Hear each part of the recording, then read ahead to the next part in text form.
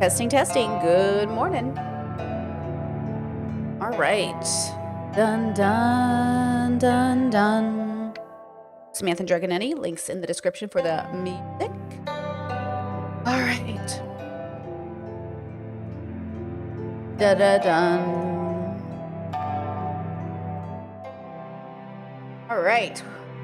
We are back to the basics. Number 7. Family dynamics, family structures. What do you owe your family? What is a family? No?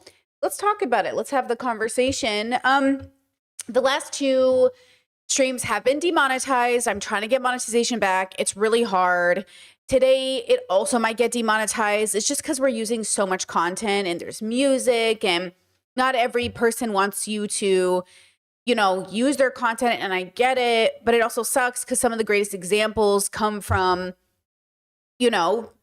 these channels or these TV shows that are such good examples of what we're talking about, but then they demonetize you. So, you know how it is, girl. You're creative. You work for free in hopes to get paid. So liking does a big deal. Commenting does a big deal. Sharing does a big deal. I don't always need you to give me your money, but, sharing the content is a big deal. Getting it out there is a big deal. But yeah, kind of bummed that a big part of this series is being demonetized, but it is what it is. It's okay. We'll go back to regularly scheduled content next week. We'll go back to reviewing stuff that at least I know I'm going to get paid reviewing, which is good. We'll still talk about the same stuff. It'll be the same things, but kind of a bummer. What are you going to do? Hey, what are you going to do? Okay, so I want to talk about family dynamics. I'm going to go back to the basics. Why are we going back to the basics? Because obviously, as we go into 2026 and we are 2 weeks in, and America is just getting crazier. The world's getting crazier. Everything is so insane. There's so many things happening in the news right now, and you're certainly probably overwhelmed. And then on top of that, you come home to family dynamics, family structures, toxic family interactions. Maybe you're estranged from your family. Maybe your direct family is also just struggling because the economy sucks. Things are hard, So I wanted to go ahead and sort of talk about family structures as sort of the ending point probably of this series, because I just can't think of what other topic would fit quite into back to the basics as much as the former episodes have. I feel like the former episodes have covered everything we want to cover in order to move forward into 2026, right? I mean, obviously I could just keep going and making content in the same format. And we will, it just won't be about back to the basics. We'll start actually having deeper conversations because, the basics are really important. That's really what people are struggling with, to be honest. And so, in some ways we maybe should always talk about the basics, but damn, we need something else as well. So, what is a family? Let's start there. Like, what is a family unit? What is that? Is it the people you came from? Right? Is it the people that you know in your neighborhood? Is a family, 2 parents and some children? What is a family? I'm going to sneeze. Oh my God. Oh my God. Oh my God. Okay. So what is a family unit? Is it specifically a man? And specifically what we would call a woman? Look, I put her in a dress. Look at me, gender stereotypes. And do they have kids? Maybe plus a, how do I draw a dog? A dog? Maybe that looks like more like a cat. Okay. What is a family? Is a family chosen? People you're not even related to, but you choose? You probably saw this, that NPR reported back in 2018 that families are shrinking. The middle child just might go extinct. So much for all those middle child memes, right? Well, how about this? The cousin decline, okay? 10 kids in my family. I think 60 first cousins, right? No more cousins? My bestie has 2 first cousins. That's it. 2! And I've met them both. 2! I have like 60. Very different family dynamics, different networking, different options, different number of couches you can sleep on, right? Chat says no siblings, no cousin gang. There you go. Middle children, what's up with them? Well, apparently they might just you know? Okay. So let's talk about the nuclear family, because that's the foundational conversation typically had when we talk about family dynamics and structures, especially in America. What is this thing called the nuclear family? Mom, dad, kids. Okay. It's this idea you've probably heard from conservatives recently about the end of the nuclear family. Feminism is ruining the nuclear family. But then if you go to cultures around the world, they don't even think about it the same way, the nuclear family, because they also have grandparents, aunties and uncles, they have cousins, they have shared living quarters. So let's look at some TikToks to start this conversation off. Like society's pushing all men to be more feminine and women to be more. Why does it seem like society's pushing all men to be more feminine and women to be more masculine? Guys, the reality is, this did not happen by chance. Beginning in the 70s, or better known as third wave feminism, this is when certain individuals decided to switch up select narratives to destroy the nuclear family. Now, why would they do this? Well, because if a mother and father, aka a nuclear family, are at disease, they're no longer working or seeing eye to eye, well then society at large begins to break. And this cycle will only continue to perpetuate unless individuals like myself and you begin to stand up, reclaim our masculinity as men, and teach women to do the same with femininity. We are each beautifully different, and trying to switch these things to compete with each other does no one any good. I understand it sounds sexy on paper, but by doing that, you ruin any inherent beauty that God has given you. So please, as men, let's be men.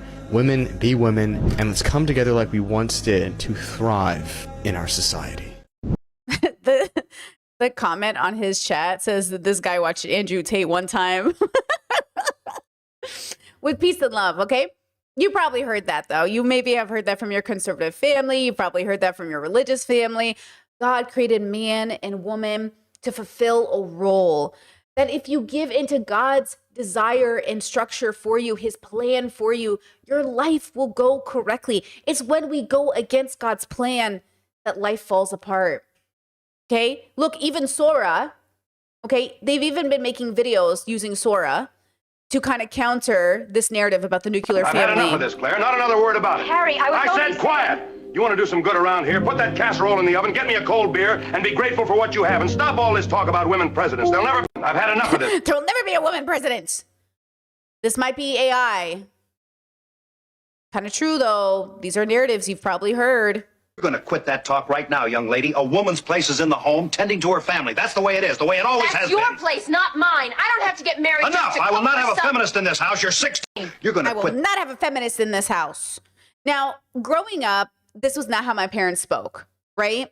It was more or less like the beauty of God's plan. Yes. My parents never said there will not be a feminist in this house. But they would say, Betsy, what has feminism done for women? You know? What has feminism done for people? Really? Like, is it helping you? Do you feel fulfilled? Don't you feel like people are still missing something? They'd more or less appeal to that part of it. This all plays into family dynamics, and it does contribute to why a lot of us are estranged from our families, or why we're not exactly hanging out together every Sunday, even though we want to, right? Like, you know, I love that women are empowered. My mom always used to say, I love independent women. I love strong women. I love educated women. But see, Betsy, you don't need feminism to be these things. Or maybe I am the real feminist. What about the Catholic feminists? You know? And I hear her. A lot of Catholic women were educators, leaders. They really had an amazing impact in the world, right? Like my confirmation name is St. Elizabeth Ann Seton. She was married, had I think 6 kids. Her husband died. Then she became a nun and opened up like the first schools, right? So she's educated. There's an idea around it. And yet, when we have these conversations about these great feats of women, it always comes to the credit of God, right? And what is God if not a man? Even though in Catholicism, God is like genderless, if you refer to God as like a they, them, or a she, her, it's automatically offensive. So the patriarchal structural framework of Catholicism doesn't actually allow women to feel represented. I remember after Vatican II, right, there was a huge issue around nuns being told that they didn't have the same status as priests, and that nuns were basically like lay people who dedicated themselves to the church. Versus prior, nuns were supposed to be just as important as priests in a big way. Like their dedication to marry God or marry the church was supposed to be very significant. And then after that change, they were like, then what are we doing here? Like, what are we doing here if the thing we're doing, this vow we're taking, isn't significant, right? The significance is important to people. We want to believe that what we're doing in life is significant. Okay, now here's this video. I'm going to mute it for copyright. Okay, and it says, embracing the beauty of my nuclear family. Like, this is a cute video, okay? It's a family. They're shopping together. There's like a cuteness to this imagery. But if you go to their channel, okay, they have a faith, relatable couple family moments. So they're family vloggers, which I would argue is basically unhealthy, but they're a cute, picture perfect kind of family, right? The imagery is pretty. They look really happy. But who is their happiness coming at the expense of if they have to reference themselves as a nuclear family? If they have to reference themselves as like faithful, who is it coming at the expense of? Is this the kind of, quote, nuclear family that also embraces their queer kids, their gay kids, their liberal kids, their feminist kids? Like, it's super cute. I see it. I see the structure. I see why the nuclear family feels like such a good image. A wife, a husband, a picket fence, a dog, a cat, like cute kids, everything. Like, that sounds so nice, right? But, and again, this is the problem. Who is it coming at the expense of? So check out this video of this lady who was just sharing. I just found a bunch of TikToks that I thought were interesting, and I'm leading up into a conversation around, Oprah had that big interview with Estranged Parents. I am going to try to review the whole thing for members. That way, if it gets demonetized, at least it's, the copyright's a little harder to fight as well during a live stream versus during a edit. So I'm going to try to watch that for members, edit it, and get it up for people because I want to see the whole conversation. I just know I'm probably going to get blocked on stream, which is why I haven't reviewed it on stream. But we're going to try to review a small section of it today because I want to make a point of this, that it's not as black and white as we think it is, right? But look at this woman sharing her family structure. What do you guys think of her? With my parents, and that includes my husband, so I moved in with my parents, and that includes my husband, my 2 kids, and our 2 dogs. And we now live with my parents, my 92-year-old grandma. There are 3 dogs, they're 1 parrot, they're 4 chickens, and I think I got everyone. We remodeled an area in their baby house. It's not even 500 square feet. And we made it where we have a living room, we have 2 bedrooms, we have a bathroom, and we have a walk-in closet. It's small, but honestly, it's perfect. And then we share a kitchen, we share everything else, right? We have our own backyard area that you could see here. It's fenced, and then they have their own side. It's not like a massive house or anything. We just really made it work. It's literally chaos all the time, like all the time. There's toys everywhere. The kitchen is insane because everyone's always eating. We have people over all the time. My mom works from home in our garage because she's a personal trainer and the garage is a gym. And my brother, who lives 10 minutes away and has twins that are the same age as my toddler, come over multiple times a week. So it is just crazy. In America, that's looked down upon. And in any other country that's looked at as multi-generational living, which is actually a really big indicator for living longer. You'll see that in what's called the blue zones, which are areas where people live till they're 100, typically, give or take, because they do multi-generational living. They do other things, obviously, but I feel like we practice a lot of that. And living with family versus living alone, which we did too when our daughter was born for 3 years, is such a big difference. And I love it. And I'm just grateful that my husband said yes to my crazy idea. So I moved in with my parents. Okay, with her parents. What do you guys think about that? So, Chad said it's looked down upon. Yeah, like this family structure is looked down upon. It depends on how it's done. But a big reason why it looks down upon is because usually in America, it's a sign of stagnation rather than growth. And it's because of the way we kind of signal these things, like a failure to launch. Like, if your kids have to live at home with you, there's like an element of failure to launch there. That's maybe true, but maybe not look true. It just depends on how it's done. And to be honest, even I hold some of those prejudices because most of the people I know who live with their parents are a failure to launch. And so when I look at them, I'm like, they're kind of taking advantage of their parents a lot of the time, but not always. And so then I look at my aunts and uncle. Okay, so it depends on how you look at the story. So my grandparents, my dad's grandparents, they had a house. And then my uncle moved in with them with his family. So you can look at it as him moving in with his parents to help them, or you can look at it as his parents needing to help him. But I think ultimately they probably helped each other. There was like a lot of mutual support. The grandparents moved from the main house to a side house, which, okay. And then the family moved into the main house because they had kids. Okay, they had 2 acres. It was a really pretty like living situation. And I think mostly they would say it was good. I would say that. Maybe there were some nuances here and there that maybe would have gone differently. But I think for the most part, it was a pretty good experience that the grandkids on that side of the family got to live with their grandparents. And the grandparents also got their own space in the house. And it was something like that. Because I think if I remember the story correctly, and I could be wrong, that house was purchased by all of the siblings buying the house for the parents. But then one of the siblings came to live with those parents. So that's why there was some maybe a tension amongst the siblings. And there was a little bit of a falling out with a lot of problems in the family. But, you know, when we have these conversations, I think there is a little bit of, you know, why is this happening? I also know in some other stories, there are often sons who don't move out of their parents' house, never get a job, never help with bills, live at home. And it's usually the mothers who end up doing a lot of the emotional labor and financial labor for those sons who do fail to launch. So I think there's a lot of that comes into that as well. Like, did my son never leave home? And is he also causing me in my retirement to go into debt because he's not contributing?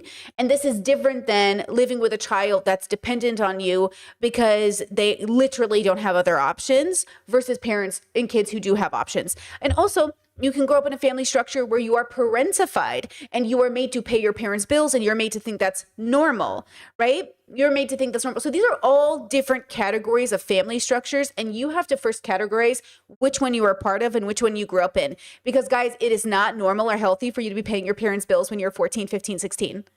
You should not be paying your parents' electricity bills. You should not be paying their phone bills. You should not be paying their food bills. Parents should not have children that they need them to work in order to pay the family bills. If your parents need you to work as children to pay family bills, your parents are irresponsible. You're growing up in a toxic household, in my opinion, period. Okay? And if you want to sit here and talk about how much your parents loved you and you love them and you liked working at 14 and you loved paying your parents' bills, you need to process that. Would you feel good about bringing a kid into the universe that you were then like, hey, I know you just had your period 2 years ago, but pay my rent? Like, would that feel good to you? You know what I mean? Hey, you just went through puberty a couple years ago, but like, pay my rent. Does that sound like a good family dynamic? And you have to decide if it is, but for me, absolutely not. Children are not meant to be brought into the world to pay your bills. Okay?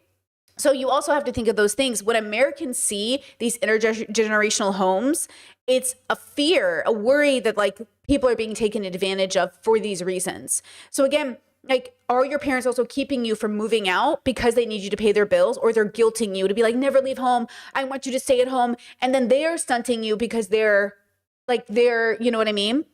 So the question isn't, is it good to live with your parents? The question is, why are you living with your parents? Because it could be good or it could be bad. Okay. That's the question. Why don't my parents want me to leave home? Could be good, could be bad. Okay. So instead of just like assuming it's either or, what are the circumstances of this social situation? That's how I would look at it. You know, what do you guys think? Let's see.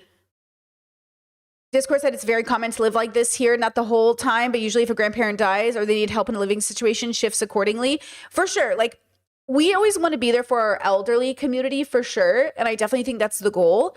And I also think we all have to do our absolute best before relying on family, because it's you are failing versus like you are doing it out of joy, right? There is a very different situation of doing something because we're excited to and doing something because we're forced to. And I always want to make sure that we're doing things because we want to. And we're going to cover that a little bit about like siblings taking care of disabled other siblings. We're going to talk about that too as well. Okay. Let me read some of these comments. Thank you for your content, Britt. You are wonderful and challenging. I'm the challenge accepted. Challenge I accept is finding all the ways I can actually treat people better and stay curious of how I affect people. I also mean challenging, like you challenge people to think about stuff in new ways.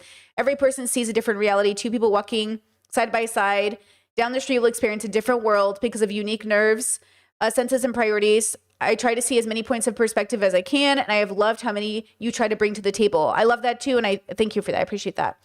Okay, let me go up. Let's see.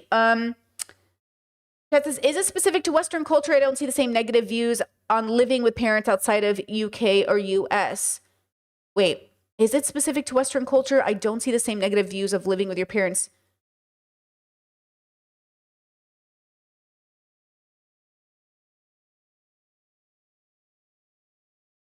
I don't know what you're asking. Because the UK and the US are the West. And so, I mean, Canada, I guess you could say Mexico doesn't necessarily have that perspective. So I guess that would count. Okay, I see what you're saying. Okay. Yeah, like, well, I guess not technically all of the West, but Western values. You know that group, you know that community of these are Western values, those people. So not literally the West location-wise, but like the bubble that says Western values. I think it's more like that bubble, right? It's not literally the location on the map. Is that what you're saying? I think I get it. Okay, let me know. Let's see. Okay, let me see. Did I miss anything before we move on? American culture thrives on isolation. Isolation defines us. For centuries, humans lived intergenerational. It's capitalism that pulled us apart. True, and or also family structures. Because then, we're going to talk about this today. Guys, I don't want to live with my family. Not because of capitalism, but because of value differences. Right? So yes, America raised us this way, but also, like, I don't want to live with my family. And that's the problem. So who are you outside of structures and who are you within them?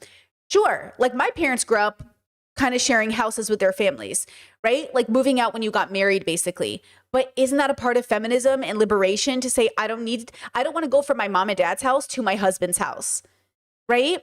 So if you say, yes, I want to live at home until I get married, or even I want to stay at home when I get married, like, then you have to ask yourself, like, where's my independence? I get to do what I actually want throughout my day. I get to walk around my house in BDSM gear and, you know, nude in my own kitchen, because there are a lot of disadvantages to living intergenerationally.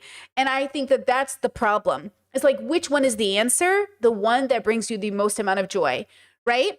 Because as I live with my mom, how might I be taking advantage of her? Well, you'd have to answer that question, right? We don't know you or your circumstance. So like you have to answer that question. I don't know. Are you taking advantage of your mom? You might not be, right? Lots of people live with their parents and don't take advantage of them. But like, I don't know if you're taking advantage of your mom. Only you can answer that question. You know, if your mom is going into debt for you, and you're an adult, there might be some conversation there. Or maybe, I don't know, if you're, I don't know, girl. Like, it depends on your circumstance. You know what I mean? Like, I can't just answer that. There's not a question. You know, I'm going to need like a, you know what I mean? You're going to have to really think about it. Okay, here we go. Living in a community. Here's another variation of this. Social media, but hey, I don't always talk about this on social media. Hold on, didn't switch over. Hey, I don't always talk about this on social media, but I live in community. In fact, since I was 21, I've lived in a whole bunch of different kinds of cooperatives and co-housing communities. And I love it because it helps me to live well without wealth, because I don't have that, and without a ton of willpower, because I don't have that either. See, I live better in community because of economies of scale. Because, for example, I go grocery shopping once a month, and I cook for the community every 2 weeks. And during those times, it's a shitload of work, right? It's a lot of people to cook for. But the rest of the time, I come home and dinner is made for me. So it's not easy, right? We have to have meetings and talk shit out. Sometimes we have to have a whole process about what kind of peanut butter to buy. But we're not a commune. We don't have a guru or share our income.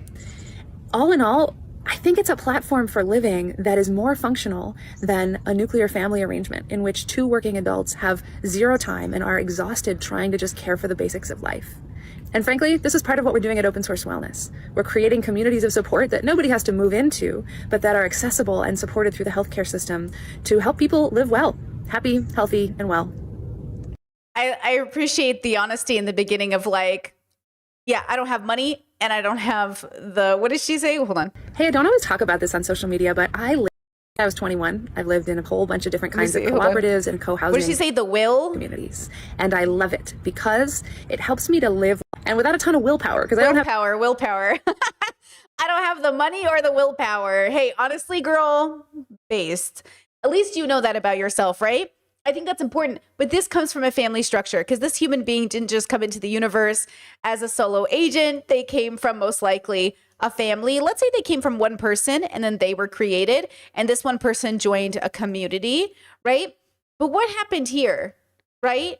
What happened here is what I'm curious about. Now, obviously, the person who gave birth to them, that is the singular most kind of like this person, right? But the reality is like this person plus this person equals this person here. It takes two to tango most of the time, okay? I know there are nuances in this conversation, of course. There are variations of how to get pregnant. There are circumstances in which babies come into the universe and not the greatest of ways, so on and so forth. Some people also obviously do it solo, you know. But so we're going to focus on like kind of like the person who gave birth as like the starting point. And then, okay, so what are the family structures you belong to? What are the cultural dynamics you have expectations of? What do you see your life looking like as you move into the future? And this comes down to, what do we owe our family? Has to first start with, do we owe anybody? Okay, do we owe people anything? And that's what's really difficult because, you know, depending on why you think we're here, and this is going back down to the basics, do you think God put you here? Well, that usually scripture comes with a script of what to do with your family dynamics, okay? If you think we're animals evolved on a planet, that's a little bit more your responsibility to curate your why, right? So this is, and then if you adhere to like the social structure around you, then maybe society has set it up in a particular way, which obviously impacts gender, which obviously impacts race, which obviously impacts everything else. So these things are all connected. Let's hear from some parents in particular about what their adult children might owe them. Okay, here's the first mother. Adult children owe their parents nothing. Before you get upset, listen to what I have to say on this. As our kids are growing up, we are teaching them their emotions. We are teaching them how to have their feelings. We are teaching them through our modeling of what we deal with every day, whether it's stress or it's great times in our life, how to handle each person in our family. When our children grow up, they treat us in their adult years the way that they feel that they were treated growing up. They will hear us if we heard them while they were growing up. They will respect us if we respect them while they were growing up. They will choose to spend time with us if we were people that they enjoyed being with while they grew up. So now ask yourself, these teen and young adult years are difficult. They're mentally challenging. Do you want that relationship you're building right now to define the long-term relationship you have with your adult child? Because that's what's happening. So there's like a very strong deviation in beliefs here. A lot of people believe like you owe your kids nothing, they owe you nothing. A lot of people believe like your kids owe you something and your parents owe you something. Some people think parents owe their kids something, but kids don't exactly owe their parents something, right? Now, Discord says nuclear family is so hard, especially in this economy. Community living makes sense. I just want to say the reason I struggle with this sort of thinking is because I know it's the opposite from my lived experience. That communal living would not make my life easier. It would literally make it so much harder. So how do you guys rationalize coming to a consensus that says one is better than the other instead of it's subjective based off of the construct, right? And that's what I want for families. I don't want people to have to fight about which one is better. They're literally different, and different families will benefit from different structures. But because society is so focused on one or the other, instead of integrating both into the system, we're causing this deviation about which is better. Anything can work as long as it's joyful and healthy for the participants. And that's why, at least from my perspective, it's not about it has to look the same for everybody. It's about what makes sense. So I live in Croatia, and the big meme about Croatians is that their sons don't move out till they're 37. One of the reasons I found my partner to be so compatible with me and attractive to me is that they did move out of their parents' home in their 20s. And I really found that to be incredibly wonderful. It said to me and it signaled to me that they could make money, have their own apartment, and pay their own bills, which meant they were reliable for me. I could rely on them. And yet they are the anomaly within the structure that is Croatia or the Balkans. There's like this big joke, right? Okay. And for other people, you know, we've had this conversation on stream before. They're like, well, why is that attractive? Because I left home. I left home at 21, and that felt a little late for me, but I left home at 21. Okay. And so, you know, I left home at 21, and I want somebody who has a desire to be on their own, because I know what it's like to be raised in a family that doesn't share values. And if you don't share values with your communal living, you're like a prisoner in a cage. And that's why these like intergenerational families sounds really good, assuming you all have the same values. But when you don't, well, then how is this better for people, right? Now, that's why people make communal living. It's why people have chosen family. They choose the family. They decide to live on the same property or build houses next to each other with people who share values. And it is quite a commitment, right? It is quite a large commitment. So then you have to think about it in that way. So we want to sort of encourage people. I want to encourage people to have the structure that makes sense for your family instead of judging people like, oh, I can't believe you live in a tiny house community, or I can't believe you live in this, like, girl, whatever makes sense for your life, right? That's what I want for you. If you live with your parents, great. As long as it's healthy for the both of you, fantastic. Great. Love it. Oh, you moved out of your parents' house? Great. Love it. Oh, you live with your siblings? Great. Love it. During COVID, I remember during COVID, the debate bubble was trying to make fun of me because they're like, oh, didn't she live with her brothers during lockdown? And I'm like, you mean did my brothers and I all end up renting a house and having the greatest time during lockdown, watching anime, smoking weed and listening to music and working out together? Is that what you mean? But they tried to shame, oh, didn't she like literally live with her siblings? You mean we literally reminisce to this day. We go, bro, I miss you so much, bro. We miss that time, bro. Like, we literally talk about how much we miss it all of the time, okay? Chat says they were saying you lived with your parents. It was so dumb. Oh, I guess they were also saying that too, which is also so funny, as if, okay, and that's what I'm saying. I am never going to shame you for living with your parents. Sounds good to me, as long as it's actually serving you. As long as you're joyful and happy, girl, sounds good to me, okay? I have no problem with this at all. Zero problems. I think it's beautiful, okay? Now, let's go here to this next TikTok. Children don't owe me a degree. Oop, let me lower it down. They don't owe me My children don't owe me a degree. They don't owe me grandchildren. They don't owe me marriage. I don't expect them to take care of me when I'm older. They owe me nothing. Because my love is not transactional. I give because I choose to. Not because I expect something in return. And if they grow up feeling loved, safe, seen, heard, that's my reward. And that's enough. My children don't owe. I think this is, a very important part of it not being transactional. I mean, one of the things I think I do love about my parents so much is they never guilt us for living far away from them. Because even though as siblings, we all kind of wanted to live near our parents and share a neighborhood and maybe even live in the same place, like all my siblings and I would kind of romanticize buying a cul-de-sac, like all of the houses in one cul-de-sac and having our family all live next door to each other. But one of the things I really value about my family is we don't make each other feel bad for moving away. We don't my parents never, oh, I wish you wouldn't move that. I wish you would do this.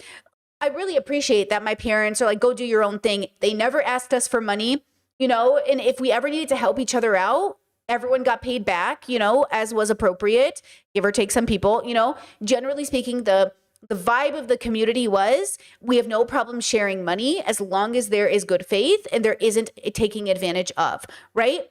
So for the most part, my 12-person family did very well. There's like one person in the family that is a little bit more of a struggle in terms of these dynamics, and I'll talk about that a little later.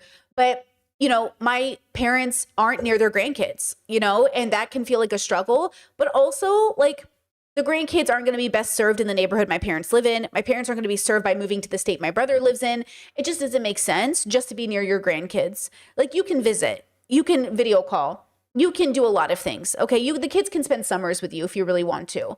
Okay. So there are so many ways to move around and to accept the reality for what it is. But that's the nuance. Now, I want to share with you a video. Hopefully it doesn't get me copyrighted. It's just a second-long video. I will say this, because I know we talk a lot about how much we don't like Dave Ramsey here, and I'm so about it, girl. Trust me, I've watched hundreds of his videos to know how much I don't like him. But one thing I will say about Dave Ramsey, that he says to conservative parents that I want them to hear time and time again, the one thing I think Dave Ramsey does so fucking well is this message here. Kids when times are tough. You're good to your kids when times are tough because that's what parents do. It's not because we expect a payback. So, I do feel like a sense of responsibility. Do get some messaging from her of like, kids are expensive, and she wishes her life like she didn't have kids. That's her just problem. Kind of stuff like that. You didn't cause any of this. Okay. You didn't choose to be born. She chose for you to be born. That's on her. She doesn't get to play that card. I'm sorry. Her whining does not transform you to ethically become responsible for her. Follow me? Yes, I do. Does that sound mean? See, the difference here is just love, okay? Even when you're acting in the goodness of your heart with an open hand out of love, that's true ministry. That's true charity. When someone's guilt tripping you, and they're a travel agent for guilt trips, and they make you think you have a moral or ethical responsibility that you don't have because they somehow feel entitled or they have assumed the position of victim, that's way different than generosity. Okay, so obviously the language is pretty conservative, but the message is clear, and I think it's important for people to hear. And it's one of the reasons why my parents made such an effort to get their shit together, because they didn't want to be these parents. In the same way that we don't want to be these kids. I do not want to be the kid that puts my elderly parents in financial ruin. And I do not want parents who would put their kids in financial ruin. Okay? So out of all the messages that Dave Ramsey says that piss me off, this is the one that I'm like, okay, Dave, we're on the same page here. Because this is so important, right? This is so important. Now, you could say that the right thing to do by your village is to try your very best, because you will need help eventually. And when you need that help, the village will have no problem being charitable towards you and helping you because they know you're not taking advantage of them. The problem is we don't know what that means in a world under capitalism. We don't know what that means in a world that doesn't value all of our labor. We don't know what that looks like. So from a progressive standpoint, all labor should be valuable labor, and yet it must still be labor. You have to then perform labor. So first, we have to recognize that labor looks a particular way, it is a particular way, and it impacts in a particular way. So labor isn't simply just existing, though it is quite laborious. No, it is quite hard to just exist, right? But labor, to just labor, is not to simply exist. It is an action, it is a care, it is towards something. You are building, right? So through a progressive lens, you know, my partner who does not bring in income is still laboring in the house, okay? They do labor. But under capitalism, they maybe be seen as like somebody who's not contributing, not participating. And maybe even in Dave Ramsey's bubble would definitely be seen as somebody who's not laboring, right? He'd be like, oh, you have a partner who isn't taking care of kids. They could go get a job. Why aren't they working? Well, they are working. They're just not bringing in income, okay? And I get it, right? You go to the feminist bubble, maybe the Chelsea Fagan bubble, and she might say, why isn't your partner working? And then she might even say, why isn't your male partner working? And I might say, first of all, assuming gender, quite liberal of you, Chelsea. But she might say, why do you have a stay-at-home partner? Why are you carrying all the guilt, all the burden of bringing in the money? Why are you in charge of all the bills? Aren't you tired? Aren't you disabled? Aren't you sick? Okay, again, the ins and outs of personal people's relationships are yours to construct. You get to have a custom relationship and you get to show up custom in your family dynamics, because your family dynamics are not just your parents, siblings, cousins. They are also your married life. This is my family. Okay. So it's funny that we're willing to move in with our parents and pay their bills, but you're not willing to move into with your partner and pay those bills. Because we have this idea that parents are to be taken care of and partners aren't. And I say, I don't even look at it as taking care of anybody. I look at it as pulling my own weight and doing what I can to contribute. So that's also the framing that I come from. I'm not taking care of my partner. I'm doing my responsibility. This is the responsibility I signed up for. This is playing to my strength. This is the thing I'm really good at. I'm going to show up and do my job. This is the job I signed up for, right? I'm not taking care of my partner, even though we are taking care of. You can frame it, it's up to you how you want to frame it, is what I'm saying. You get to decide, okay, how you envision your life and how you tell yourself the story of your life. Okay, now let's jump into the immigrant bubble, because this is also an interesting topic, especially coming from a lot of our backgrounds, right? Okay. What do you owe your immigrant parents? So there's twofold here. What do you owe your parents? And then what do you owe your immigrant parents? Because the assumed story of your immigrant parents is they suffered and labored and struggled to come to America to build a life for you. P.S. Not all immigrants have that story. Okay, plenty of immigrants came over here willy-nilly with a lot of money and did it nicely. Okay, not every immigrant story is one of struggle, but that certainly is a story you hear. Okay. Parents. What do you owe your immigrant parents? Do you owe them your happiness because they've sacrificed so much for you? Do you owe them grandkids, your time, money, or even the career or partner that you end up with? Do you owe your immigrant parents at all for choosing to have you? Or do you owe them because they expect you to? Do you owe them for putting a roof over your head or feeding you? I'm Sahej Kaur Kohli, a practicing therapist who specializes in working with adult children of immigrants. And I want to talk about this because this is a topic that comes up all the time in my work. What do you owe your immigrant parents? On one hand, you might want to do good by and care for your immigrant parents, and that's not a bad thing. But for some of us, you might feel like you are being pulled in that direction so far that you don't even have time or an ability to think about what you want or need. Filial piety is a very common value in immigrant families. It's this expectation and reinforcement of duty, loyalty, deference to your immigrant parents. And it's not necessarily a bad trait to have. In fact, it's a beautiful quality, and it's not just reserved for immigrant families, but it is very common in these households. Filial piety can look like offering to take care of your aging parents in your own home, doing right by them, saying yes to their needs and expectations, making choices and asking for their opinions on these choices, financially caring for your elders and your family. But here's the thing, filial piety can be used against you in your family.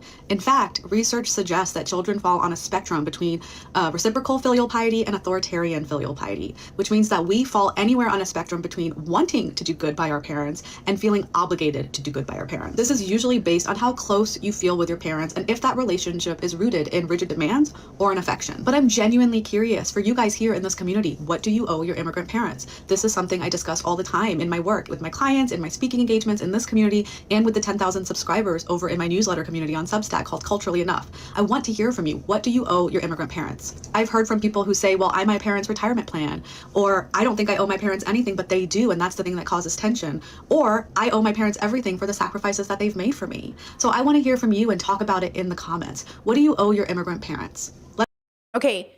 Chad says, Brittany, don't you think the immigrants who came here with loads of money is an anomaly? I don't know. To be honest, I don't really know. I don't have the numbers or the statistics on that. Because, guys, immigrants can be from Canada. Immigrants can be from Mexico with money. Immigrants can be from anywhere. They can be from France. They can be from Africa. They can be anywhere. They can be from anywhere in the globe. Name a place. It doesn't mean they're poor. Assuming they're poor feels a little wrong. They could be from anywhere. They could be rich in any country. Rich people come to America all the time. Wealthy people, middle-class people come to America all the time. Okay? I think the difference here, and this is kind of the problem, is when you come to America, how much of a struggle is it to assimilate if you don't have a ton of money, right? You know, I think maybe that's the part of it, because like it's just dependent, but I don't know the number. Like, I just don't know the number of immigrants who are coming to this country exactly struggling. But I will say this, that America also loves a hero story. And I think there's like a little bit of a problem there. It's like the hero story our immigrant parents tell themselves. So my parents, as an example, they're always like, we came to America to give you a better life. Your parents brought you to America. You did not come to America. Okay? My parents did not come to America. Their parents brought them to America. So they did not come to America to give me a better life. Do you see the difference in the storytelling? You did not come to America. Okay? Okay, so that changes the narrative. But see how they tell themselves, oh yeah, my parents struggled. My parents, you know, were brought to America and they made a life for themselves. But my parents did not come to America to give me, they weren't even together. They weren't even a couple. They didn't, you know what I'm saying? They weren't a couple when they came to America. It's not like they came to America as a couple. That wasn't even a part of their life yet. You know what I mean? So this narrative is like a funny one that immigrants kind of can tell themselves. Now, a lot of immigrants come to America for a better life, but isn't that also the false narrative of America, that America is a better life? Isn't that sort of the bullshit we've been sold a little bit? You know what I mean? Right? That says parents lore, I thought they met in Iraq. Well, they knew each other in Iraq. They all knew each other. But they didn't, my dad was 18 when he came to America. My mom was like 9. So they knew each other as kids. They knew each other as young people. Yeah, they knew each other as kids. My mom is 6 months older than him. But like, they knew each other as kids. Their families came at different times. And my mom's family came in like threes. You know, they all came at different times. You know what I mean? But everybody knew each other back home, right? So, you know, when we have these conversations about like the story your parents tell themselves, And then they have that story. They're telling a very particular story. So their parents deeply struggled. But even then, my dad's dad was like relatively like, he was considered kind of wealthy. They lived in the city. They lived in Baghdad. They were engineers. They had like a pretty good living. My grandma was a seamstress. She made money. Okay. They came to Iraq or came to America from Iraq very differently than my mom's dad, who was more struggling. Okay. It was like three groups of kids came. They trickled in, which was different. They had 17 kids. My dad's one of 9. Okay. Very different stories. Okay. My dad's youngest brother was born in America, but all the other siblings were born in Iraq. But my youngest uncle was born in America. So like when we have these, we tell ourselves these stories and we talk about our family lore and we talk about like, oh, what is this? What is that? It's very specific, especially being Assyrian, especially being a very particular type of family. We also all basically are entrepreneurs. On my mom's side, it's all very like lawyers. On my dad's side, it's engineers. Yes, there was a struggle. There's no doubt about that. Okay, especially my mom's family grew up in a house with no electricity, like no running water, very different than my dad's family. Okay, but when they came to America, a lot of my family got a higher education. A lot of my family owned stores. A lot of my family owned, some sort of gas station or a mart. Maybe they weren't billionaires or millionaires, but some of my family members had 2 kitchens. You know what I'm saying? Like one of my family members in particular had like a 15-bedroom custom made home. Like they didn't do too bad for themselves, but they might have started out with nothing, but they made something of themselves. So the story is we struggled. But when did you stop struggling? Okay. Now there's a big part of family guilt that plays into this. You have to go get a higher education, right? That's also a part of that immigrant struggle is you have to get a higher education, which my parents did not raise us with, right? Like my parents did not raise us with, you have to get a higher education. But my other family members, like on my mom's side especially, they really encouraged it. They really valued higher education. And those kids are doing much better than the kids who didn't seek that higher education, just generally. Okay. But this immigrant story is very vast because remember, I have 17 aunts and uncles on my mom's side, 9 on my dad's side or 8 on my dad's side. And then we have 10 kids in our own family. So when I tell you my family's immigrant story, which part of the family? The ones who came here in the 50s or the ones who came here today? I still have family from Iraq coming here today, coming to America, right? Coming to different parts of the world too.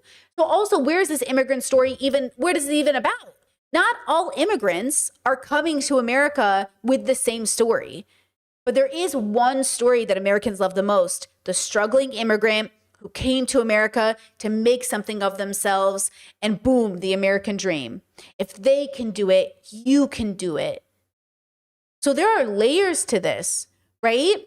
There is a big difference here about who's coming where and how they're all showing up. And so, again, when we have these conversations, it just depends on like which part of the family, who are we talking about, So again, and even like you guys sharing in the comments, like, oh, I didn't know this. I thought this about your family.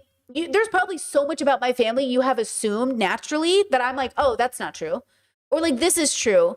Because obviously, we don't know. We're filling in the gaps with what we think of when we think of immigrants or what we think of when we think of people who don't speak English or what we think of when we think of, and this plays a role.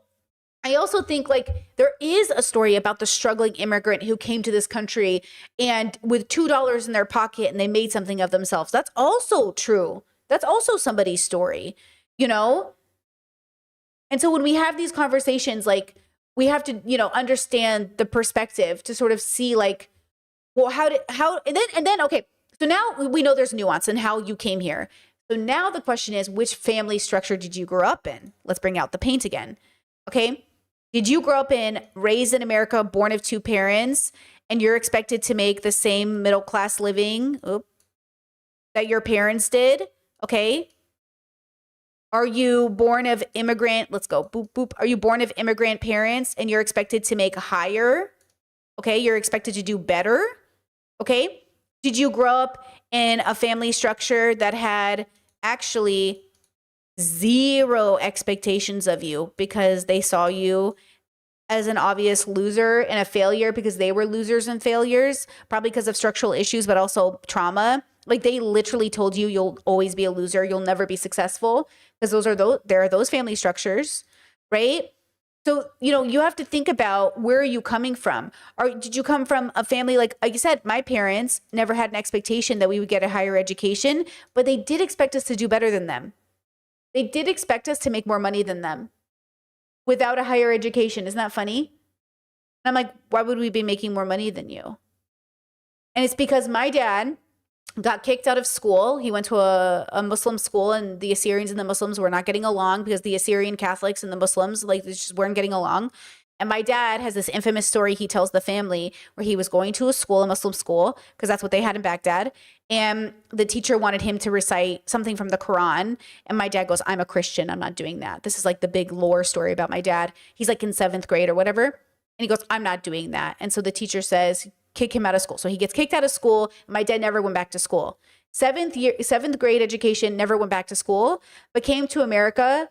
He has an engineering title. He has a business. He did amazing designs. He made custom design. His brain is amazing. He worked with big brands, big companies. Like, without oversharing, I could tell you some of these names and you'd be like, oh shit. Okay.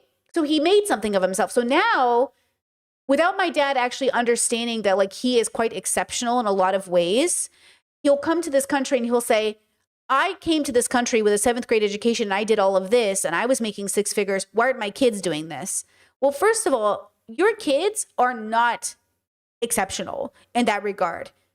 Most of us would not be able to be where you were with a 7th grade education. Okay, most of us will have to go to college to even reach what you did in your own spare time, Mr. Autism. I'm telling you, my dad's autistic. And that would explain so much of his like special interests, the way he was, his fascination, his obsession with his like design, his job. It would make so much sense for why my dad in so many ways was like very focused and like really didn't understand. He also underestimated himself constantly. He would, in one breath, my dad would say, I'm smart. Don't you see that I'm smart? I'm like, yeah, when it comes to politics, maybe not, but I see that you're intelligent. I see that you're exceptional. I see that you left formal school at 7th grade and still managed to do these amazing things. But do you understand that you're also kind of an exceptional person in some regard? And then, right, when we have these conversations, it causes just like a huge disconnect between the expectation versus the reality. And also the irony of my parents telling us, like, we could pursue any dream we wanted. And then when we did, they were like, oh, but not that dream, right? That said, is your father white passing? Do you think those opportunities would have come to fruition if he was African or Mexican? My dad is definitely not, he's definitely like white passing. I mean, he doesn't look like a white man. His name is Arabic. He doesn't have a white name. He proudly always told people he was from Iraq.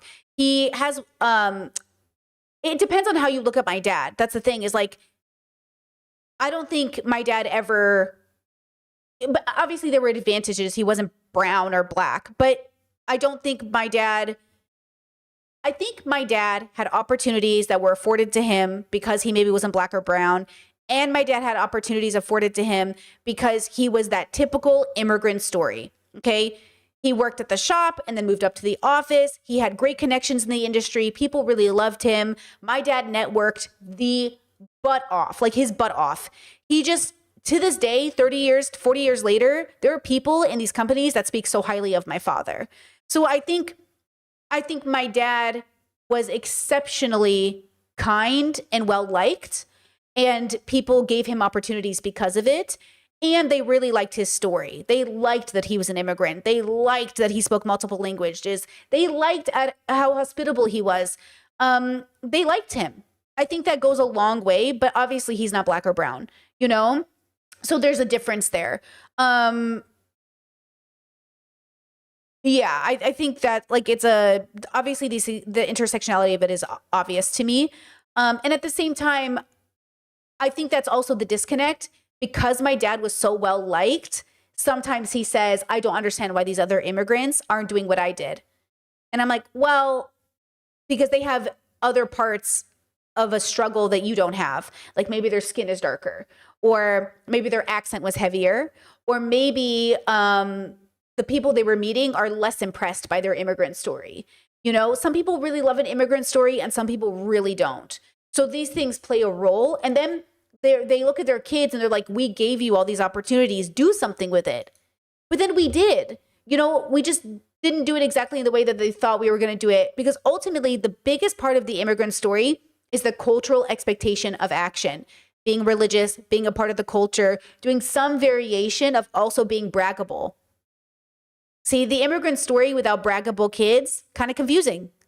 So then my parents, like most immigrant parents who fall into this trope, this category, is we can't brag about you. So we failed as parents. What do we do now? You know, what do we do now? And that's the secondary part of like, what, you know, how does that play into the immigrant story, right? Okay. Now, with that said, let's go to this TikTok and then I'll go to comments because I feel like I'm missing out on a bunch of good comments. Okay. Nothing. And I owe them, my kids owe me nothing. And I owe them everything. They didn't ask to be here. And I quite literally did ask for them to be here, prayed for them to be here. When I had miscarriages before having a successful pregnancy, I quite literally begged for them to be here. So I owe them all of the things that entails. Bringing them into this world, I have to equip them with everything that they need, emotionally, financially, educationally, in order to be successful in this life, because I owe that to them for bringing them here. And they owe me nothing. Not as teenagers, not as adults. They owe me no money. The only thing that I ask for in return is respect. That's it. And that's a big deal though. The only thing I ask in return is respect, but that is a big deal. Asking for respect, that's controversial. That's earned. Okay, but that's earned. Okay. I understand people who feel like their kids, by the time they turn teenagers, owe them something. By the time they're adults, owe them something. If you're a good parent, will they want to give you things and take care of you and help you out if they have the means to do so? Yes, but they don't owe you anything. Exactly. This is the defining factor here of community efforts. She was so good. She said it all. Okay. Respect is earned. Your kids don't owe you, but you owe them. And then the question is, but when does that stop? When do you stop owing your children? We're going to get into that, okay? But I agree a lot with this sentiment. And it's like, it's a relationship. If you were good to your kids, they're more than likely going to be good to you, okay? But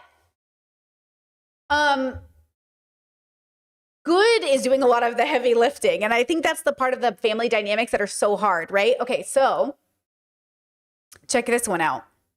Oh, right. User 959 So this user says children don't owe their parents anything. Listen to this girl's logic. with a bunch of other numbers. Right. Children don't owe their parents anything.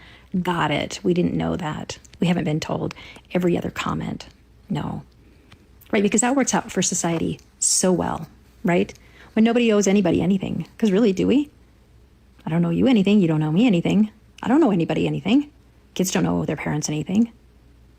No, what a great society when nobody owes anybody anything. Do you know what that's going to look like? Can you forecast anything? What that might look like in another 20 years? When nobody owes anybody anything? Do you know what kind of breakdown in society that would be? And for anybody to teach that you owe nobody anything, and at the least, kids not owing their parents anything, it's not a good theory to teach. Like, we can't prove it, right? There's no proof that they don't owe us anything. There's no proof that they do owe us anything. But I would say that the community is healthier when there's a responsibility owed to the people around you. So, user 959, it just seems like you may not be able to think complexly. Okay. What do you mean by oh? The comment section asks, what do you mean by God? What do you mean by mean? These are the questions. Okay, what do we mean by owe? Right? Owe feels forced. What do you owe people? I don't think we owe people more than we owe ourselves. And what we do, I think, are responsible for or owe ourselves, if we're going to use that language, is understanding. I think it would be good if we felt obligated to ourselves to be better people, to be less bad. And if we were doing that as a collective, the world would look different. And I think it starts with us. So when she says, oh, I don't want to raise a world where kids don't owe their parents anything, I think if you lived in a world where you owed it to yourself first to show up and to be good and to be less bad and to do all these things, then your kids would naturally want to show up for you. And I still believe that adult children have the right to not want to be in connection with parents who are pretty okay. Look, I meet a lot of people who have pretty okay parents. Like nothing is really that wrong, or maybe things aren't that bad, or maybe things aren't even that good, but they just don't like them as people. And I think that's okay. I don't think it's ideal. I think something definitely went like maybe kind of wrong, but also you're not obligated to like your family. You know what I mean? And I think there's this idea that like, but why wouldn't you like your family? And I hear you because like I get it. But I think we have to allow for that to be the case. You know, like I love all my siblings, but I wouldn't choose to be friends with my siblings. Does that make sense? Like I love them, but I would never have friends who are like them. I love them because we were raised in the same family. We have the same parents. We have the same experiences. We have a lot of connection. I love them as a consciousness. But like if I met them as strangers, we would not be friends. We would be friendly, but we wouldn't be friends. And I think that's the part that people have to understand. Like not everyone has that connection to their family like I do. So now I'm imagining I was born into a family that like, oh yeah, they're nice enough, but like I would never choose to be friends with these people and I don't have this connection to them, right? So then why would they force a connection? Or I have some siblings who don't talk to my parents and have no intention of ever talking to my parents. And I think that's fine. They just don't have that connection, you know? So then why would I then build an O? I owe these people that I don't even feel like I have a connection to? Like that doesn't make sense. I always tell my siblings all the time, the ones who genuinely never connected with my parents, genuinely never formed that proper bond. And maybe if it would have been different if they had, but they just like don't want to. That's okay. Like with peace and love, you don't have to. Like you are just not under no obligation to force this. And look, had things gone differently, things would have gone differently, but they didn't. They went this way. So yeah, you're not obligated to be friendly to these people or to call them or to receive their messages or to respond to their whatever, you know? Or, you know, in most cases, they don't even reach out and you're not obligated to reach out either. Okay? So I think that like that plays a role in this conversation because there's like an assumption that you either like your family, therefore you're obligated to your family. But like I like my friends and I'm still not obligated to them in most ways. And then some people will say, well, Brittany, if you do money with your family, why not do it with your friends? I don't want to do it with any of you. Like I do not want to do it with any of you. And yet I've asked friends for money and paid them back. My friends have asked me for money and paid me back because that is something we're willing to do, which is different than what we're owed or obligated to. No one in my life is obligated to give me a couch to sleep on. And yet I am grateful that our relationship is strong enough and I have been good enough and they have been good enough that we are willing to do that. Okay. And that way we look back on those memories very fondly like, oh, Matt, I really miss living with you, bro. I miss you living with me. Bro, I miss living with you too, bro. And that's so beautiful versus like, bro, I never want to live with you again, you know?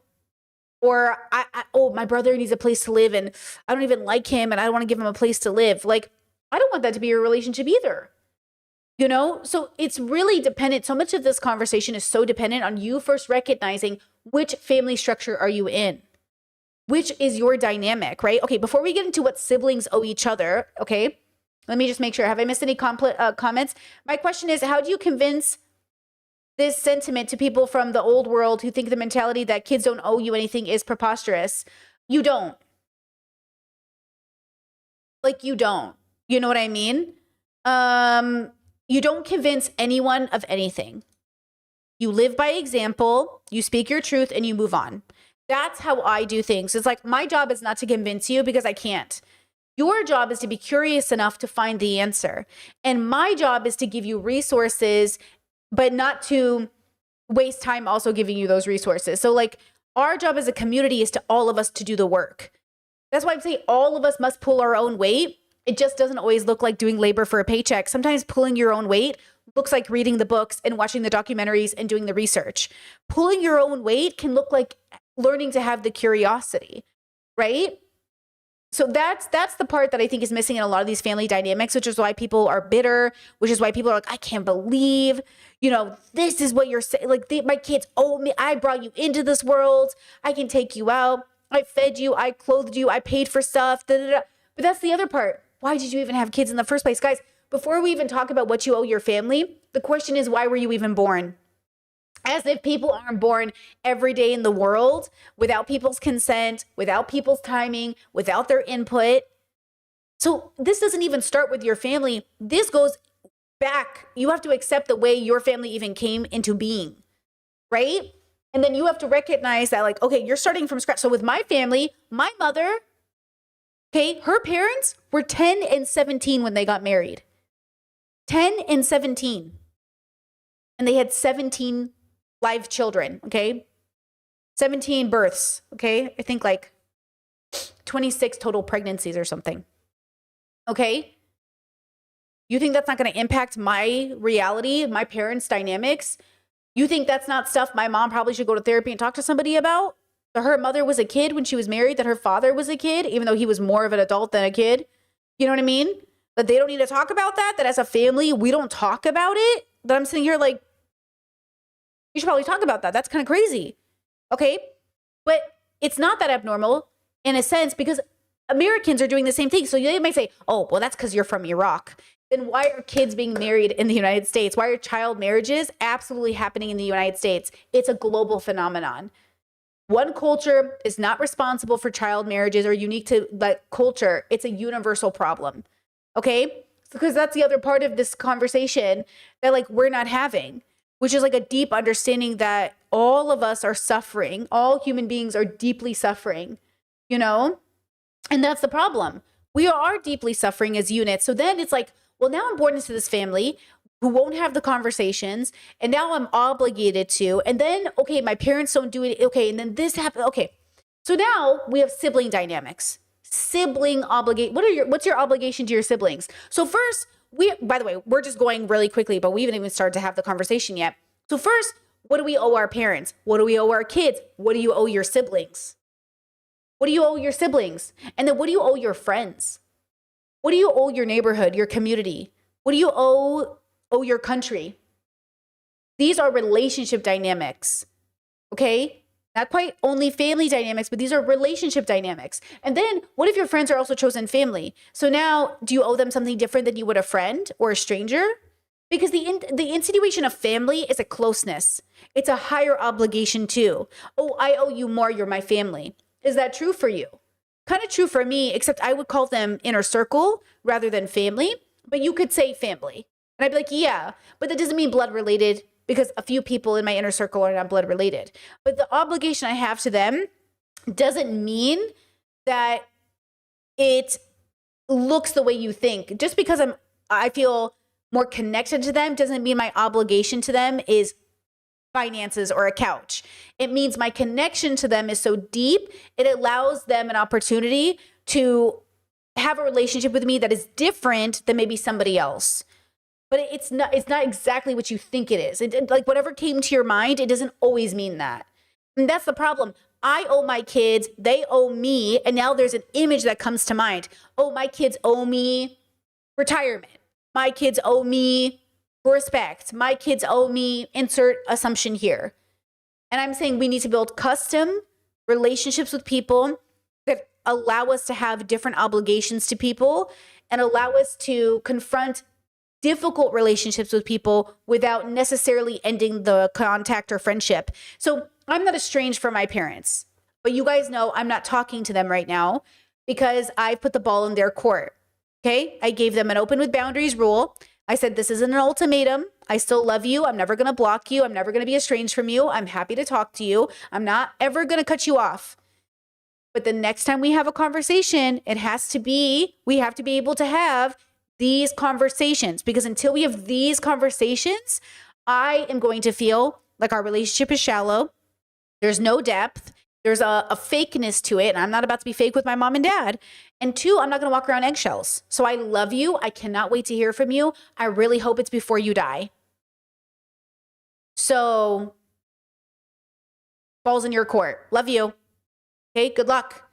But we have to talk about that child marriage. We have to talk about all the predators in the family. We have to talk about, okay? And right now, they are taking a radical stance that those kids knew how to play in, had a hand in, had some responsibility to the way their world ended up the way it was. It was the time. It was the culture. Oh, but she was 16, 17, so she knew better. Oh, this, that, this. No, we're not having a conversation past this. We're going to focus on this and we're going to figure it out. Because if we can't get on the side that the kids are not ever allowed to be taken advantage of, period, the end, then like there is no conversation to have moving forward. Even though I love you unconditionally, and even though everything that follows from that conversation is the bigotry of it all. Because remember, and I really believe this, that children are not innocent vessels. They are independent people who exist, and they deserve, and we are obligated to, doing our best to protect them and raise them to be functional, independent people to the best of their ability. And that right there is so fucked that of course everything else is fucked.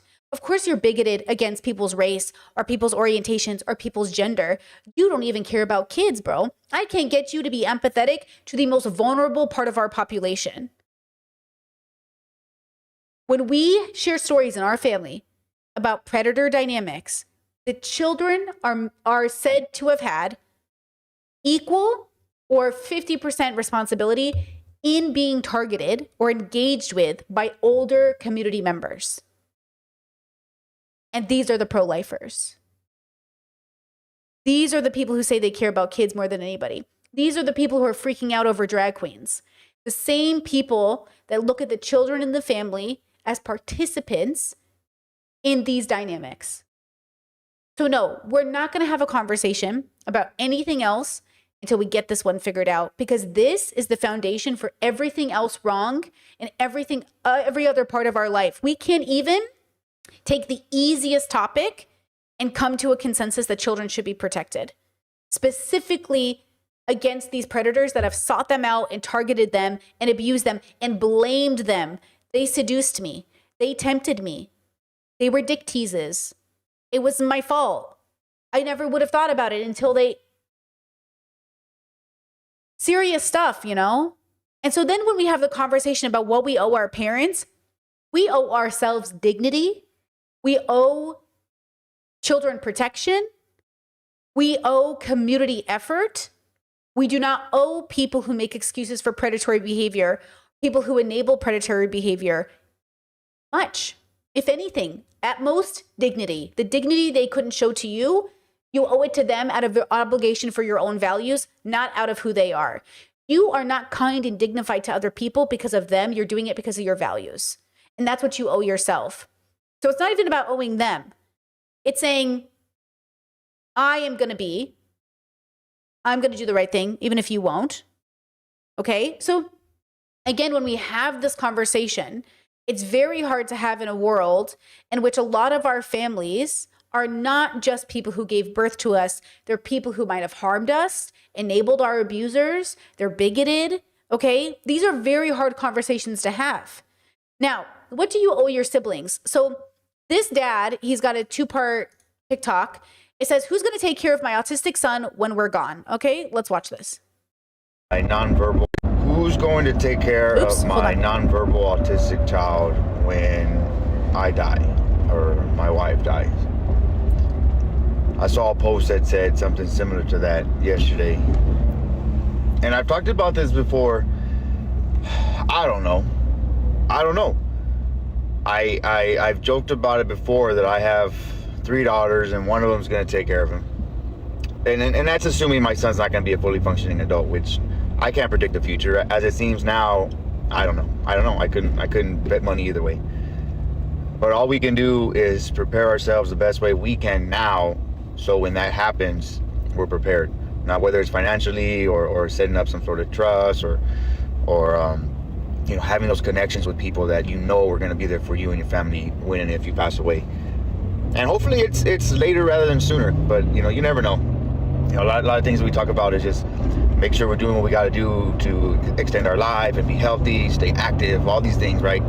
Cut back on the smoking, the drinking, all these things that can shorten the lifespan. But then again, you don't fucking know when you're gonna die, and that's a big fear for anybody. But you know, when you have a child on the spectrum, I'm telling you, the fears are just different. The worries are different. The things that you know, typical parents worry about aren't the same things that we worry about. And like I said, God willing, one of my daughters is gonna step up. I mean, they love their brother. They love their brother. You know what I mean?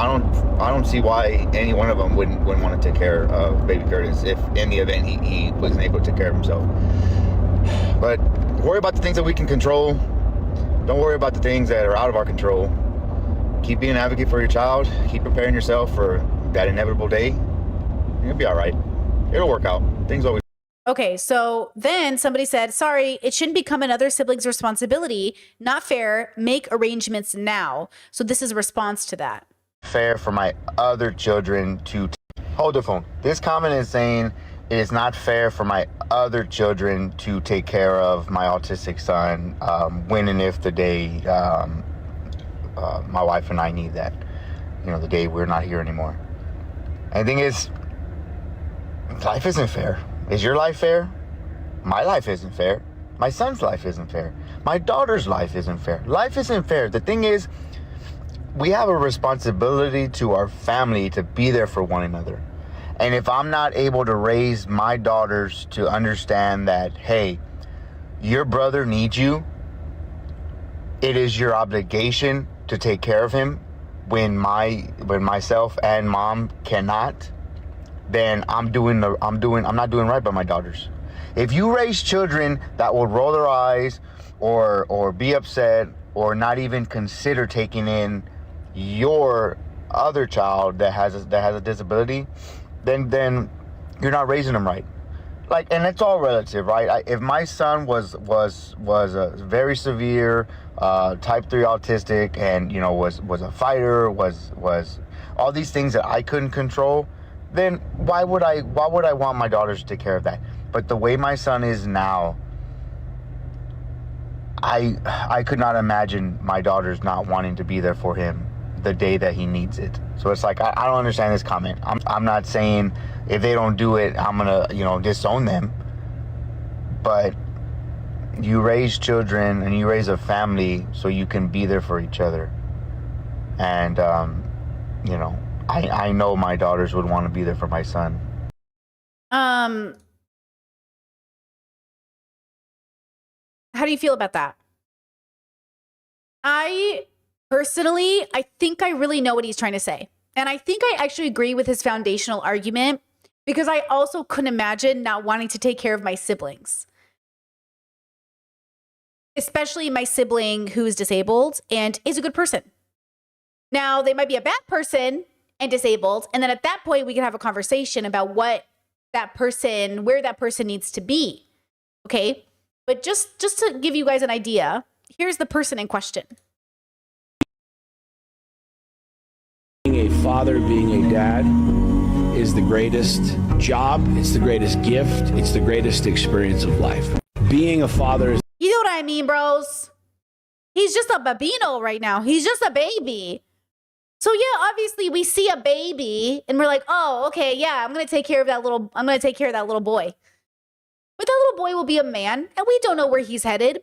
Maybe he won't need exactly the same type of care, right? That other people might need. But like, if he's a good person, I highly doubt your sibling wouldn't want to take care of them. Now that's the thing though. When he said we have a family, like here, he said, hold on, let me go back to it. Hold the phone. This comment is saying it's autistic and, you know, was a fighter, was all these things that I couldn't control. Then why would I want my daughters to take care of that? But the way my son is now, I could not imagine my daughters not wanting to be there for him the day that he needs it. So it's like the day that he needs it. I don't understand this comment. I'm not saying if they don't do it, I'm gonna, you know, disown them. But you raise children and you raise a family so you can be there for each other. You have children and raise a family so they can be there for each other. In the most ideal situation, I think that's true. I think the reason I have this anime style love for my family We are there for each other. We are each other's best friends. Except that friendship is tested every time one of us deviates in values. Very Gojo Geto. If you know, you know. Name any great anime. The relationship is so strong. It's better than any Gojo's relationship to Geto is stronger and more intimate than any person Gojo ever meets in his life. And yet, he has to be the one to kill Geto, right? Because they deviated in deep beliefs. And this is what I'm saying. You will never understand if you were in the category of person where you can just be like, fuck them, fuck family, I'm never talking to them again, and it's not a big deal, then you don't understand what he's saying. But if you do get it, then you're like, I see you, bro. I get it. Okay, I hear him. He's saying, if I raise my kids and they have a connection too, then why wouldn't they? But he also said, if it's too beyond their capabilities, then sure, we'll put him in a facility and still visit him. He did say that. He made sure to cover his bases. So why do you think it's kind of hard to hear him when he made sure to cover his bases? I don't think he actually said anything that most of us would disagree with. Right? He just can't imagine it in the same way I couldn't imagine it. I don't even want to imagine my family in a hospital when they have Alzheimer's or cancer.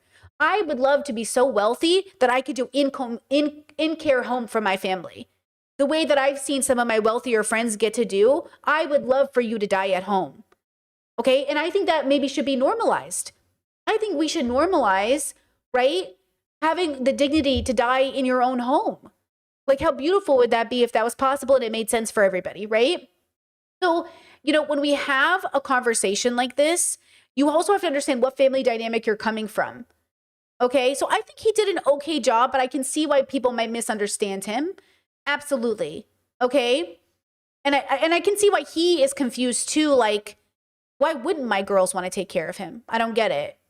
And that's true. Like, why wouldn't that? One of the requirements of my marriage was an understanding that we might have to care for somebody. That was a requirement of my marriage. You cannot marry me unless you understand that we have to aim to be so financially independent because we might have to take care of somebody one day. Are you willing to marry me? Are you willing to sign up for that obligation? What if all 5 of my nieces and nephews come to us at once? Are you ready for this?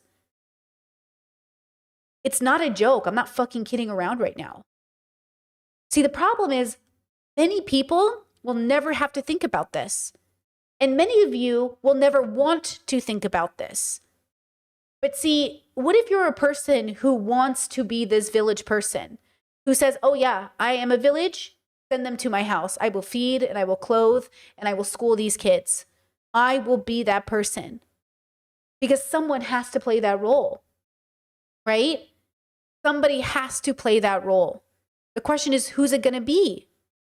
So again, when we have these conversations, some of us, like, I don't even know what my life would look like if I didn't take my nieces and nephews in and I let them go to foster care. The amount of TikToks I see of people saying, hey, I didn't sign up to raise your kids, put them in foster care, it makes me want to die. The fact that you would be willing to see your nieces and nephews in foster care is shocking to me. Absolutely devastating to me. Don't you ever think about those kids? You have nobody in the family who can take you in. You have no one in the village. Your kids have to go to strangers, and not only strangers, but the statistical probability of those strangers also inflicting extra pain, those abandonment feelings. You have nobody in the family. And I understand we don't live in a perfect world. Kids are orphaned every day with no family to take them in. But the fact that there are people out here saying, the fact that there are people who made children saying, I don't want my kids. I don't want them. People make babies every day and abandon them every day. Every single day, people are making babies and abandoning them. And so we have a father who's sharing his kid's story, who's saying, well, I have a really tight family. We love each other. Why wouldn't they want to take care of their sibling? Because he raised them to actually have a connection, hopefully. And hopefully the girls agree. Hopefully the girls say, oh yeah, we love our brother. We love our family. We get along. You guys, we started off this conversation with you living with your parents. Okay? What's the difference between living with your parents and living with your siblings? If you are connected and you are family, it's interesting you're so willing to live with your parents, but you're not willing to live with your sibling. I'm much happier to live with my sibling than my parents. My sibling's my homie. That's my friend. Isn't that funny?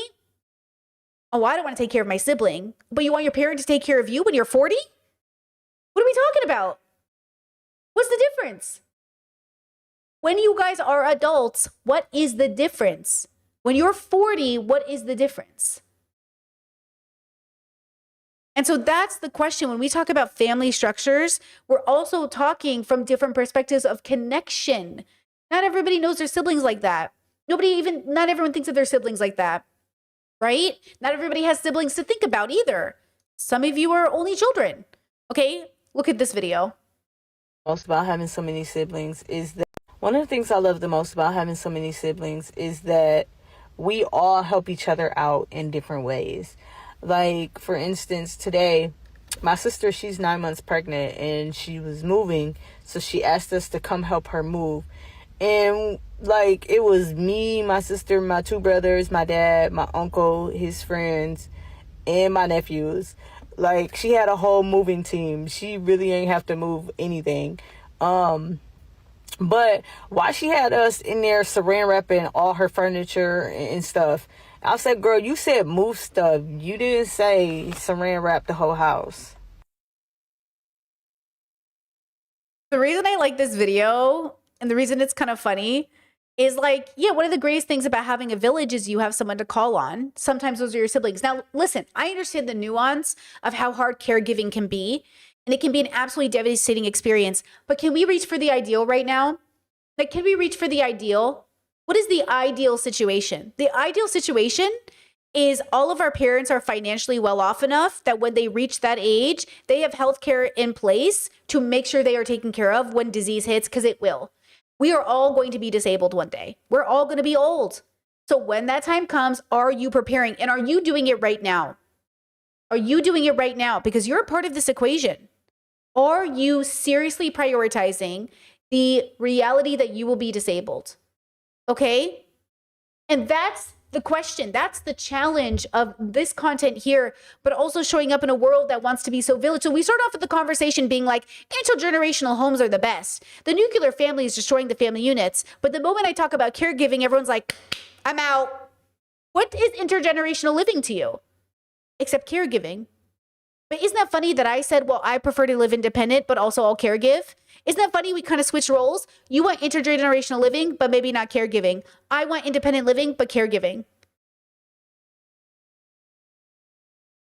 It says, and it starts off with, I want to live and move and do whatever I want, but when shit hits the fan, I'm there for you. So when shit hits the fan, right? I don't want to be there for you when shit's not hitting the fan, girl. I love you, but I need space. I need to do my own thing, okay? I have different hobbies than my family. No one in my family is at the dungeon, you know? No one in my family is going to the BDSM dungeon. That's Brittany's hobby. No one in the family is a YouTuber. That's Brittany's hobby, okay? That's Brittany's life. That's Brittany's job. So I want to do my own thing. But also, if shit hits the fan, call me. I'm your older sister. Call me. I'm your sibling. Call me. I'm your daughter. Call me. I'm your cousin. Call me. And of course, we don't want people having an emergency every day. Okay. But that's the different. Then you have a family structure where you all live together. It's intergenerational. Everyone's there. And, you know, that's going to have its own relationship, right? That's going to be its own thing. Okay. You know, Chet says, would they come to you or would you go to them, do you think? It depends on the circumstance. What's the emergency? I told I have a couple of siblings that are struggling to go to mom and dad's house for Christmas. And I said, new tradition, come here. Save up throughout the year and come to Croatia for Christmas or New Year's. Let's make a new tradition. For the siblings that can't go to mom and dad's, make this your, you know, every couple years your vacation or something, right? To the best of our ability, we adapt and we make new plans, you know? Just as the stream couldn't come at a better time, I'm traveling to my hometown today to be present with my sister as she gets a divorce and repeats her generational curse. Uh-oh. Repeats or breaks her generational curse? Either way, good luck, girl. Okay? So I'm happy to jump on a plane and be there for my family in an emergency. That's also part of the budget. When I got married to my partner, before I got married, I said, hey, just so you know, in case of an emergency, we have to have a savings for Brittany flying to America. Because I have 11 people in my immediate family, and then I have my chosen family, and then I have my close friends. And if there's truly an emergency, I need to be there. Now, here's the part of community that matters.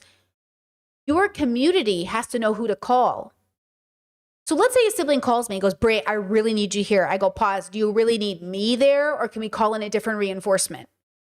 Because I hear you, but am I truly the best person to fill this role? Because if I am, I will come. And I will not expect, it's not like they're going to reimburse me for that plane ticket, right? That's on my dime, which is fine. Okay. But am I the best person for this job, or could we get someone a little closer? Okay. Are there other people in the village we can call? Right? Are there better people? Okay. Because these conversations are really difficult to listen to when you're estranged and the kid sibling who behaved badly. Are you the kid or sibling who behaved badly? Are you estranged, or are you saying you're estranged from a sibling who behaved badly? Because I also have a sibling I haven't talked to since 2019. And they're a whole other category of sibling. Let me tell you, they're a whole other category of sibling. Someone I love unconditionally, but our relationship is conditional.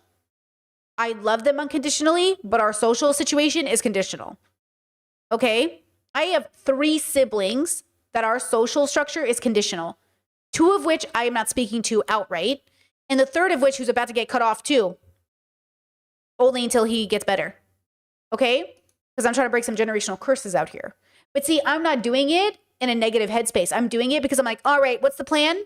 What time is it? What's the structure? I am in control of this situation because I am not in control of the outcome. I am doing this because it's within my joy's perspective. Versus in my 20s, when I was cutting off my family and not talking to people, I was completely fucking desperate. I wanted them so badly. Now I'm like, I love you all unconditional. And especially since none of you will be the adult, I'll be the adult. Now you might say, well, do you think you're being parentified? I am not parentified. I'm 40. I'm the adult in the room. I am the new elder. Everybody move the fuck aside because none of you are playing this role. Obviously, I will do it. I will do it out of my own choices. I'm not 40 yet, just for the record.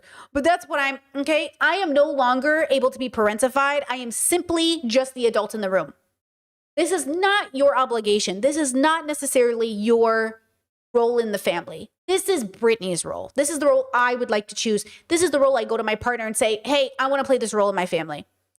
And every time I have this conversation, my partner's like, wow, you're really just going for it. I was like, I'm going for it, girl. I'm ripping off every fucking Band-Aid that this family has used to cope, period. Okay? Chaz says, is it not exhausting? It is no more exhausting to do this than it is to simply exist. It would have been more exhausting 5-10 years ago, and it would have been something that wouldn't have made sense. But now at the state of the world I'm in, because this is equal to protesting or activism to me. This is me doing community effort. Life is hard and we protest. Life is hard and we seek justice. Life is hard and we fight for our rights. Life is hard and we fight for our family. Life is hard and we break generational curses. Going back to what that dad said, like, is life fair? My life's not fair. Life is certainly not fair. I deeply believe this. I don't think life is fair. That's why I think it's interesting how willy-nilly y'all have kids. Life is not fair, and yet you are so comfortable making babies. No, I don't think life is fair. But I think it can still be joyful. You know? I do think life can still be joyful, and everybody must play their role. Okay? So my other siblings are not playing this role. This is Brittany's role. And it's a role I did try to play when I was young and I was too inexperienced and unwise to play it. And it didn't end up good because I was too invested. I was too invested in the outcome. Now I am not invested in the outcome. I am only invested on building the path to break the curse. I am not invested in the curse breaking. Right? So you must know your relationship dynamic with your family, your relationship dynamic with the world, your role in both of these things, right? You know your role at your job, right? Do you know your role in your family? Not the role the family gave you. The role that actually was meant for you. Watch this video, okay? Listen to me, as a firstborn child, your siblings are not your children. You are not their mother, neither are you their father. I've literally come across people who say, I can't get married. I can't pursue my education. I can't do this. I can't do that because my siblings are not yet stable. Now, this is not me trying to say it is wrong to make sacrifices for people. All I'm trying to say is you can't pour from an empty cup.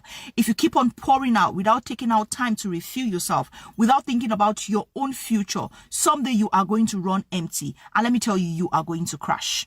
There are people who have literally compromised the standard of living in their houses, even for their children, because they want to father their siblings, mother their siblings, and even mother their siblings' children, and even mother their siblings' husbands and wives, which is all shades of wrong. You are not in any way loving yourself by doing this. Make sacrifices for them. As a matter of fact, look for those ones who are hardworking, because sometimes some of the siblings that some people even say, I don't want to do this because they are not yet stable. When you look at them, they are not putting in any effort to get better. They just want to be in a position where they have to come back to you every time for one thing or the other. Invest in them. Do what you can. But in all you do, choose you first. I am telling you, you get why. Choose you first. Make sacrifices. Remember the Bible says, love your neighbor as you love yourself. So you can't rightfully love another person without loving your own self. Okay? Love her. Exactly. So this is kind of how I think about it. Take care of Brittany and her marriage. So when my partner and I talk about finances and we talk about helping people, it can't come at the expense of ourselves. I will help in any way that I can. It cannot come at the expense of ourselves. Can't come at the expense of our finances. It can't come at the expense of our retirement, and it can't come at the expense of our mental health. So I am willing to help you 1000% in a way that makes sense and does not come at the expense of. This takes a level of discernment you might not have yet to know what does that help look like. Okay? This is a learned thing. We have to learn, we continue to learn when we show up, how we show up. So if my sibling calls me and goes, Britt, I need 10K. I'm like, hell, I need 10K. I don't have 10K to give you, but I need your help. Why can't you help me? What do you want me to do? Get a loan for you? Yeah. Can you get a loan for me? No, I'm not getting you a loan. What do you need 10K for? Oh, if I don't get 10K, I'm going to lose my car. Sounds like you're losing your car. Sounds like you're losing your car. I'm not taking out a loan for you, homie. No. I love you. No, I'm not taking a loan for you. I wouldn't take a loan for myself. Okay. One time my sibling needed a car and I had the money. So I bought them a car. It was less than $2,000. Okay. I bought them this car and it lasted them like a year or something. I don't even know. Like a little junker car. Okay. I had the money. I gave it to them. But if my sibling comes to me and goes, I need 10K for a car. Sounds like you're losing your car. Okay. I'm not giving you that money. If I have it, I'll give it to you. If I don't have it, I'm not giving it to you. And that's just the rule. So make sure when you ask people for things, you're asking things that are actually reasonable. Okay? That makes sense. Hey, Britt, I really need a couch to sleep on. Okay, are you asking if you can come live with me in Croatia? Yeah, can I come live there in Croatia? I don't know. Can you? Have you looked at the paperwork? Do you have a passport? Do you know the legal rules? Can you come live with me in Croatia? How long can you stay? You can be here for 3 months on a visitation visa. Then they'll kick you out of the country. What do you need to come over for? Which sibling is it? How will this impact my marriage? Maybe. Let me talk to my partner. You know, like you got to ask questions. Okay. So now we need a lot of questions answered. Okay. I remember my sister, she has her own apartment and she was like, you and your partner can stay with me when you come to California. And I said, oh, I love you. I'm not sleeping on anybody's floor. I'm 40 with peace and love. I'm not sleeping on a floor. And she goes, okay, I just thought I would offer it. And I was like, thank you so much. I love you, sister. You're so great. I am too old to be sleeping on the floor. Okay. I'm not doing it anymore. Unless we are camping, unless we're going on an adventure, but I am not in my grown body, my hurt body, going to be sleeping on anybody's apartment floor. But thank you for that. And that's your family showing up in the best way. My parents, they said, hey, if you guys come to visit, you can stay in our guest bedroom. I love that. We're getting a hotel. I am not staying in my parents' home, their small ass home where you can hear a pin drop, with my very progressive partner, in a home that has Fox News going on all the time or Trump stuff going on all the time, girl. I'm not about to do that. We'll stay in a hotel. Okay? I love, sometimes people try to offer you help, but it's not even help you want. You know what I mean? So that's the other part of it. It's like, thank you. I appreciate you. I see you, community. No thanks. But thank you, And that's the conversation that needs to be had. It's not, what do you do? It's, can I ask a follow-up question? Well, hold on. Can I ask you a few questions, please? Guys, you get to ask questions. Hey, Brittany, should I talk to my sibling? I don't know. I have like 20 questions before I tell you this.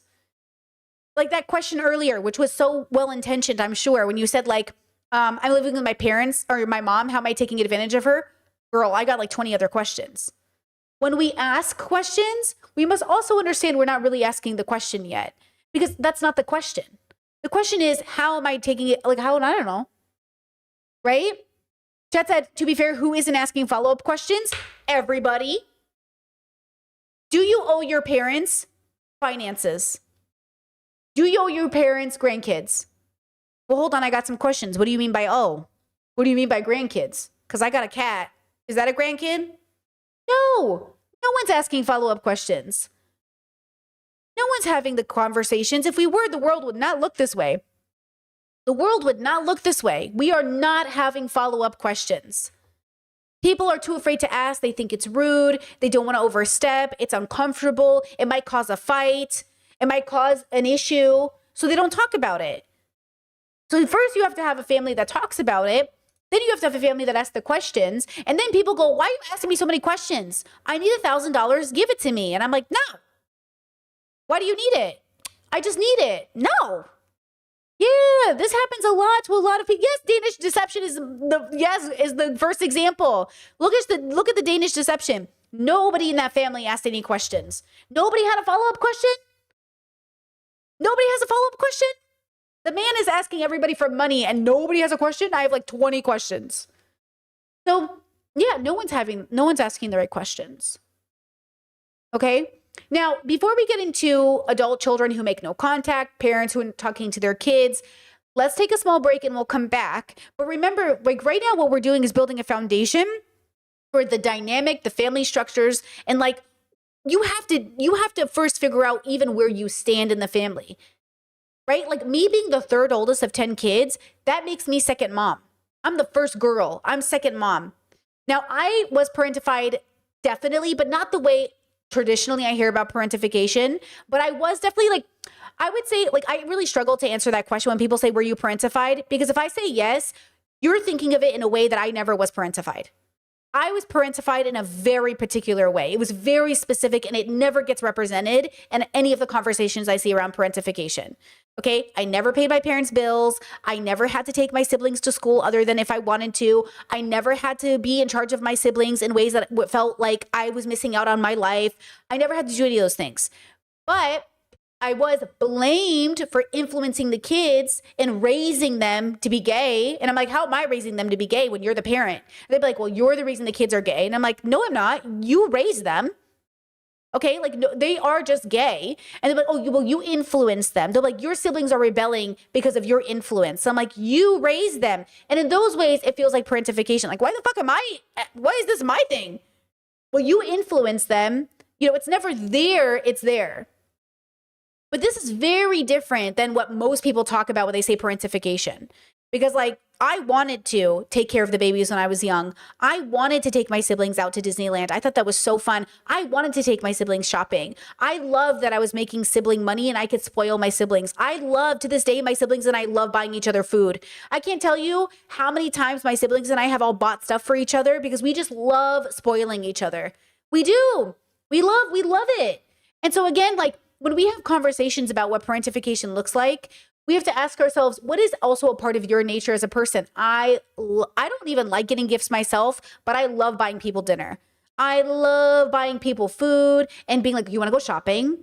You want to go shopping? Oh my God, you want to go buy clothes? you have those, I have this sibling relationship. Hey, I'm getting milk. Who wants to come with me? I got to go to Stater Bros. Who wants to get milk with me? And the siblings going like, me. I loved having my own car and screaming like, who wants to go to the store with me? Who wants to get candy?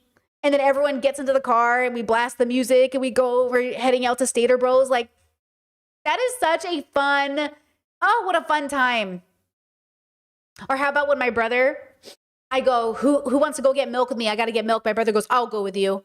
And then as we're sitting in the Stater Brothers parking lot, we got a jug of milk in hand. He goes, Brittany, I got to tell you something. I was like, what? He goes, I'm gay. And I was like, yeah, kind of knew that. He goes, well, you came out first and it really made me feel safe enough to tell you. And I was like, thanks for telling me, bro. Coming out in the parking lot of a supermarket. I'm just saying, a lot of what people might call parentification was an opportunity to have some of the most intimate and trusted conversations. The car was always the safe space.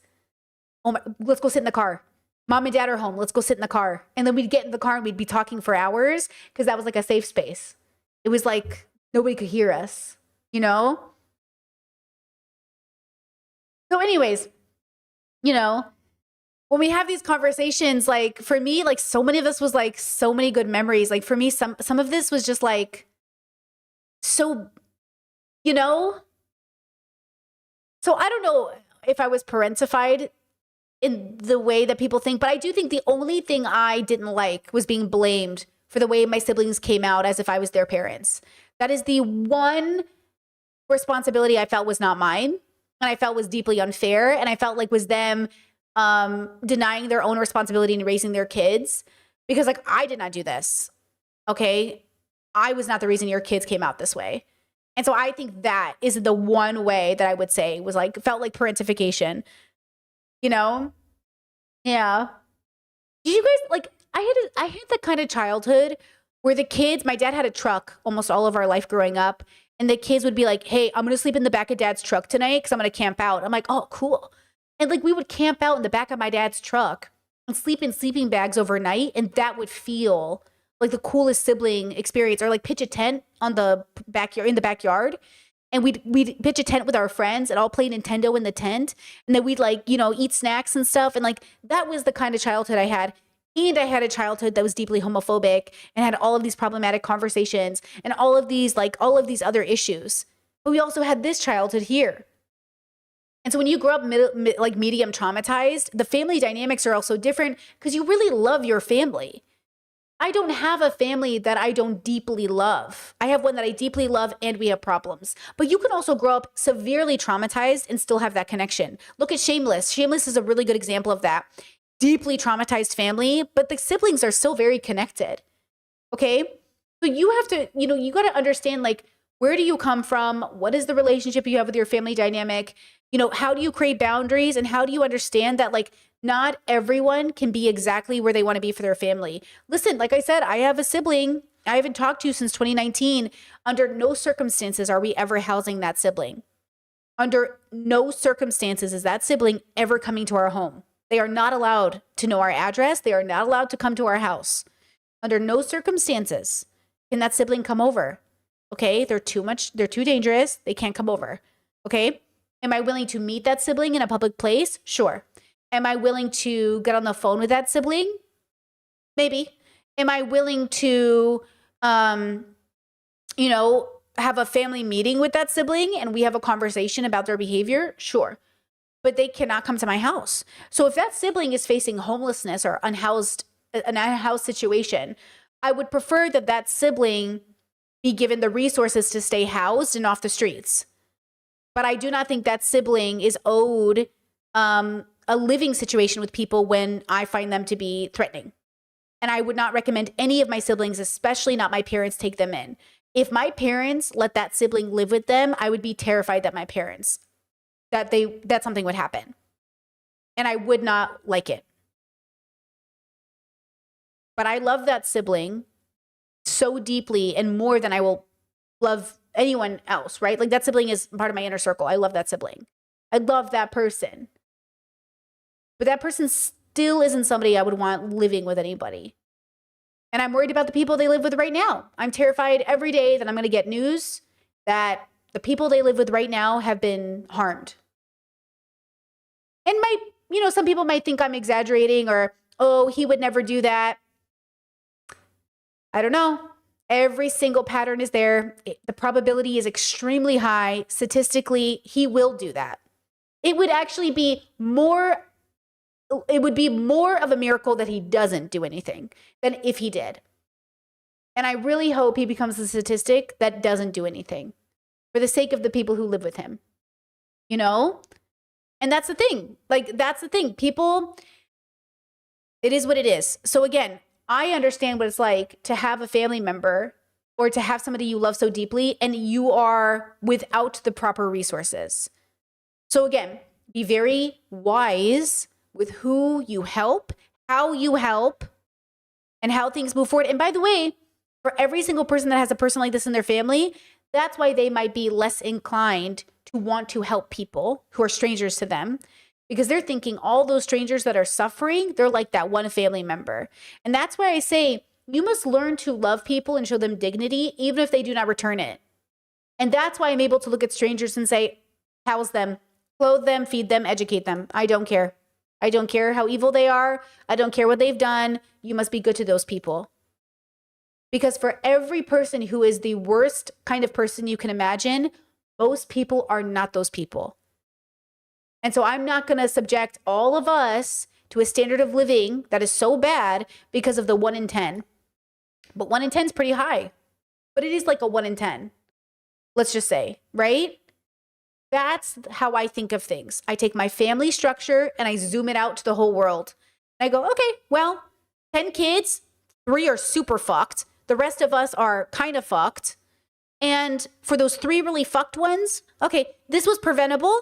This maybe wasn't preventable. I really think 2 of my siblings, preventable. 1 of my siblings, I'm really not sure. They might have really gotten the genetic lottery of the biological experience that would have no amount of different parenting would have changed it. Genuinely. I don't know. It very much seems that way. No amount of intervention ever changes the outcome. It feels very strange to deal with somebody like that. But okay, they still need to be housed. They still need to be cared for. We do not want these people unhoused. We don't want anyone unhoused. But I think there are a group of people that just think these are the people who deserve to be unhoused, or these are the people that deserve to be ostracized. These people deserve to be kept away from other people within reason so other people don't get hurt, but they they don't deserve to be dehumanized. And that's how I look at it. What are you going to do? Okay? So when you have a kid, you roll the dice. You might have one of these kids that no matter the amount of intervention, not going to make a difference, which we'll talk about in a second, okay? Let's take a break. We'll come back. We'll keep this conversation going, okay? Be right back. Samantha Dragonati for you.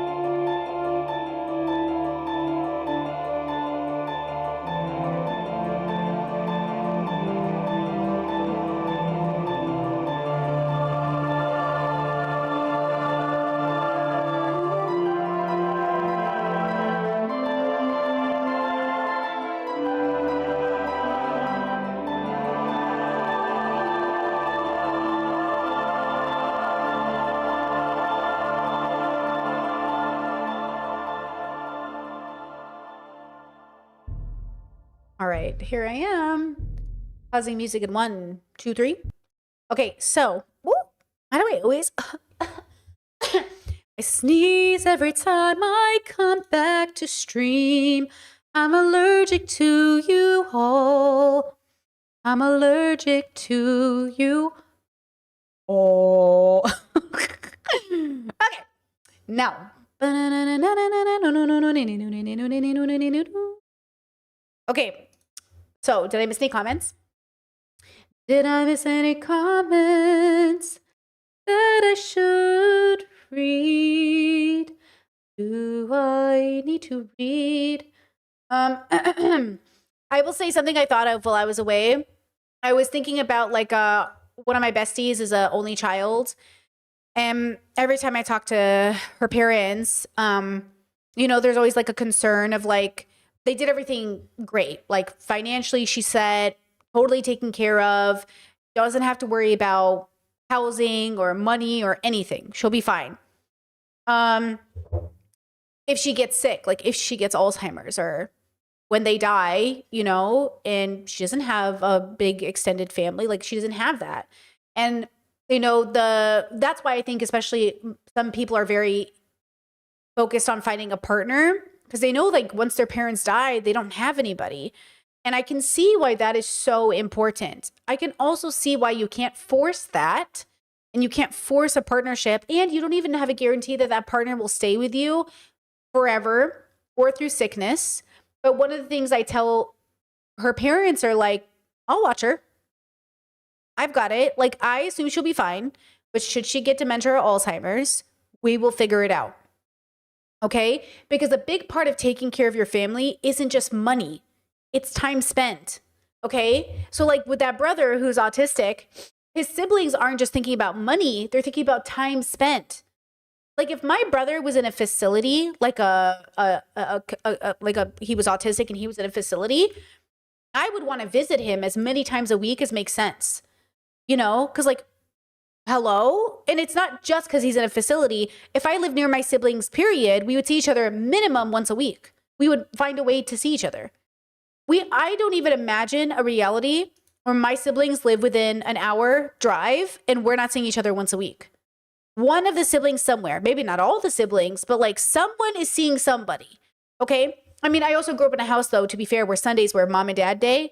So even to this day, my adult siblings who live near my parents, if it's a Sunday, you can assume they've probably seen my parents that day because that's the kind of family we grew up with as well.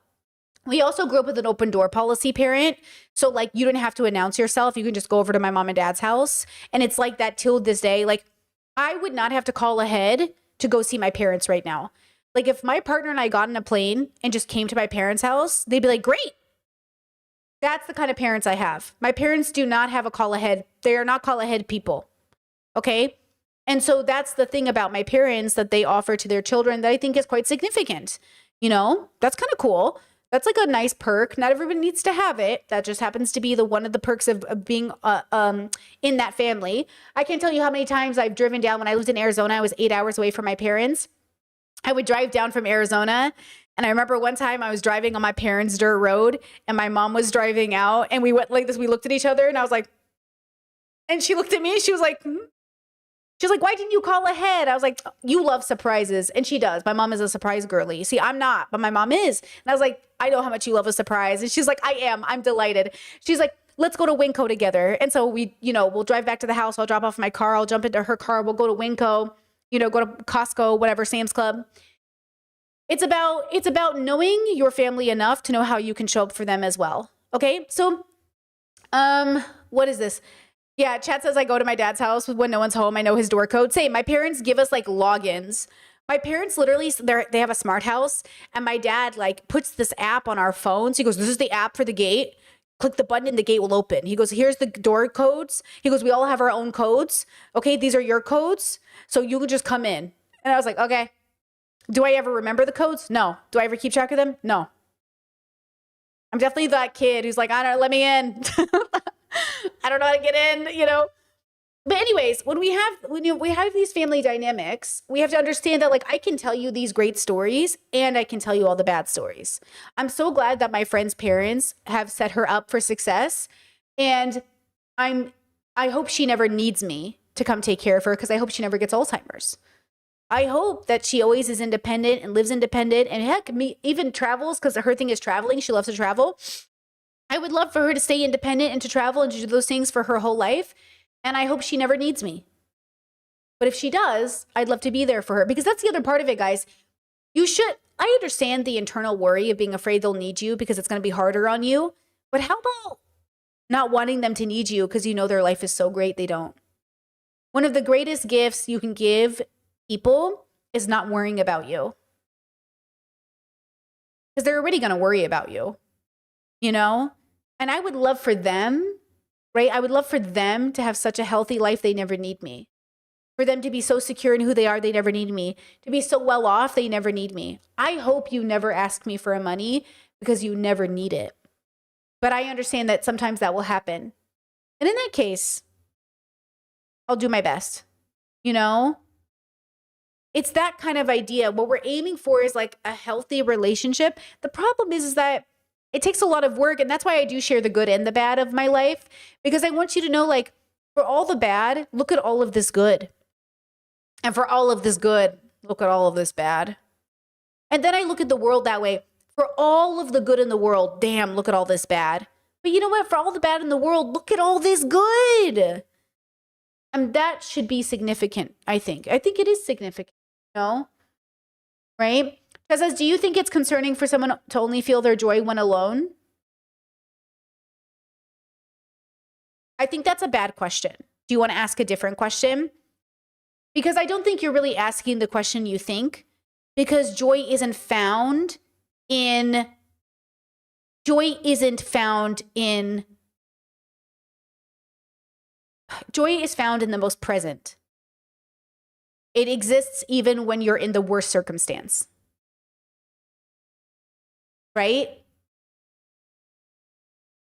I am joyful all the time, even when life is miserable. But if you're asking, right, how do I move towards and maintain my joy in all circumstances 24/7? It's a little, I think you're asking like a different question. Obviously, my joy is maintained by maintaining my relationship with self and everything outside of myself. So it's about harmony. If you're saying I'm not in harmony with others, I do think I think you should introspect on that. Because if you're saying I'm only joyful when I'm alone, are you talking about like singularly alone? Like literally only when you're by yourself? Ever? That means like if a mailman comes to the door, your joy is gone. Does that mean when you're at the grocery store, your joy is ruined? Does that mean like when you're socializing, your joy is just a mess? Then you don't have joy, you have probably happiness, right? Like joy is, in my mind, a sense of meaning in self. It's an understanding of the self. It's a relationship with you and your place in the universe, right?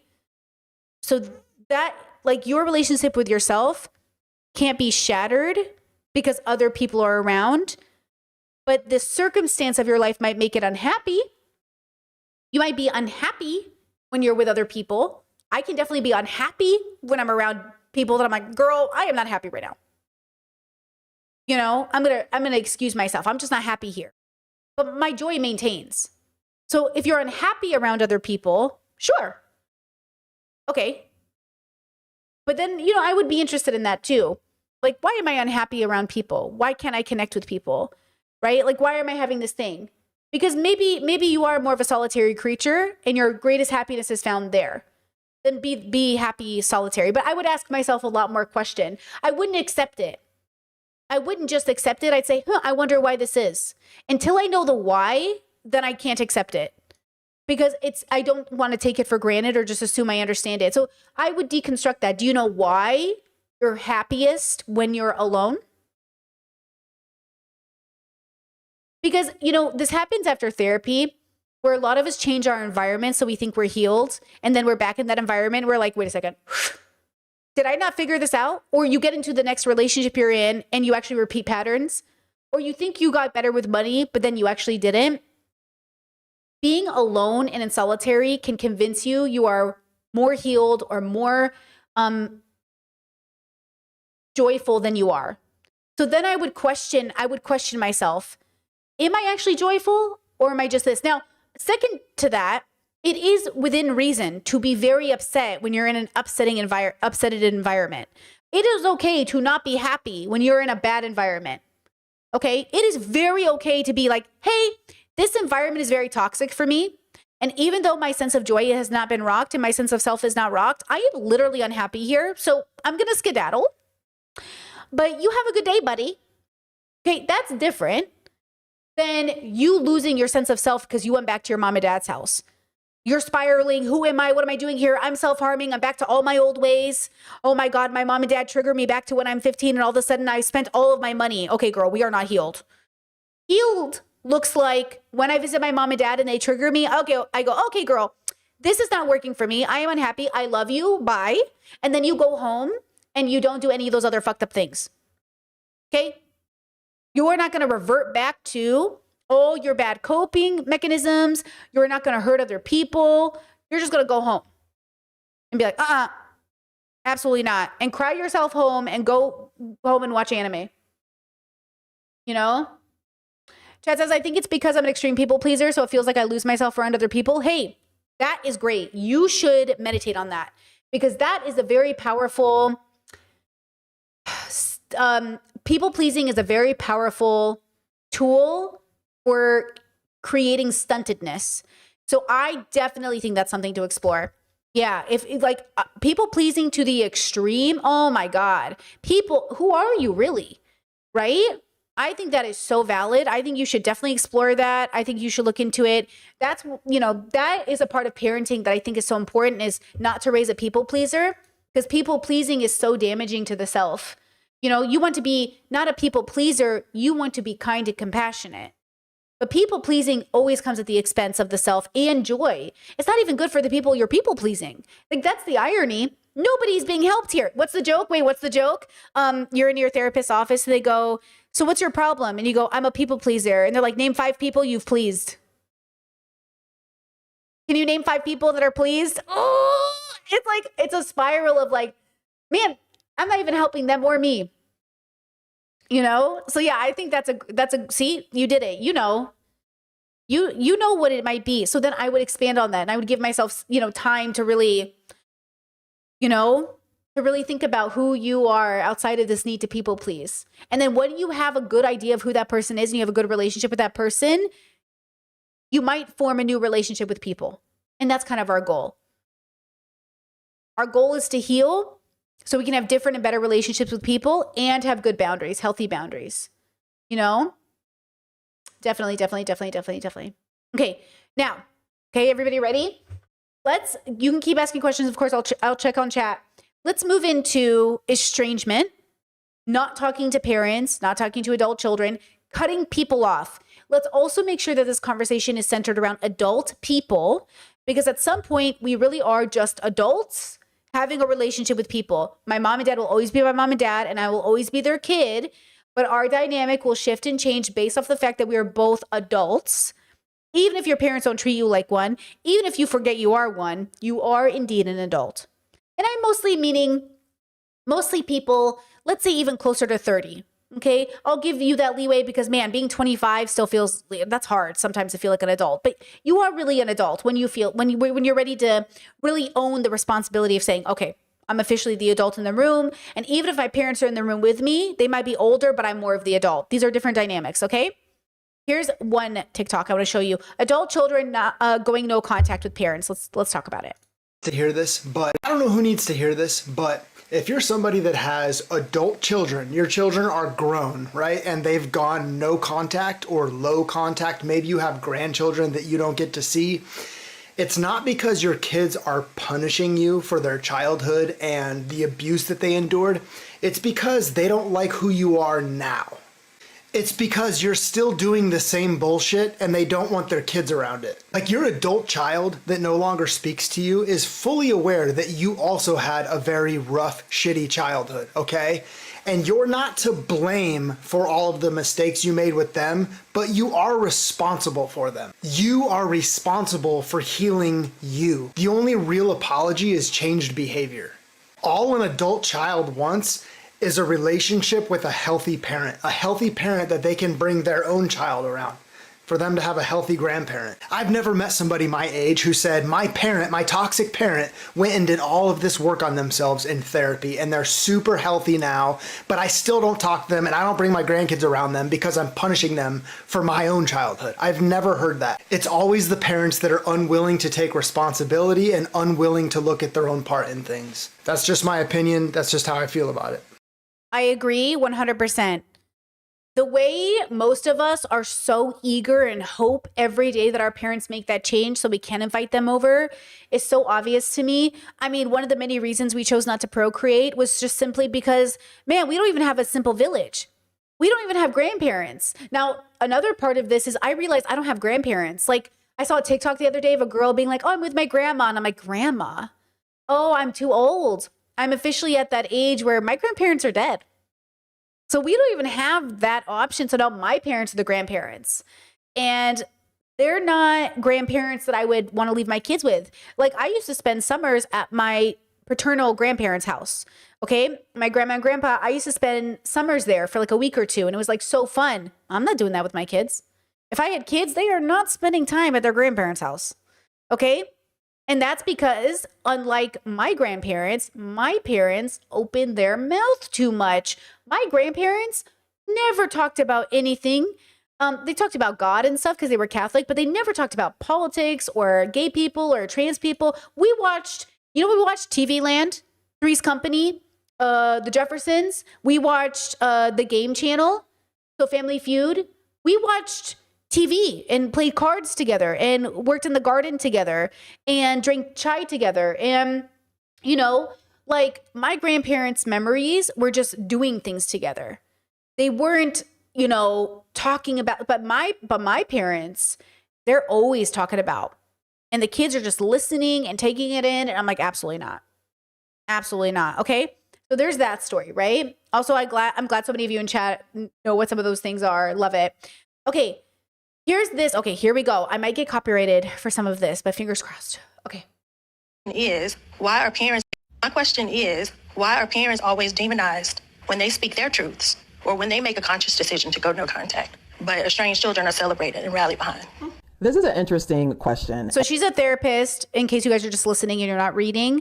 The woman speaking is reacting to a woman who was on Oprah's estranged family episode, and now she's responding as a therapist. And I get this a lot from parents who feel that they have been wronged or slighted or mischaracterized by their adult children, even demonized by their adult children. And they feel like they have gone out of their way to connect. They've been available. And once I speak to them as a therapist and start asking very challenging questions, it becomes very clear that this is a parent who has a very difficult time receiving feedback and hearing what the lived experience of their children was versus what they thought it was in their imagination. And one thing I always say is that no two siblings have the same parent. Nobody has the same parent. I don't care how many siblings you have, because children experience their parents differently. Agree. And very rarely do I work with parents, or have I seen parents that are very curious about what their children really thought of their parenting and how did their children experience their childhood. And most parents believe, I will give you more than what I had. Like, I didn't have this growing up, so I'm going to make sure you have it. When I said this before, and I'll say it again, if you parent that way, then you're parenting from pain. You're not parenting your child based on what your child needs. You're parenting them based on what you did not receive. And so, to answer her question, I believe, as a licensed mental health professional, that it is the parent's responsibility to do the heavy lifting to maintain the relationship with their adult children, to read, to go to therapy, to try to figure out what happened with their parenting. Had they dealt with their own childhood issues, or did they bring a lot of that into their parenting relationships? Which one of their kids were easier for them to parent? Like, I think we need to have very raw, very honest conversations, because parenting is not easy. But because it's not easy, it doesn't mean you get a pass on not being evaluated on the way you treated your children. And it also doesn't mean that the hurt that your parenting caused does not get to be called out, because it does. I hope that answers the question. My question is, why are parents always demonized when they... So here's the part of this that's a little controversial. One, I think generally I would agree, right? Like, that parents have a deep misunderstanding of why and how their kids come to their conclusions. And I do agree with her, especially that like no two siblings have the same parents. And I agree with all of that. Now, here's the caveat with this story. This woman in particular, she has a very unique case. She isn't just a parent who's not talking to her kid. Her kid is, in her description, violent, threatening, emotionally unstable. So I did find the original segment in the Oprah series. I might get copyrighted or stream might stop, so I'm going to speed it up. Okay. I'm going to sneeze. God, girl, hello. Okay. And for members, I'm going to try to record my review of this episode because I think stream will stop it, but fingers crossed. So I am trying to, because I do, I always want to make sure that my tier 2 members have like content just for them, once a month at least, something. And this is one of those interesting things I really want to talk about, but I can't watch on stream. So I'm like, perfect. I know you guys want to talk about it, but let's try to watch this very small segment from this this episode. And chat says, Britt, you popped a bubble for me that my siblings and I didn't have the same parents. Seems so obvious now, but that shifted my whole perspective. Same. Yeah. It really popped. Same. It shifted my whole perspective. Like everything changed. And it became very easy for me to be like, I don't know what you had, but this is what I had. And it bonded my siblings closer too. Okay, let's try to watch this. Fingers crossed. And that's been my experience. You made the decision to go no contact. Why with your son? My son he's caused me verbal, emotional, physical trauma, and financial trauma for over 15 years now. And you just decided enough. 2 years ago, he threatened my husband and myself, and I made a conscious decision that was the last straw. Yeah. Because he didn't get his way. He didn't get his way? Yeah. And has he respected the no contact? No. He has not? No, he has not. He sends threats that if we don't unblock him, he just threatened my husband yesterday as I got off a flight. Yeah. Saying if we don't unblock him, if I don't speak to him, he's going to do some harm to us. Wow. So that's been my experience. And parents don't go no contact for very small reasons. It takes a lot for a mother to make that conscious choice. And I've been experiencing this for over 15 years since his dad and I got a divorce and I got remarried 18 years ago. And you have a question? Okay, pause. Maybe it will help with copyright as well. I think this is a very specific circumstance, and I do think it's real. Now, some people are saying, yeah, but how did she raise him? I really believe this. I think rarely, but it happens, that some human beings are born with a truly different either biological experience and or no intervention will help them. And we know that because we know there are serial killers. We know there are people who, no matter the intervention they are given, it does not change them. We know men in prison have been interviewed and said, hey, I'm going to reoffend. It doesn't matter how much intervention you give me, I'm going to reoffend. And that is the reality that some people are experiencing. And that's why I believe predatory behavior generally is preventable, but in some circumstances, you cannot stop it. And look, as somebody who has a family member that regardless of the amount of intervention, regardless of the amount of help, they have not changed, they cannot do it, they cannot be trusted, they cannot be helped. It's just like when we have this conversation, it means that there is just, you're at a loss, right? Okay. Chat says they say Jeffrey Dahmer didn't have any mental health issues causing him to kill. It's not about mental health issues, though. I don't think it's mental health. Mental health implies something different to me than a biological predisposition. I don't think it's like mental health. Everybody has mental health issues. There's some variation of mental health that causes you to do an action you would never do if you had the right medication. That's intervention that you can do. I'm saying there are some people who, regardless of the medication, regardless of the intervention, regardless of who raised them, regardless of what you did, are still going to do it. And it's like, I think it's a lack of introspection and extrospection, but it's maybe what I would call a 1 to some extent. But maybe they don't have a choice in the sense that none of us have a choice because none of us have free will, right? But like none of us really have free will. We have the perception of free will. We have the illusion of free will, right? We have the illusion of free will because we were given these bodies and these brains and we think, oh, I made a choice today. Did you?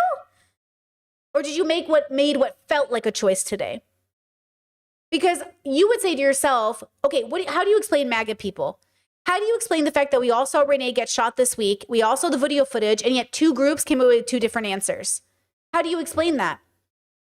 How do you explain the fact that, like, we can watch people get kidnapped off the streets and, like, we're arguing about what's right or wrong? How can we argue? The same people who say they want to protect kids aren't protecting kids. Okay? How do you explain this? So then you have a part of the population that can think children are flirting with adults. Like, you can think, oh, that girl's in middle school and she seduced her teacher, and still go to work and have a paid off home and raise your kids really well, and still hold the belief that middle schoolers are seducing their teachers, even though that's fucking outrageous. You can have a whole family structure, a whole community structure that has child marriage, and somehow people are still, quote, good citizens. And then you have this exception where people are, regardless of the intervention, not even able to do those basic things. They can't even show up and almost be, quote, functional. Okay? So then what is it? What is the thing? Like, what is the lack of intervention? I don't think we actually have enough data yet, because I look at the people in my life who, regardless of how their family showed up to them, house them, help them, intervention, therapy, everything, nothing changed. Nothing changed. Now, part of it is they don't want to change. Then the other part of it is like, maybe they can't. And then another part of it is like, okay, well, maybe the desire to not want to change is the feeling of can't. And maybe that's the point of letting go of the attachment, that if you just show up right. You ever date a guy? Have you ever dated a man and you were just like, if I get him the therapy, if I get him the help, if I get him a job, and yet he doesn't stop, no matter what you do, he won't change? What is that? What is that? And if you know you're dating that man, now imagine that's someone's son. Now imagine that's your son. What am I supposed to do? Expect that mother to take care of that son? I don't even want to take care of him, and I dated him. He was inside me. I mean, I guess he was inside both of us at one point. That's a pregnancy joke. You know what I'm saying? If we can't even date this man, you know what I mean? At some point, it is not this mother's responsibility. Okay? And I'm saying, I don't know what is up with you, but this is inappropriate behavior. Sending people threats, threatening people, demanding attention. Okay? You guys like that joke? You guys like that joke? What can I say? What can I say? Okay? And this is why I am devastated for families. This is why I say be careful when you have a baby, because you might just have a baby that kills you. Be careful when you raise a child, because you might have gotten this weird lottery of this child that just will not introspect, extrospect. Be careful about when you bring a baby into the world, because sometimes even if you raise them absolutely correctly, it might not matter.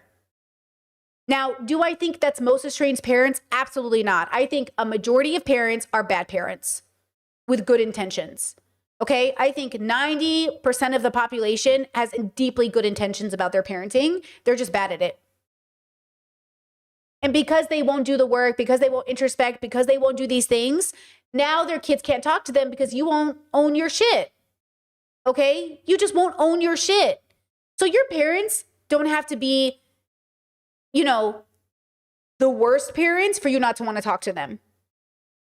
You know? But I do think parents, for the most part, have much more say in how their kids come out than they admit. I do.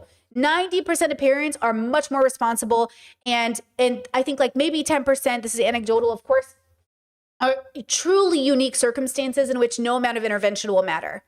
Okay? I remember there was this video of a guy who I saw who grew up in a very specific family structure. His parents were separated. You probably saw the video on YouTube or TikTok. And the mother thought, oh, finally my son, who in my mind was obviously autistic, okay, was struggling to kind of like failure to launch. He was really struggling to get out there. And he took a special interest in forensics. And she was like, oh, cool. Okay, maybe he'll be a cop. Maybe he'll be a police officer or something. He took a special interest in forensics and then kidnapped an unhoused man in the neighborhood that people loved, chopped off his head, and she found it in his closet. You know what I'm saying? Like, I think some human beings, yes, are neglected by their parents, but just because you're neglected doesn't mean you become a killer. Like, just because you're neglected by your parents doesn't mean you'll be a rapist. But some people who are neglected, had they had the right intervention, wouldn't have done certain things, right? And so she called the cops, and then the dad was like, no. Like the dad wanted to protect the kid, and the mom was like, we have to call the cops. If, I saw this video, I'm assuming it's real. I don't assume it's AI because, you never know now. Every time I watch a video, I'm like, is this AI? But I was thinking about that, Oh, I read an article his sister wrote of this guy. Do you guys know who I'm talking about? Or is it something else? Because like this is the stuff that I think is interesting. Okay. Like, what are the chances that happens? Like, God forbid that should happen to anybody in our life. Like, thank goodness I don't know anybody in my life who's done this. But it's got to be somebody's life. What about people who kidnap people? These horrible stories of men kidnapping people and keeping people in basements. This mother, I saw this story about this mother who swore her son was alive and she died. And her son was alive, kidnapped by the neighbor and kept there for over decades. And they finally found him and got him free. And she died thinking her kid was alive for sure. Like, imagine all the people who have kids that are missing. Imagine, did you just see this woman that was arrested for kidnapping a girl when she was young and raising her? Like, just remember that we're living in a world where like somebody's family member is this story. Like somebody is this story. So the question is, how do we prevent it? Okay, how do we prevent these things? Now, it's very dependent and it has to come from a very compassionate place. But the truth is, like, we can't really prevent it en masse. We can only do the work ourselves. Like when people say, you don't have kids, you don't know how hard it is. We don't have kids because usually we know how hard it is. Okay, I saw this story about autistic people. This autistic son was living with his mother who obviously loved him. But the moment I saw her house, I was like, oh, fuck. Okay, we have other issues in this house. Like, it was the most beautiful story about this mother who was there for her child and really loved him and gave him skills, and he was able to have a part-time job. But then I kept looking at her house and I kept thinking, uh-oh. Okay, mom, do we see that we have problems? And like, does she see that they have problems? And like, that's why I say, like, the quality of life you give to your child is an extension of the quality of life you give yourself. And so part of me is like, yeah, there's something here. And that's the dilemma, is like, how do I even criticize this mother or even point it out without it feeling like I'm attacking her when she's so obviously there for her son? But I see her and I'm like, was anyone there for her? Was anyone there for her? I said, what did the house look like? It looked like a very organized hoarder home. Everything was clean, but everything was too much. Okay, like the fridge was full of magnets. The dishes were piled up but organized. There was just too much stuff. Like, no, like you could barely walk in the home because there was just like, the dishes were clean, but nothing was put away because there was no room to put it away. Do you know what I'm saying? Kitchen counters just full of stuff. And I was like, okay, food stacked up for days and days and days and weeks and months, Like, guys, I love you, and I know a lot of you are living like this, but like, no. Like, I see you and I hear you and I know all of the reasons you think this has to happen, and you got this ramen on sale, and what if it's not there next week, and what if something goes wrong, and what if... Okay, you do not want a fridge that's completely empty. You don't want a fridge that's so full everything goes bad. Okay? And I know a lot of you maybe have a scarcity mindset. You maybe grew up poor. You maybe grew up in a circumstance where you're like, oh yeah, I'm the person who buys every canned food on sale, but then I never get to it fast enough, so it's expired, but at least my pantry is full of food because I'm afraid I'll never have food. I hear you. But see how that's psychological? See how that's trauma from being raised a certain way? That stuff is preventable. We can prevent these relationships with our money and our food and our loved ones by going back to our roots. Who raised us? How did it go for them? Why did they raise us with this idea? And how do we prevent it in our children? But then there are circumstances, okay, in which you have a situation in which your child grows up and becomes a threat to your life. And that feels very scary. Like, I'm gonna, just that is a very big reality. And I say this as somebody who, again, I tell my parents all the time, stop letting this man in your house. And they think I'm crazy because they're like, well, what has he ever done? And I'll say all the things he's done. And I'm like, you should be very cautious about this person in your house. If he shows up to your house unannounced, he is not like your other kids. There is something about this child, this grown man, with all of his actions he's taken, that I'm telling you right now, I would not put it past him. And it's not our paranoia, it's our reality based off the data. Okay? Look at all the text messages. Look at the actions. Look at the way he talks. Like, the other siblings, we do not want the sibling to know where we live. Okay, the other siblings, we will play nice, but we are this person, okay? And I'm just telling you, like, we have tried. We have all tried to intervene. And from the outside, this person looks completely normal. From the outside, this person looks like they have a nice life, a little perfect life. But behind the curtain, it is a devastating story. And I'm saying that story is real and it does impact families and it's a horrible experience. Okay? So I know what it's like. And as a person who always tells her parents, like, do not entertain this person. Oh, he's so nice now and he's being really good. And yeah, he was really messed up in the past. But look, I think he's getting better. He's not getting better because we can't have the conversation. We can't talk about what he did. He won't mention it. And if you do, he gets violent. He gets angry. The moment you face this man in any form of a reality, now he's going to attack you. This is not a safe person. A safe person is not a person you have to play games with. Okay? And so that's why I say, like, I am not going to be surprised if I get a call one day because I have done all the warning I can do. Okay? I have done all the warning I can do. And at this point, girl, I'm just hoping I never get the call. And I don't care if people call me paranoid. I have every point of data to be just as concerned as I think my parents should be. Okay? And that's the problem. In a healthy situation, we should be able to talk about things to an extent. Even with my parents, okay, we can have conversations. They just don't go very well, but we can have them. Okay, we don't agree, but I can talk to my parents. If I sit my parents down and go, okay, let me talk to you. Ready? Here's the conversation. So when I say my parents won't have the conversation, I don't mean it in the same way he won't have the conversation. I mean, he won't even have the conversation. I mean, you bring it up and he will the change in his face, the whole body language significantly switches within 3.5 seconds. No, quicker, 0.1 second. With my parents, it's not like that. My parents are like, you're being silly. This is a silly conversation. No, but what is the point? Like, it's very, they're just stubborn. He is not stubborn. He is scary. Okay? He is scary. And the fact is like these relationships exist. So I would say to this mother, I don't know her story, but if she is dealing with that, then my heart goes out to her because Jesus Christ, it's a lot. Okay? And listen to me when I say this, and this is why I'm so devastated for my brother. Family says, even my siblings that were close to him as a kid say he's always been this way, even as a child. There was always something about him. And tell me that's not the most devastating reality as a parent, is to think, even as a child. And I consider that, even as a kid, bro. Okay, when I was younger, adults would come to me about my brother and say, hey, your brother's there's something about your brother. And I was like really young. And I'd be like, really? Like family friends would come to me and be like, hey, dude, something's up with your bro. And I was like, oh, shit. And I'm like, okay. And like, this was from people that, like, people, you know what I'm saying? And so, like, when you think about it from that perspective, you're like, was there nothing we could do? Was there nothing we could do for my brother? How devastating is that?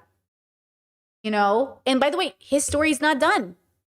We don't know. We have another probably 30 years of him on the planet before we know what, before I can breathe. Because he's still alive. So we gotta wait. I got 30 years to see if he dies without taking anybody with him. Fingers crossed. And this is very serious. So I think that's a rarity. Okay, I know I'm being very serious right now. I think that's a rarity.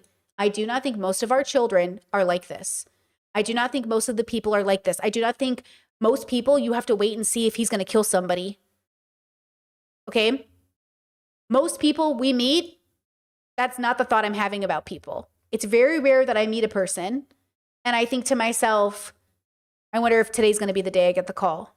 Most people are just kind of figuring it out, trying to get Netflix, trying to pay their car bill, trying to have a nice life, trying to go on vacation once a year, all of that. Okay. Now back to this mom. My question is, why are parents always demonized when they speak their truths or when they make a conscious decision to go no contact, but estranged children are celebrated and rallied behind? Okay, so obviously the question is really obvious.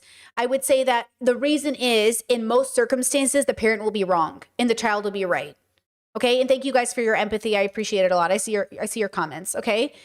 And that's why I think the question feels weird, because 90% of the time, the parents are always in the wrong.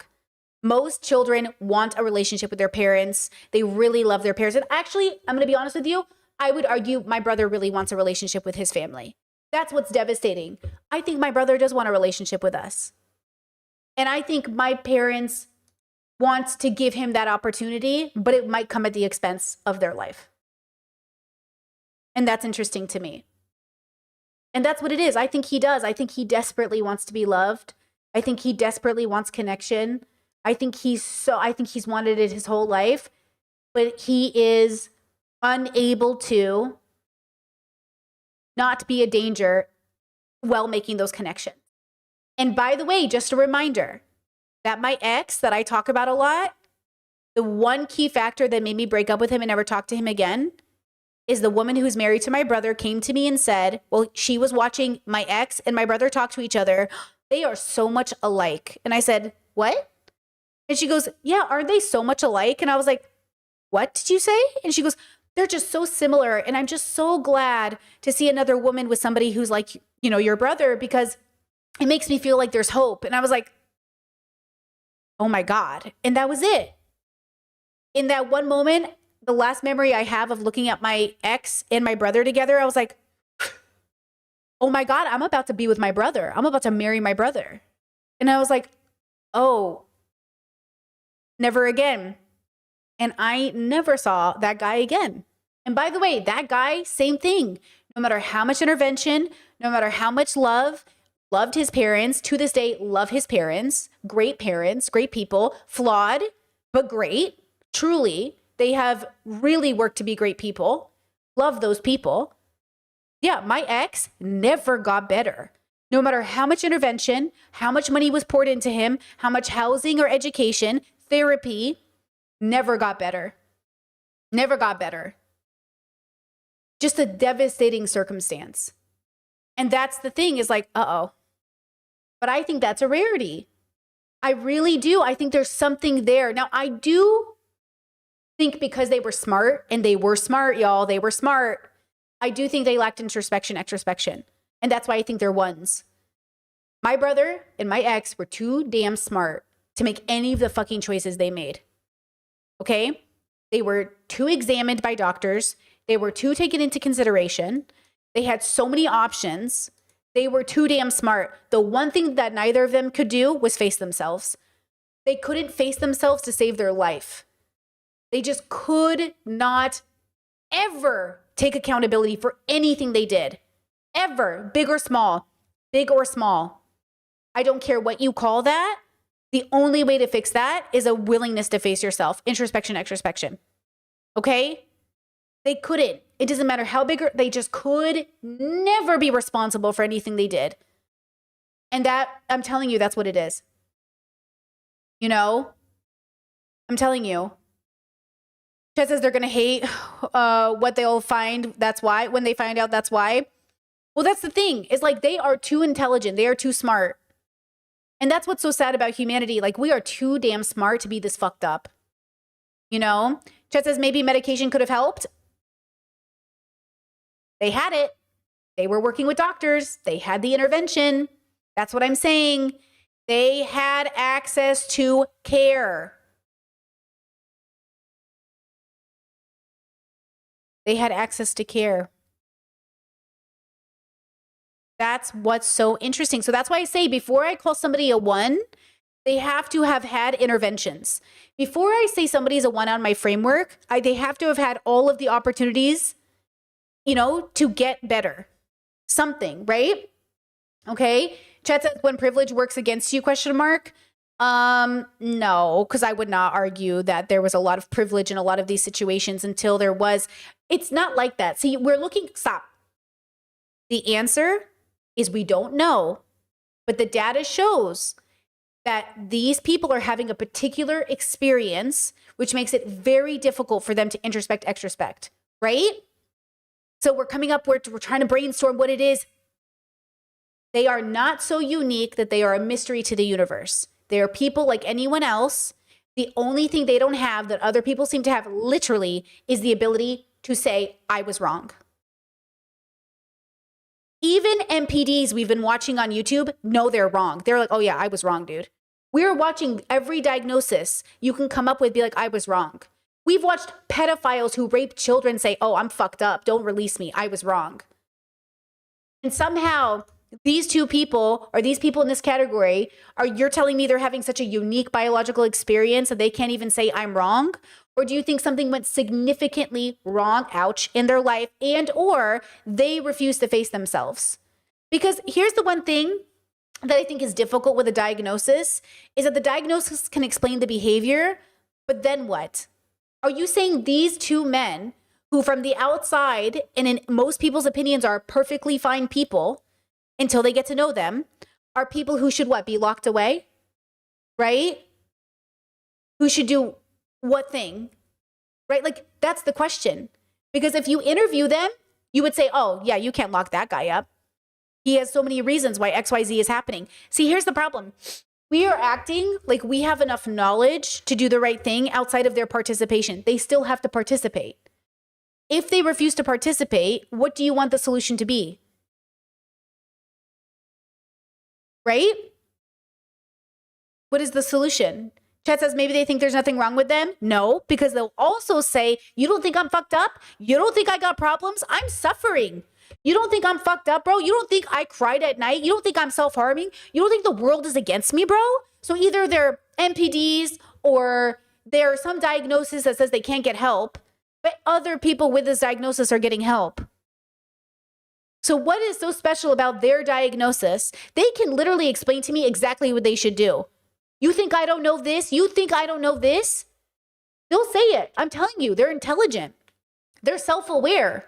But see, self-awareness without introspection is nothing. Introspection without it is nothing. Now, yes, chat, it sounds like there was a real lack of moral responsibility. Huge. Huge lack of moral responsibility and a huge level of moral superiority, which sounds like narcissism, right? Which almost sounds like vulnerable NPD or something like that, right?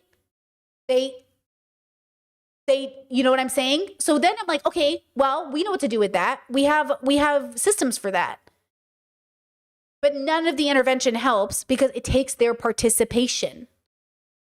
But we know that that seems to be the thing that's lacking, because we know NPDs who, when they participate, when they're ready to make that change, get better. So then it comes down to they don't want to participate, which is why they're still responsible, as we all are, for getting better. Right? Exactly, chat. You can't save someone who doesn't want to be saved. So what they do instead, both of these boys, is they get with women who make money. My sister-in-law is educated, college educated, and makes the income. I was the breadwinner in my relationship with my ex. They get jobs, get fired. They have all these other problems. They can't, that's the solution. That's why I say if these people didn't have women to pay their bills, they would be unhoused. Which at some point, yeah.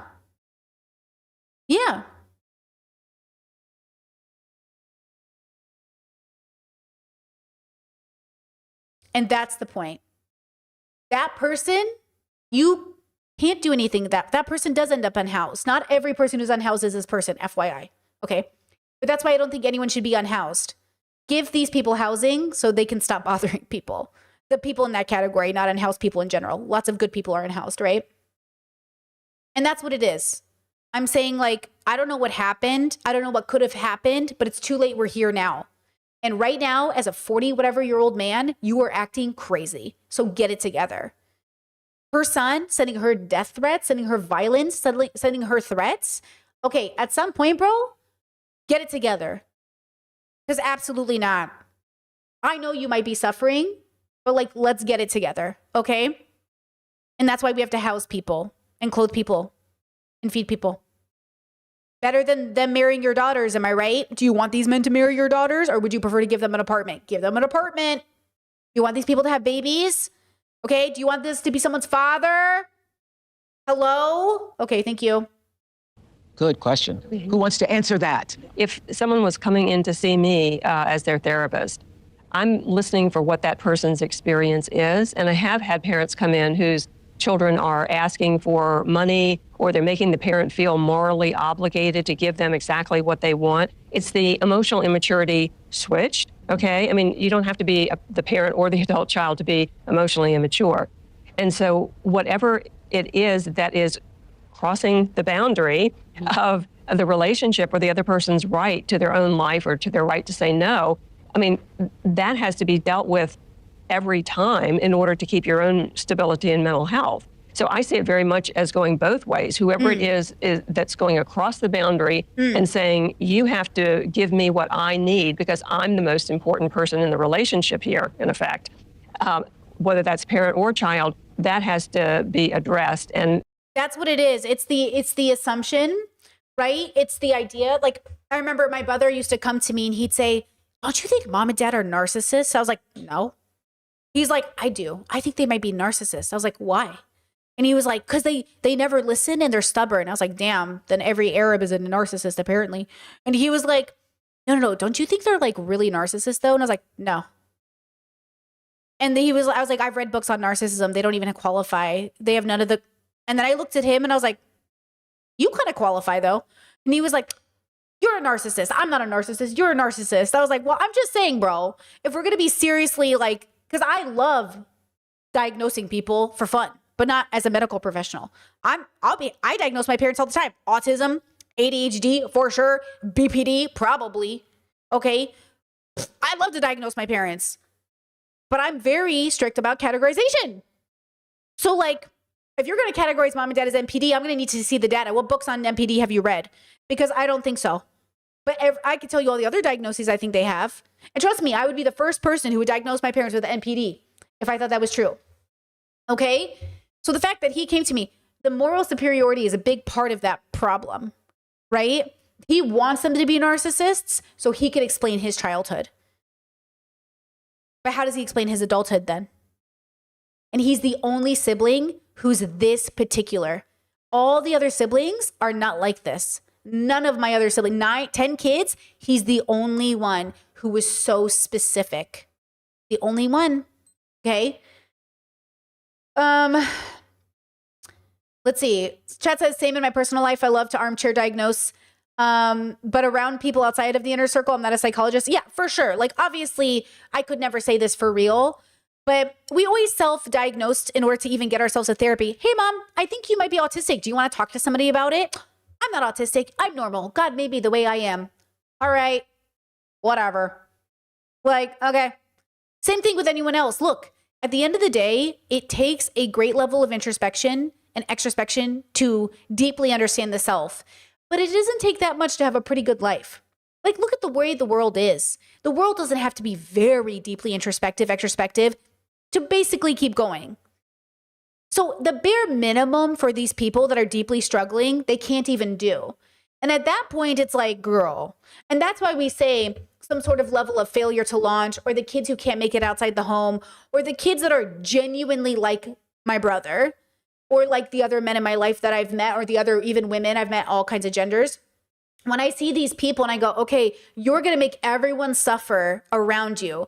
I'm not talking about you guys being disabled and you're really struggling. I'm talking about being the person who makes it your mission in life to make everyone's life around you as hard as possible so you feel good about yourself. Now, that is obviously some level of mental health, and some level of it is actually moral health as well. Like, the ethics around it are so important. And I do believe these people are suffering. And there could be some intervention around it, but you cannot intervene on a person who's not willing to do the work. So they first have to also do the work. They have to want to get better. They have to want to take their meds or go to therapy or do XYZ. But if they're always just looking for reasons to never do the work, maybe that in of itself is the mental issue. Okay, but then what do we do with that? What is the solution? Is there no solution? Am I supposed to just give up? Or am I supposed to accept that, like, hey, bro, make a decision? So again, going back to what do we owe our siblings? Yeah, that sibling is not coming to live with me. If that sibling calls up and needs money, heck no. If that sibling needs resources, I will find a charity. I will find a donor. I will find, even if I had an excess of money, maybe obviously if I had an excess of money, for sure, I would just probably pay for his apartment, or, you know, and then put up bulletins all over the neighborhood to stay away from this man. You know what I mean? Like, that's the problem, is like, I don't want him to interact with people. And by the way, I haven't even said the worst things that he has done.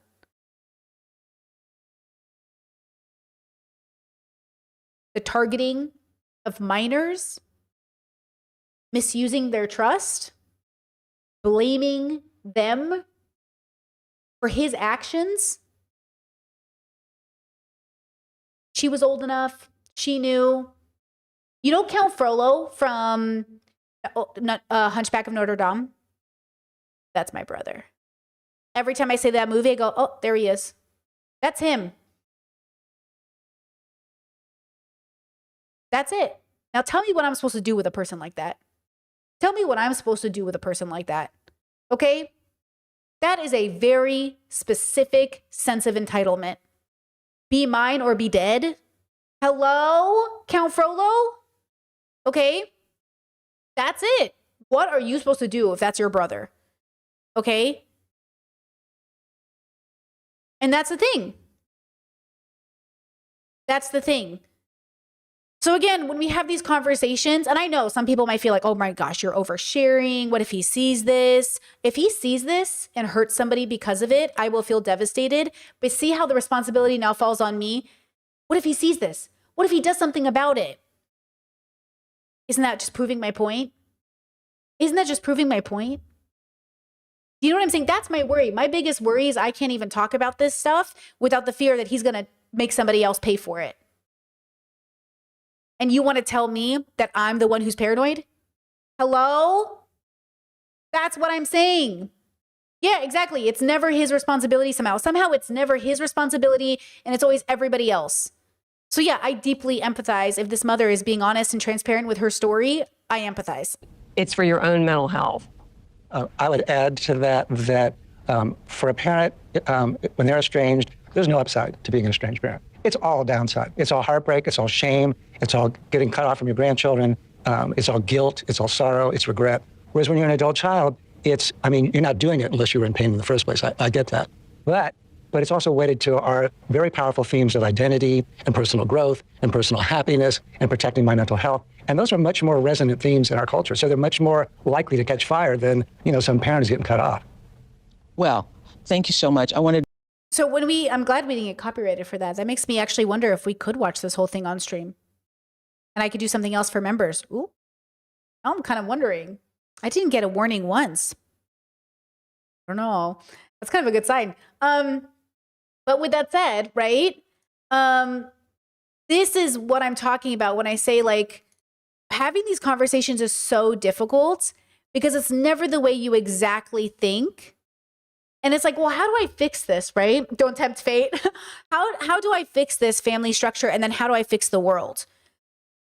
So, okay, let's go back to paint really fast. Okay, so now we have, and remember, this is so important. You have to remember this. I deeply love my brother. I love him more than I love anybody else, okay? Like outside of the inner circle.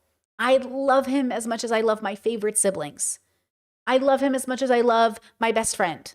I love him so much. I was raised with him. We share parents. We went through life together. We experienced so many memories together. He was the cool older brother who did really cool older brother things when we were kids. Would take us driving around, listening to All American Rejects, going to Wendy's. I have so many good memories, going to the beach, hanging out. I have so many good memories of my brother. And yet, as well as those really cool things happening, there was the other things that were happening. Parallel. I have a lot of really good memories of my brother. But the bad outweighed the good. So we're open with boundaries, okay? I love him, but he cannot come over. I love him, and I worry every day about the fact that he's a father, about the fact that he's married to a woman. And I'm worried every day that the statistical probability of domestic violence and murder happening is so fucking high. And I just have to wait every day to see if it happens. And that's the point. The point is, is that it's a waiting game when it's somebody with this amount of issue. Okay? And that's why I say be very careful about who you marry and who you have kids with, and be very aware of why, if your parents are doing everything they can to stop this marriage, because her parents tried. And I don't blame them. Her parents tried to make every obstacle in the way so she would marry my brother, and I support that. She just was convinced she could save him, that nobody understands my brother but her, that nobody understands his pain but her. We tried as a family to intervene so many times.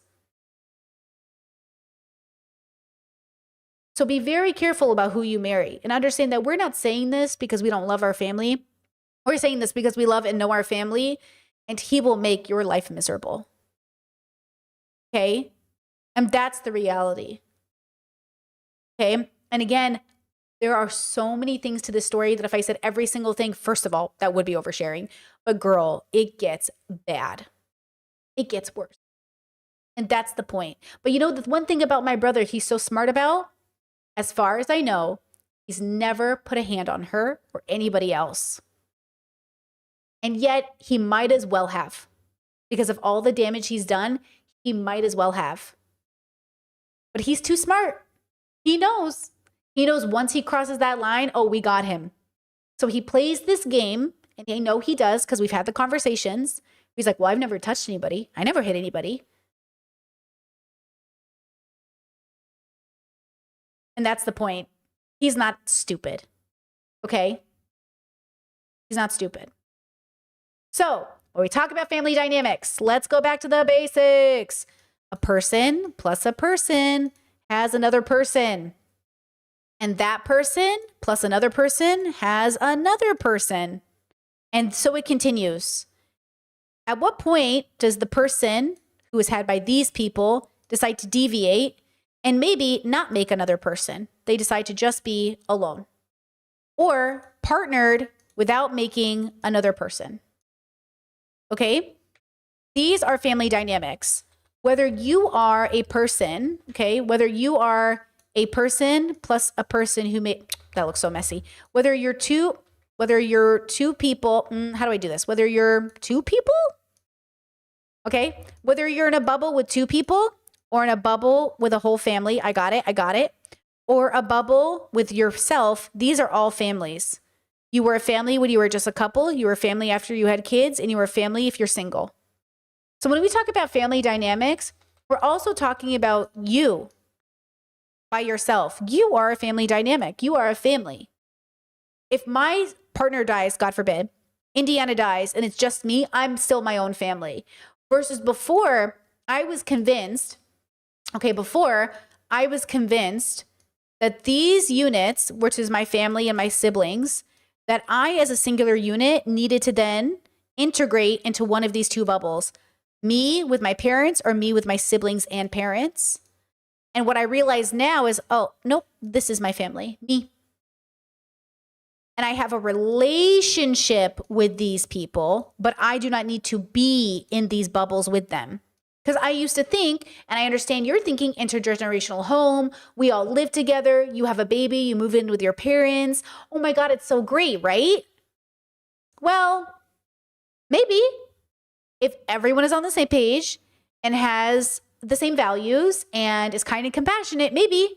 I know a family that from the outside looks like intergenerational living, but on the inside of the story is a person who could not take care of their kid, who's constantly smoking weed and hanging out and not doing anything, whose mother-in-law and mother are always doing everything for the baby, constantly doing everything for the kid, and then the parents have the audacity to be like, parenting is easy, bro. They don't pay for their house, they don't pay rent, they don't help with chores, they don't even change their own baby's diaper. They sit around all day and talk about how easy being parents are because they don't have to do any of the work. But from the outside, it looks like a nice immigrant family who's benefiting from the parents and the siblings and the grandkids all living together. But that's not what's happening. That's not what's happening. It's just two old people who immigrated to America and are literally paying everyone's rent. You know what they say? If you don't raise your kids, you'll raise your grandkids. So what I'm saying is, if you are in a good family dynamic and it's very healthy and you're all living together and it works, love it, fabulous, eat it up, yum, yum, yum, yum, yum. But if you are from a different family structure, it's a very different conversation. Okay? So you have to first identify which one you're in. So to help us identify it, let's watch this video from School of Life, just because I don't usually watch School of Life as much anymore, or if at all, honestly. But this particular video I think will be very helpful just to give us some ideas of categories to base it off. So a test to judge how good your parents were. Let's watch this together. Strangely, and rather awkwardly, it seems that no human being can ever really grow up sane unless it's been loved very deeply by somebody else for a number of years in its early life. But we're still learning what good parents might actually be like. How good were yours? Here are 8 principles of good parenting that you might use to grade them. Okay, let's see.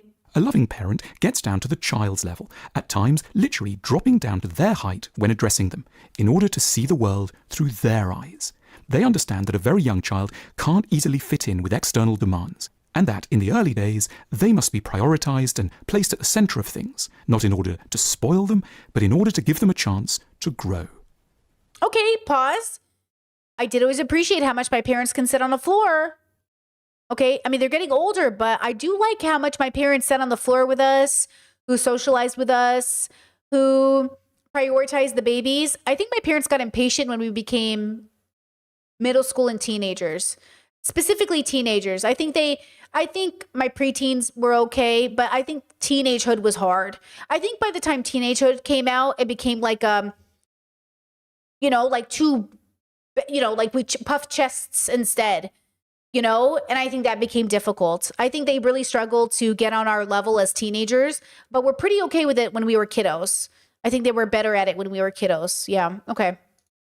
Loving parents understand Number 2, small things. that their young offspring's lives revolve around details that are, by any adult measure, very minor. Toddlers will feel enormously happy because they can dig their nails into some putty or have a chance to whack their spoon into some peas with energy or say "bar" very loudly. And they will feel extremely sad because Pet Rabbit lost one of its buttons or a page in a favourite book now has a tear in it. The good enough parent feels sufficiently resourceful inside not to hold it against the child that it's making a very big deal out of so-called nothing. It will follow the child in its excitement over a puddle and in its grief over an uncomfortable sock. It will understand that the child's future ability to be considerate to other people and to handle genuine disasters will be critically dependent on having had an ample fill of sympathy for a range of age-appropriate sorrows. Age-appropriate sorrows, a little bit more gray, I think, because again, when the kids got a little older. So with the children, sure, I have this very distinct memory of my mother in particular, where when I was younger, we would call it like a switch, like, oh, mom's triggered, mom switched. And it wasn't like, bipolar. I think it was just like autism over sensory issues and or BPD maybe. But my mom would do this thing where 99% of the time she was chill as fuck. Like if 6 of us were sick and throwing up on the carpet, she would never yell or blame or in any way take it out on us. Like she'd just be like, okay. And she'd put us all on the couch and give us blankets and bags and put on Disney or whatever, anime, whatever. Like she never complained about needing to feed us or make dinner or get us ready for school. I never felt like my mother was tired or overexhausted from taking care of all of us or homeschooling us. But when we would trigger mom or when she was triggered, however you want to phrase it, because one of us were being like extra bratty or extra, well, we were appropriately children and being like, but like, how do you know that though? And my mom would be like, what? And I'm like, well, I just feel like, listen, you might think that way, but I think you're like literally wrong. And it'd be like about gay people or something. Maybe we would trigger mom, like really like get at her buttons. And then all of a sudden she would be like, she would like switch and she would just be like, you can get out of my house. If you don't like it here, you can move out when you're 18. And we'd be like, bro, he's 6, bro. And then we'd look at the little bro and he'd be like, bro, mom, you can't say that to kids, bro. Okay, you can't say that to kids. And she'd be like, oh, and she would get like, but it was always over topics that like she thought were like gross, like something taboo. It wasn't us cussing or spitting up or us trying to be cool. It was like when we challenged the thing that she thought was immoral. It was like, it really triggers my mom when she thinks her kids are sinning, as an example. I can't think of a good example, but like if she found out like one of us was watching porn or something, she'd be like, you know, like this is the end of the world. You know, it was like the end of the fucking world. Okay. And then, but like every other circumstance, not a big deal. Driving us places, taking us places, making lunch. None of that was stressful to her. Okay. It was like, yeah, a core value trigger. Exactly, chat. It was like when you know, versus my dad was not triggered by us challenging his worldview. My dad was, what's a good example of my dad? My dad would be more like, he would be frustrated when he felt disrespected. So if my dad felt disrespected, it was like, you're about to get slapped. Okay. Like he's about to swing because like it was like this. We were both like, we were peacocking. You know, and then my dad would like lose it. He did not like that, you know? And then to be fair, it was probably because for the most part, we have a great sense of respect for our parents. So when we were disrespectful, it probably felt really bad. That doesn't then justify you to lash out in that way though. And that's the part about being a parent that's so hard. Even if your kids are disrespectful, you don't get to act that way especially when they're minors. It's different if he's a 40-year-old kid with a 60-year-old dad or something, but like we're all kids, we're minors. You know, we're 16, 17, whatever. We're 13, 12. You don't get to do that. Okay. You don't get to do that. So there's that dynamic as well. So I don't know, like, could my parents really understand us? They just so deeply both struggled with teenage years. I really think my parents just sucked with the teenagers. In particular, it was too hard. You know, it was too hard. It was really challenging for them. And I don't blame them. They were also the rebels in their own family. So you can imagine they raised a rebel, like a whole group of rebels, including my brother who struggles. Like all of us were rebels. All of us were constantly doing things we knew we weren't supposed to do because we were testing the boundaries. Because we're kids. That's what we do. It's your job to understand that's what you sign up for when you have kids. When you sign up with kids, kids are going to test boundaries. Okay? All right. Number 3, forgiveness. A loving parent will know how to put the best possible interpretation on behaviour that might seem to others to be pretty unfortunate. The small child isn't just a troublemaker, but it has of course been very upset by the arrival of a sibling. It isn't antisocial, but it does find a small circle of familiar people especially soothing. It isn't a nightmare, but it does surely need to go to bed pretty soon. This capacity for imaginative, kindly explanations will go on to mould the workings of the child's own conscience. It will learn the art of self-forgiveness. It won't have to torture itself for its mistakes. It won't suffer the ravages of self-loathing, or ever, when it messes up badly, be tempted to take its own life. Wait, what? Of self will go on to mould the workings of the child's own conscience. It will learn kindly explanations. I don't think my parents did any of this. Hold on. All circle of familiar people, especially soothing. So not to judge the child because it's different than other children. I mean, okay. Publicly, my parents were very supportive. Internally, I think they failed a lot in that support. Why are you suicidal? Your life is so good. Why are you even talking about suicide? Bah, bah, bah, bah. What do you mean suicide? What do you mean? You know, what do you mean this? What do you mean this? Like depression, what? God made you perfect. You know, what? It's like that. But then there were circumstances, again, where they could really meet our vulnerabilities. Like the other day I told you about like my parents grabbing my hands or my mom and making sure that I felt okay and safe and good in my body. Like that would like over my moles or my warts or whatever. Like then those are circumstances. But then, you know, it was a lot of dismissing. What do you feel like this for? What do you mean? Oh my gosh, kids, they always think they're suffering the most. You guys think like this is the worst time in your life. Like, it was very dismissive especially when they didn't understand it. Especially if they didn't understand it, we were fucked. But if they got it, they were really wise. But if they didn't get it, absolutely fucked. Just absolutely fucked. It isn't enough to learn the ravages of self. Okay, or strange. Ever, when it messes up badly, be tempted to take its own life. Strange phases. Oh, my whole life. Okay, maybe. Chad says I have a similar experience. My parents were outwardly supportive, but when I was suicidal and moved home, they just kept coming in the room and like, what's going on? Dude, I'm depressed. Literally, dude, I'm depressed. I just told you. Yeah, exactly. Okay, number 4. The loving parent will feel sufficiently sane to allow a child to be a bit weird for a while, knowing that so-called weird is actually part of normal development. It won't get flustered that the child has decided to pretend it's an animal, or wants to eat only red-coloured foods, or has an imaginary friend living in the tree at the end of the garden. The adult will have faith in sanity emerging, and in the wisdom of exploring a lot of possible options before choosing to settle on reason. It will be able to remain calm over some intense tantrums and obsessions. It won't need to shut down irreverence at every turn. It will be patient around low moods and unruffled by adolescent surliness. The parent won't assign labels to the child that might fix it in a role it was only trying out. It will be wary of telling a child that it is the angry one, the little philosopher, or even the kind one. It will allow the child the luxury of picking its own identity. Ooh, very mixed bag. They thought we were all so normal, we didn't need ADHD medication, and our struggling in school was because the system was liberal.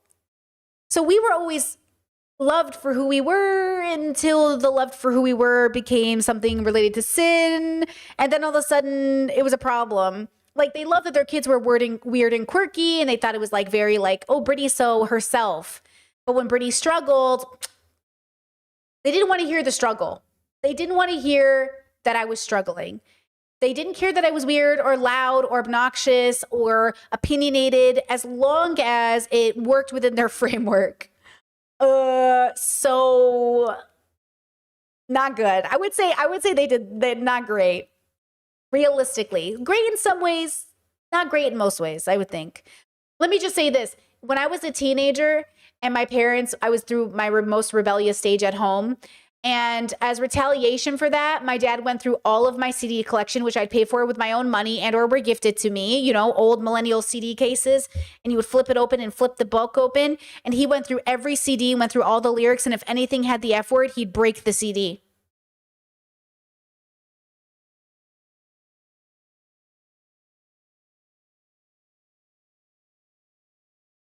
My Chemical Romance's first album has one single fuck. And I was like, you can't break that CD. It has one fuck in it. He was just like, this one too. And I was like, fuck. So yeah, I would say not great. I'm going to give them a failing grade on that point, you know? The good parent knows that children may well cling for a long time and will never dismiss this natural need for reassurance in pejorative terms. It won't tell the child to buck up and be a good little man or a nice young lady who can make me proud.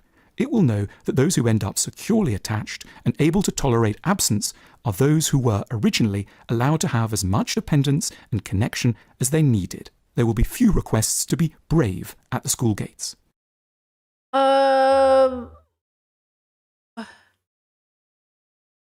Hold on. Terms. It won't tell the child to buck up and be a good little man or a nice young lady who can make me proud. It will know that those who end up securely attached and able to tolerate absence are those who were originally I think a combination. I'm confused because, like, I'm confused with the telling them to suck it up, which definitely happened. But also, my parents were very, like, good at giving us space, but also were quite invasive. I feel so independent. Look at me. I'm such a Taurus. I'm so fucking independent. But at the same time, my parents were very bad with boundaries. My mom would read our journals and snoop through our drawers looking for like drugs or something. She would like, one time I borrowed Forgetting Sarah Marshall, horrible movie. But at the time I thought it was like the funniest thing that ever happened, right? Forgetting Sarah Marshall was in my drawer. I was in my 19 to 20s because I had my first adult friend group, and I would drive to San Diego and party with them and drive back home. This was before I moved out of the house. And I was borrowing the movie from a friend because I wanted to watch it with my siblings, as you do as siblings, okay? And I hid it in my clothing drawer, and I came back to my room to find it, and it was missing. And I was like, Mom, did you go through my drawers? She goes, I threw away that movie, Betsy. It has nudity in it, and it's a sin. It's a sin movie. And I said, okay, but it wasn't mine. It was my friend's. And she goes, well, you shouldn't have brought it in my house. And I said, you know, girl, you got to relax, okay? And that's, you know, why I keep things in my car. So then I had a car, and I would just keep everything in the trunk of my car. Because the rule was they couldn't go in the trunk of my car. Even though it was parked on their property, they did respect the trunk of my car. They didn't respect the drawers, but they did respect the car. And they never looked in the back of my car. So then I was like, fine. Okay. And that was like how we learned to have like this idea of like my house, my rules. Fine. But okay, right? So listen. Okay, I was look, I'm 36 now. I can talk about it like it's a fun little memory, but at the time, let me just tell you, I was going to kill myself. Okay, yes, chat. So they never saw the Playboy magazines, never saw the Playboy magazines, never saw the lesbian magazines. I was subscribed to every gay and lesbian magazine available. Okay, never saw those magazines, never saw anything I kept in my car. Okay, they never saw none of that. But listen to me when I say this.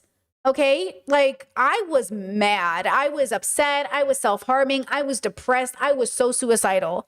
Okay, right? That says, and we're still medium traumatized only. You made it through so much conflict. Yeah, I was so privileged growing up.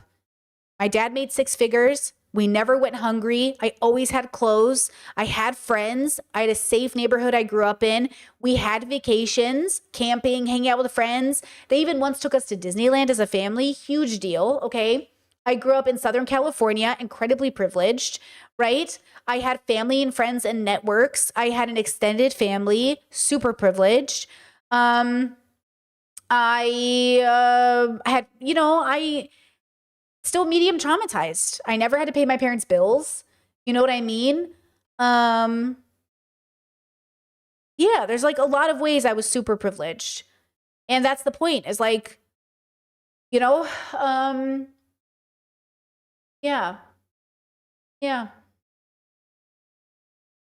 Allowed to have as much dependence and connection as they needed. There will be few requests to be brave at the school gates. Perfection, number 6. A good parent won't set themselves up as an impossibly glamorous or remote figure, someone whom the child may be tempted to idealize and ruminate over from afar. They will know how to be present and very ordinary around the house, dignified perhaps, but also on occasion ratty, forgetful, silly, and greedily keen to have too much dessert. The good parent will know that parental quirks and flaws are there to remind a child to reconcile itself to its own humanity, and also, eventually, to leave home and get on with their own lives.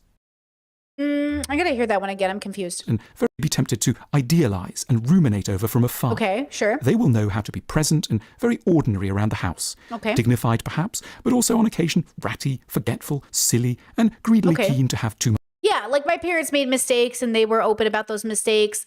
Again, when it came to things like, oh, I spilled something, or I burned dinner. But not when it came to values, morals, ethics, politics, never wrong.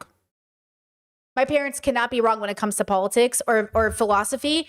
But when it came to like, that's why I say my parents are so great if you take out the politics and philosophy. If you take out the religion, my parents are great. They're like, oh man, I fucked up on this, or oh, tell a funny story about how I messed up a car. Or I was building a new thing and I messed it up. You know what I mean? Right? I would never say my parents ever pretended to be perfect, but my parents were fucking stubborn, That says, how did you not go or feel crazy? I'm sorry, guys, let me just hold on, pause. Are you talking to me? I have BPD. I was self-harming. I tried to commit suicide. I did go crazy. I became hyper independent and vigilant about my life. I did go crazy. I did. I just also went to therapy and I did philosophical work, and I'm 36 now. I'm 6 years into my healing journey, I did go crazy. That's the point. And it was, that's what I'm saying. I strongly believe that, it was hard, but I think you can heal from things. I think you can grow. I think you could do philosophical work. And that's really why I do the work that I do, because I know that I came from what I came from and my life could have gone in so many directions. But here I am now, and I'm telling you, you can do this. It's the hardest thing you'll ever do. That's why I will never judge you for not doing it. It was the hardest thing I ever did. That's why I can't judge my parents. It was the hardest thing I ever did. People think the hardest thing you'll do is ever have a kid. The hardest thing you will ever do is heal your inner child. The hardest thing you'll ever do is face your trauma. The hardest thing you'll ever do is get well enough. It's not just having a child that's hard, though it is. Having a child unhealed is so difficult. The hardest thing you'll ever do is face yourself. That's why people don't, and they have kids instead. Easier to have 10 kids than for my parents to face themselves. Much dessert. The good parent will know that parental quirks and flaws are there to remind a child to reconcile itself to its own humanity, and also eventually to leave home I'm getting this and get one on now. with their own lives. Okay, boringness. Ooh, number 7, boringness. A good parent will know how to appear very boring. It will understand that what a child chiefly needs is a source of reliable calm, not fireworks and excitement. It has enough of these inside its own mind. It should be there, in the same place, saying more or less the same things for decades. It should take care to be predictable and to edit out its surprising moods. The child doesn't need a full picture of every perturbance and temptation coursing through its carers' minds. The parent accepts that mummy or daddy are roles, not full representations. It should be the privilege of every child not to have to know its parents in complete detail. Yes! This is so important. My parents never came to me for marital advice or relationship advice. My parents never came to me with their problems. I was never my parents' therapist, ever. I am so privileged because I know a lot of you had to play therapist for your parents, and I am so sorry. I never had to do that. That's why I don't feel very parentified, because I was never, okay, my parents were very open and transparent with money. They were very open and transparent with struggle, but I never played therapist. I've never played therapist one day in my life. My mother and father have never come to me with their adult issues. They've only ever shared appropriate things about, like, hey, this is how much groceries cost, or this is how much bills cost, or hey, like when you go to the store, like they taught me how to shop. So I utilize like all of the benefits they taught me about money in my relationship here. Like when we go to the store, my partner and I are looking at every single possibility. We're doing all the math of how much we're spending. We're not just grabbing and putting it in our cart. We are sitting there and going, okay, hold on. Oh, deal. You know, that stuff my parents taught us, but we did not. If they were having any troubles in their sex life or anything, I didn't know about it. Okay? If they were having it, I never knew about it. They were talking to somebody else about it. Thank God. Because I don't want to hear that. That is not my job. Okay? But funny enough, sometimes that was their job for me when I was having relationship issues. When obviously I wouldn't really talk to them about sex too much because premarital sex is a big no-no. But even when I was talking about, like, you know, stuff about my relationships, I could go to them. I could go to my parents about relationship stuff. They can't come to me about relationship stuff because that's not that's why I say my parents are not my friends. With peace and love, I know some of you feel like your parents are your friends. I talk to my friends about their relationships. I don't want to talk to my parents about their relationship. I don't want to be your therapist. You know, I don't even want to be my friend's therapist, but at least my friend can talk to me about their relationships, you know? So again, you can decide what you think is the healthiest, but it just never would have been healthy if my mom and dad had problems and came to me about it. Because like, I'm not the adult in this room. Like, you need to talk to a real adult, please. Thank you. Okay, 8, unreciprocated love. The good parent isn't looking for a balanced relationship. It's happy to give unilaterally. It doesn't need to be asked how its day was or what it thinks of the government's new policy on insurance. It knows that a child should be able to take a parent substantially for granted. The parent's reward for all their work won't ever be direct. It will arrive by noting in many years' time that their child has just developed into a very good parent themselves. Put simply, love is the considerate, tender, hugely patient behavior displayed by an adult over many years towards a child who cannot help but be largely out of control, confused, frustrating, and bewildered. All in order that this child might over time grow into an adult who can take its place in society without too much of a loss of spontaneity, without too much terror, and with a basic trust in its own capacities and chances of fulfillment. It should be a matter of global consternation that despite our many advances, we are still only at the dawn of knowing how to ensure that we all have the loving childhoods we deserve. Okay, chat said something so important. You said this part reminds me of how important it is for parents to have adult friends. My parents had friends. Their friends have problems. They all talk to each other. I said, go talk to your friends about this. Stop talking to me about it. I'm not your friend. And it's true. I remember one time, you want to hear about a boundary that got super crossed when I was 19? When I was 19, one of my mom's friends, okay, I started babysitting for her kids. And my mom's friend was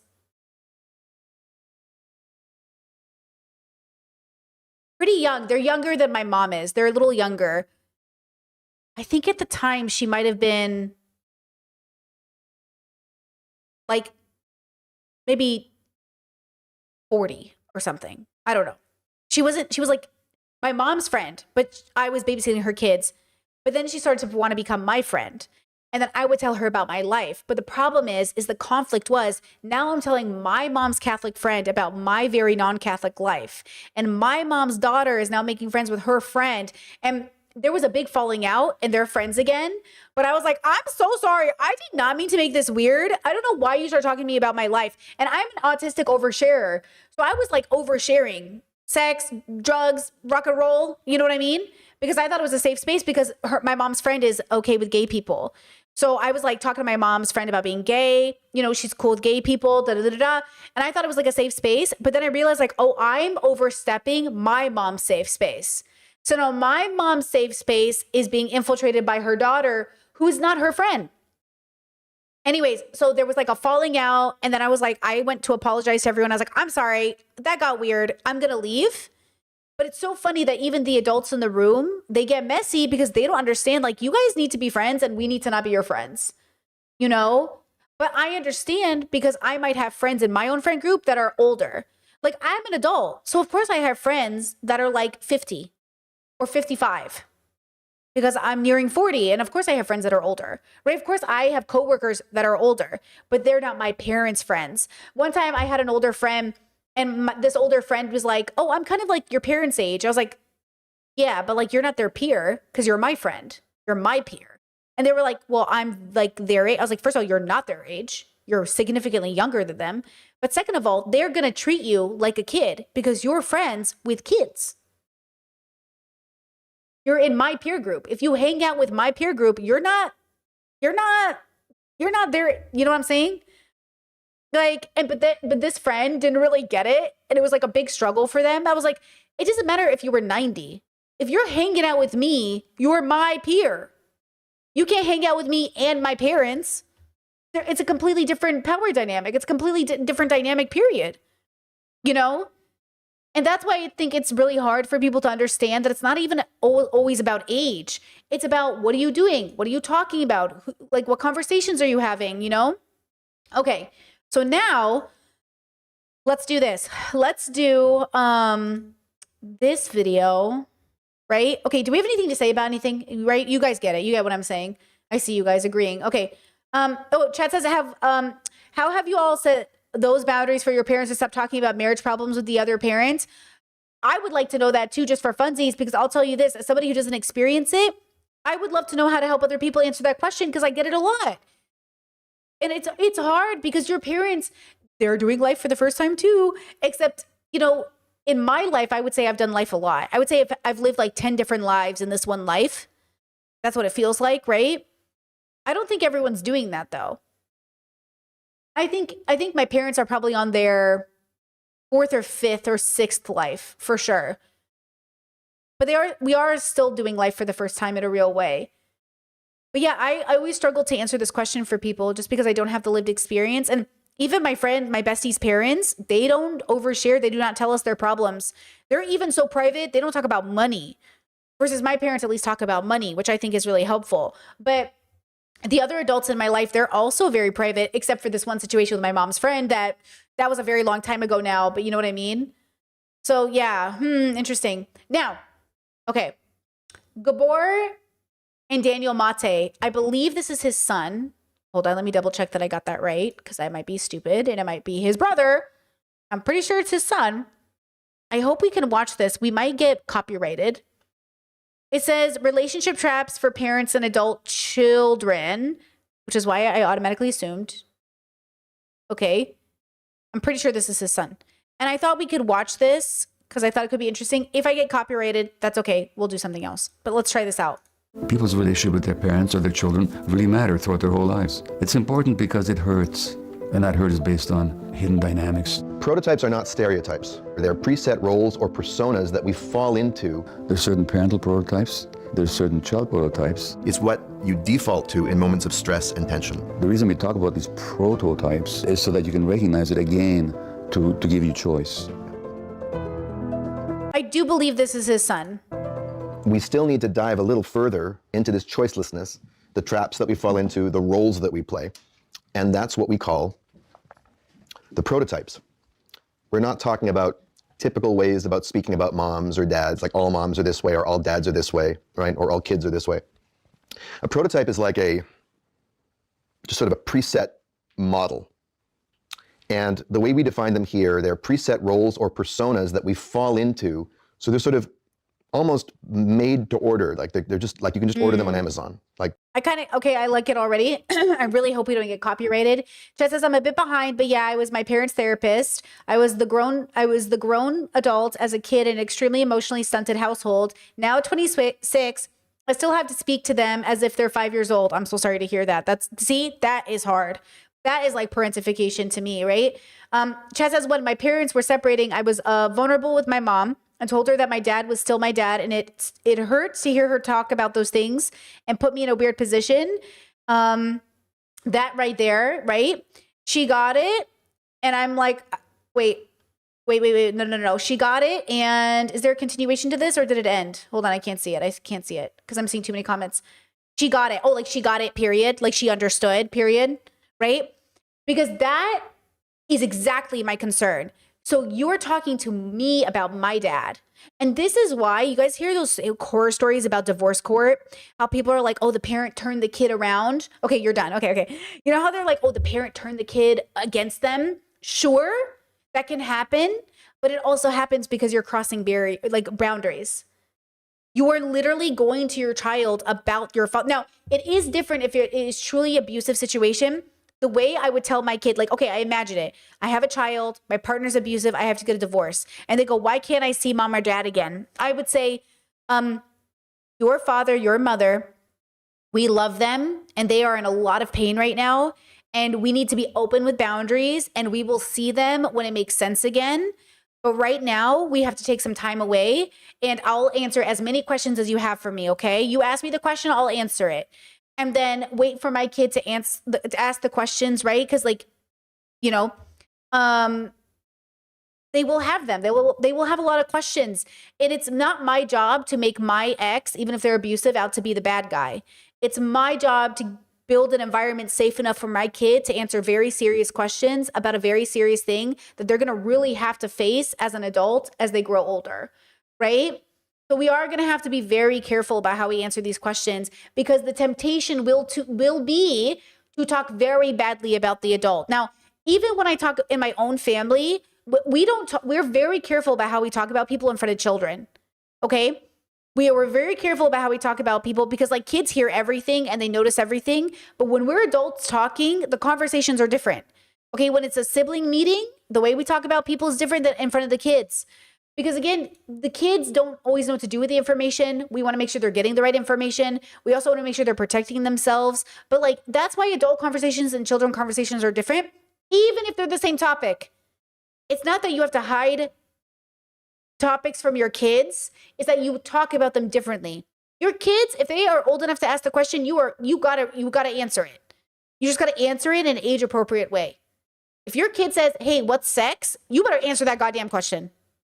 Because they asked it. And if you don't answer it, they're going to find somebody else who's going to answer it for them. I would know.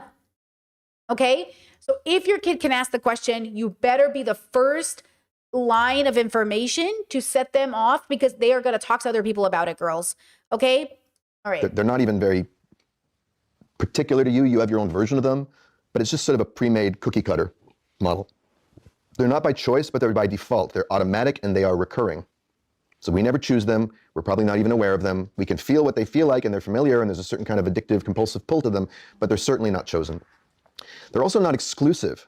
So a person can embody different prototypes at different times, although one prototype often tends to be the dominant one within a particular personality. And these prototypes, we will lay them out for you. There's certain parental prototypes, and you who are children here can recognize this prototype in your parent. There's certain child prototypes, and parents will recognize them in your child, or sometimes you recognize them in yourself. That's right. And so the reason we talk about these prototypes, is so that you can recognize it again to give you choice, so that they're not just automatic. That's right. The trap is only a trap until you see the trap. trying to get out of the trap will keep you in the trap. It's like one of these, finger traps. Seeing the trap for what it is the access to being able to not fall into it in the first place or get out quicker. When caught up in a prototype, here's the trap. It directs and delimits our thoughts, feelings, interpretations, and reactions. It writes the script for us. We check out. We're not even there.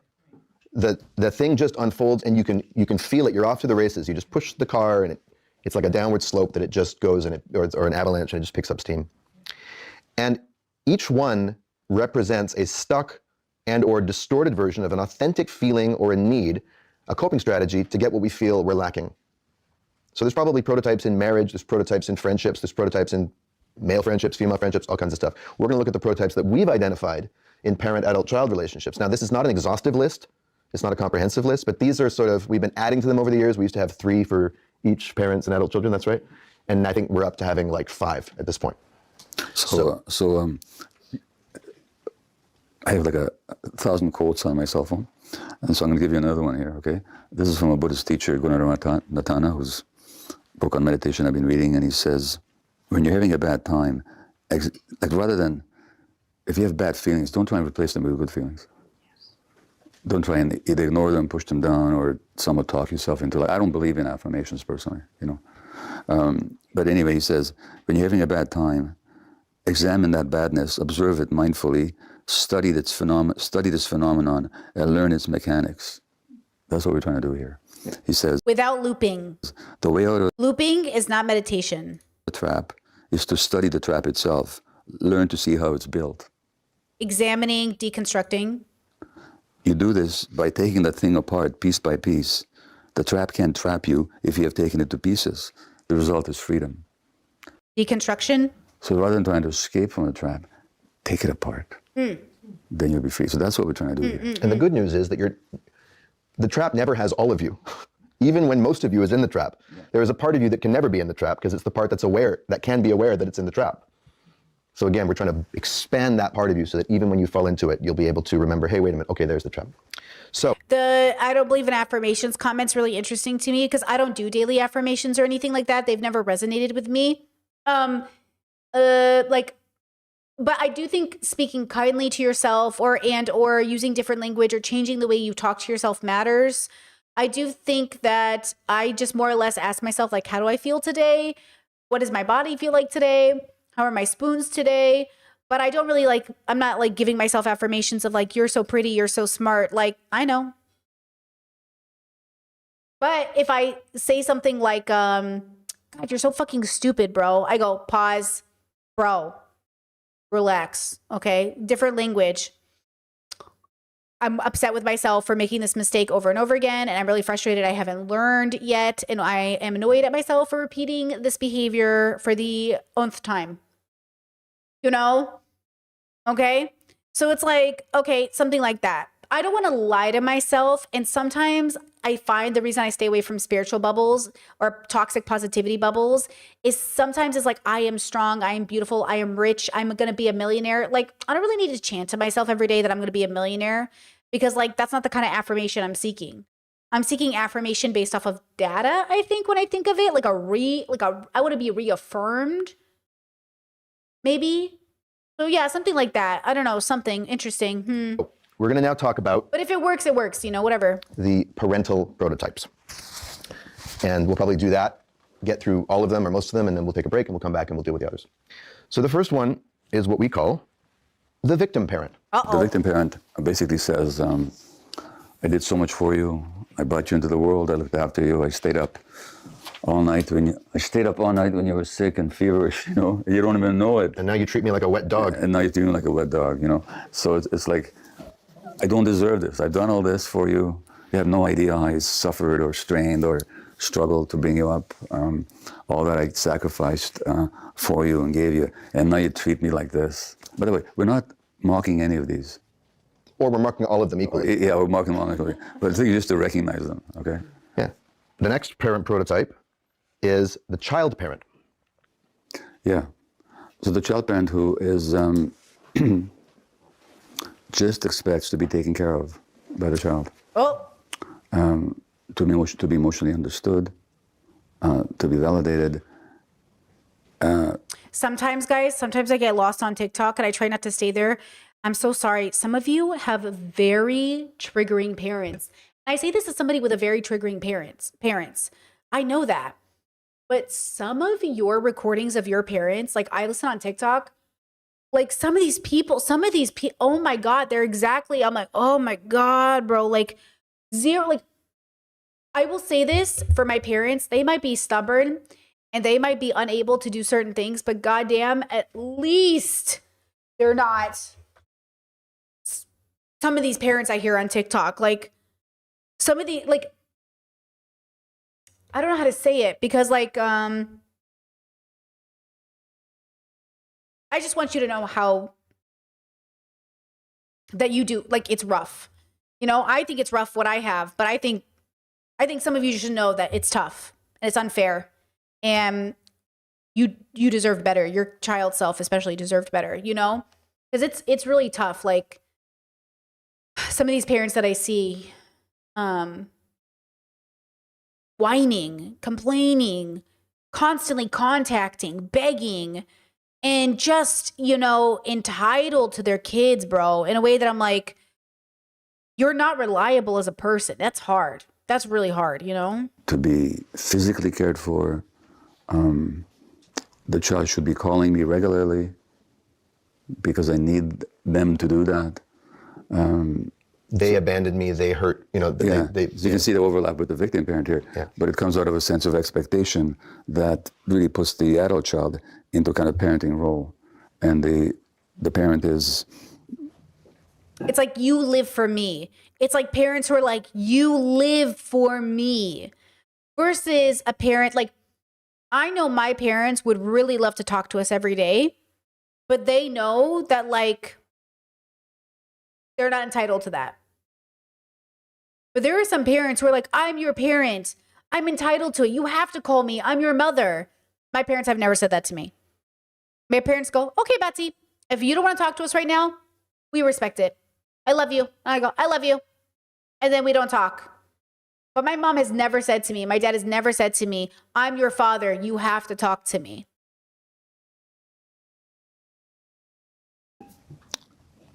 Dependent on their functioning. So that's a child parent. Great. Is that clear? Yes, it is very clear. Thank you. The guilty parent. Oh boy. You know anything about this one? Ta-da. So I talked about that last night already.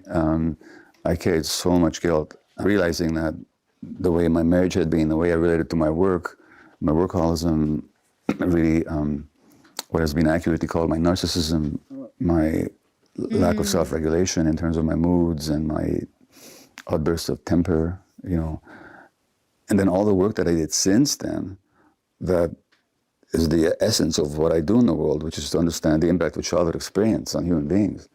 So coupled with the way I was when these kids were small, and then my awareness of the impact of all that, I mean, what a double whammy. So I'm the last person in the world that can possibly deny the negative impact of the way I was on my adult children. And then the guilt that I carried about that. No. How does that make you show up in the relationship now? Well, I don't carry the guilt. Or there's a lot of... Sorry, I mean when you're in the prototype. When I'm in that guilty mode, I'm doing my kids no favor because I'm seeing them through the eyes of my guilt. I'm not seeing them for who they are. I'm seeing them as my mistake. And nobody wants to be seen as somebody else's mistake. Nobody wants to be seen as somebody else's failure. Failed experiment. As a failed experiment. So when I'm seeing them through the eyes of the guilt, I'm not seeing them at all. I'm still projecting myself onto them. But boy, it can be crushing. The guilt can be crushing. And it used to just get me down so much that even as I was doing what was really good work in the world, I carried this guilt. So that's what that is. And I mentioned that last night. So there's no reason to say more about it here. But for those of you who don't know who Gabor Mate is, I see in chat, you might not know him. He's a doctor. He specializes or pays attention to ADHD people, but he's not, I think he's just a regular doctor, but he is also a Holocaust survivor, and he's very pro-Palestine. He's done a lot of work because he's Jewish. He's done a lot of work on behalf of Palestinian voices. And so he was a baby in the Holocaust, and then he thinks ADHD might be some level of maybe a traumatic response from childhood. That's interesting. I'm open to the concept of it for some people who are diagnosed ADHD, though I think a lot of it is genetic. I don't know if what he believes in very deeply because I don't watch his work like that. I'm not like obsessed, but I only see him on occasion. But I think like that's interesting, but take it with a grain of salt. You know, nobody's perfect. Just to nail the point, it's true that I behaved in those ways, and it's true that how I behaved and how my wife was and how we were together, that didn't impact on our kids. That's all true, and you can look at all that and acknowledge all that without guilt. But you can't when you're inside the prototype. And there's two more things about this prototype that I can see from interacting with someone who sometimes, or used to all that. I mean, the first time he told me about how his parenting affected my life was when I was 10 or 11 and I was having social difficulties at school. Kids were picking on me. We were walking through Chinatown in Vancouver, had just left a restaurant. I was really just kind of spilling my guts about how kind of broken up I was, that my friends were treating me in such a shitty way. My dad kind of sighed and he said, well, Daniel, you know, I know it's difficult for you. You've always had a hard time reading social cues. And I think that goes back to when you were 2 and it was, you know, very autism. I'm just kidding. Chaotic in our home and so on and so forth. And here he is empowering me, vesting me with the knowledge of why I am such a freak on the schoolyard. So I can go back to the schoolyard the next day and be even more of a freak, telling everybody why I am the way I am. So this is the intelligent parenting that results from the guilty parent prototype, because not only are you not seeing who the child is now, you're not seeing what they need, and you're not aware of who you're being in the ways in which you're just reinforcing the thing. So what would be, I said at the beginning, that every single one of these prototypes is a distortion of what could be a healthy human quality. In this case, it's remorse and awareness and consciousness. And taking responsibility. Oh, I've broken this person's leg in the past. Let me be mindful of their leg. Let me not focus on the leg, but let me just go over to this side, you know? But remorse actually isn't available when you're in guilt. Guilt is totalizing, remorse is specific, and it generates awareness, whereas guilt suppresses awareness. And the other thing about guilt is, and I think you can probably corroborate this, is, you know that defensiveness that you spoke about on our phone call a few weeks ago? Mm-hmm. Well, don't you have a built-in resistance against shame and guilt that sometimes manifests as defensiveness? Yeah, the more guilt that we carry inside, the more we want to defend against it. And then we don't listen, we don't see, and we get aggressive in defense instead, you know, and then we go into politics, but that's another. When you're in a guilty prototype, you're guilty waiting to happen. When you're in any prototype, you're that thing waiting to happen. Moving on. I don't want to take the language away from them, but it makes me think, if I had to adapt it to my language of what I think of, is when you're in a prototype, you're almost existing it through like a biological experience without the introspection and extrospection. And then how much can you evoke free will in that moment if you're living inside the prototype? And maybe that's how I would think about it in my brain, is like, oh, like, are they talking about that experience? Because that's what it sounds like, because we don't even know what's happening, right? Like, we're living it, we're in it, and we don't even have the awareness that it's happening. But they said there's like a real you. The you that knows, once it knows, oh, I'm in the moment, I'm in the prototype, it can get out of the prototype, I think that's how I'm understanding it, right? So when I say like you're having a biological experience, like, do you understand something is happening? And it's like, what is that? What is even free will if I don't even know something is happening? And so that's why I say, like, you are a character in a story. Who are you? What trope are you? What prototype? Like, what are you? Prototype? Prototype? No, is that the right word? I feel like I said the word too many times, and now I don't even know if that's the right word. Prototype. Yeah, prototype. Okay. What would Jung call it? What is Jung? Doesn't Jung and archetype? Okay, archetype is Jung. So Jung is archetype, right? Jordan Peterson and Jung is archetype, and then he is using the word prototype. Okay, so they're using those two words, but same thing: trope, archetype, prototype. I feel like these are all the words, right? That kind of mean similar things. Construct of character, a character in the story, right? That's how I'm hearing it. Okay. Yeah. If I may, just a comment. You sure may. Yeah. Yeah, I just had such a big aha moment, which I've had, but I mean, it just sort of, it was sort of crystallized, I guess. That's the other thing. You have aha moments. You have a bubble pop, but sometimes you need a certain number of bubble pops about the same thing to then radically shift you in a full way. So you have one bubble pop. Oh, I'm in a toxic relationship. Another bubble pop. Oh, I can't fix this relationship. Another bubble pop. Oh, fuck, I got to get out. Another bubble pop. Oh my God, I can't believe I used to be in that relationship. Another bubble pop. Oh, I see why I was there. Okay, I'm never doing that again. Right? You have like bubble pops are realizations that help get you closer to fundamentally changing the way you do something. But it is, there's little bubble pops and big bubble pops. And so when you have those moments, you're like, oh shit, my whole life just changed. Like this one realization made me just, everything's about to change, which is why I always get really nervous when new people join my content. They comment on a video from like 2 years ago and I'm like, who is that girl? Don't talk to that girl. I hate having my old content up because I feel like I'm a different person every few months. And I'm like, don't talk to her. And people are like, oh, Brittany, like this old video of yours. I'm like, I don't know her. Don't talk to me about that girl. I spent more time with my child asking him if he was okay than actually looking for the times when he was okay. You know, I was looking for the not okay. Yes. Yeah. And yeah, you know, he kind of got hip and he would say, I want to talk to my dad, not to a therapist. Sort of, because I would do the same thing. It just reminded, you know, well, remember when I wasn't present for you in your life? And it must have caused a lot of... Oh, Chad says, Gabor Mate is a psychiatrist. Why did I think he was just an MD? I wasn't sure. I was confused. Okay. And he also has ADHD and specializes in addictions. Okay. Thank you, Chad. Thank you. Abandonment issues, blah, blah, blah. That's right. Which is making it all about you. It was, yeah, of course. Yeah, and good for him for saying, I want a dad, not a therapist. Right. Because that's not your role. Yeah, it's great that you can see that.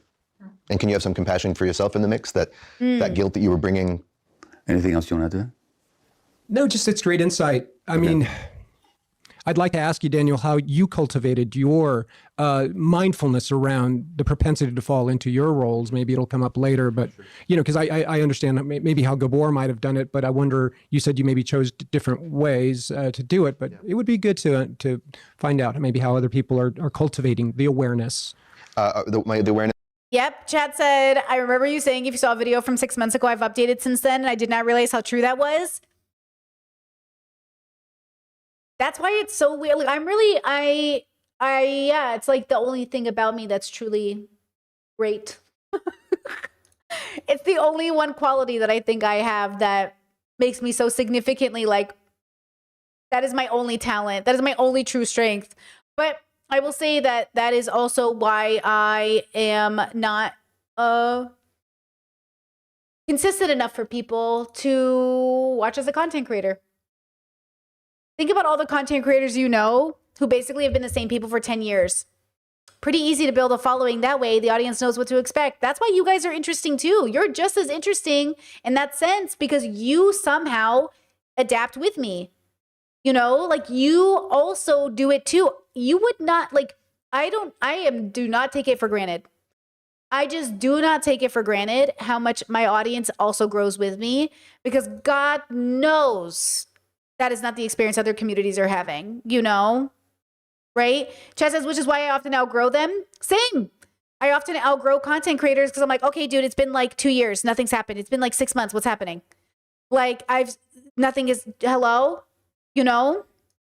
So, you know, it's this community. It's that, I love that about this. I really do. It's around how I relate to his prototype? Yes. Yeah. Let's come to that later. We will come to it. I think that will be a major story arc throughout this workshop. Perfect.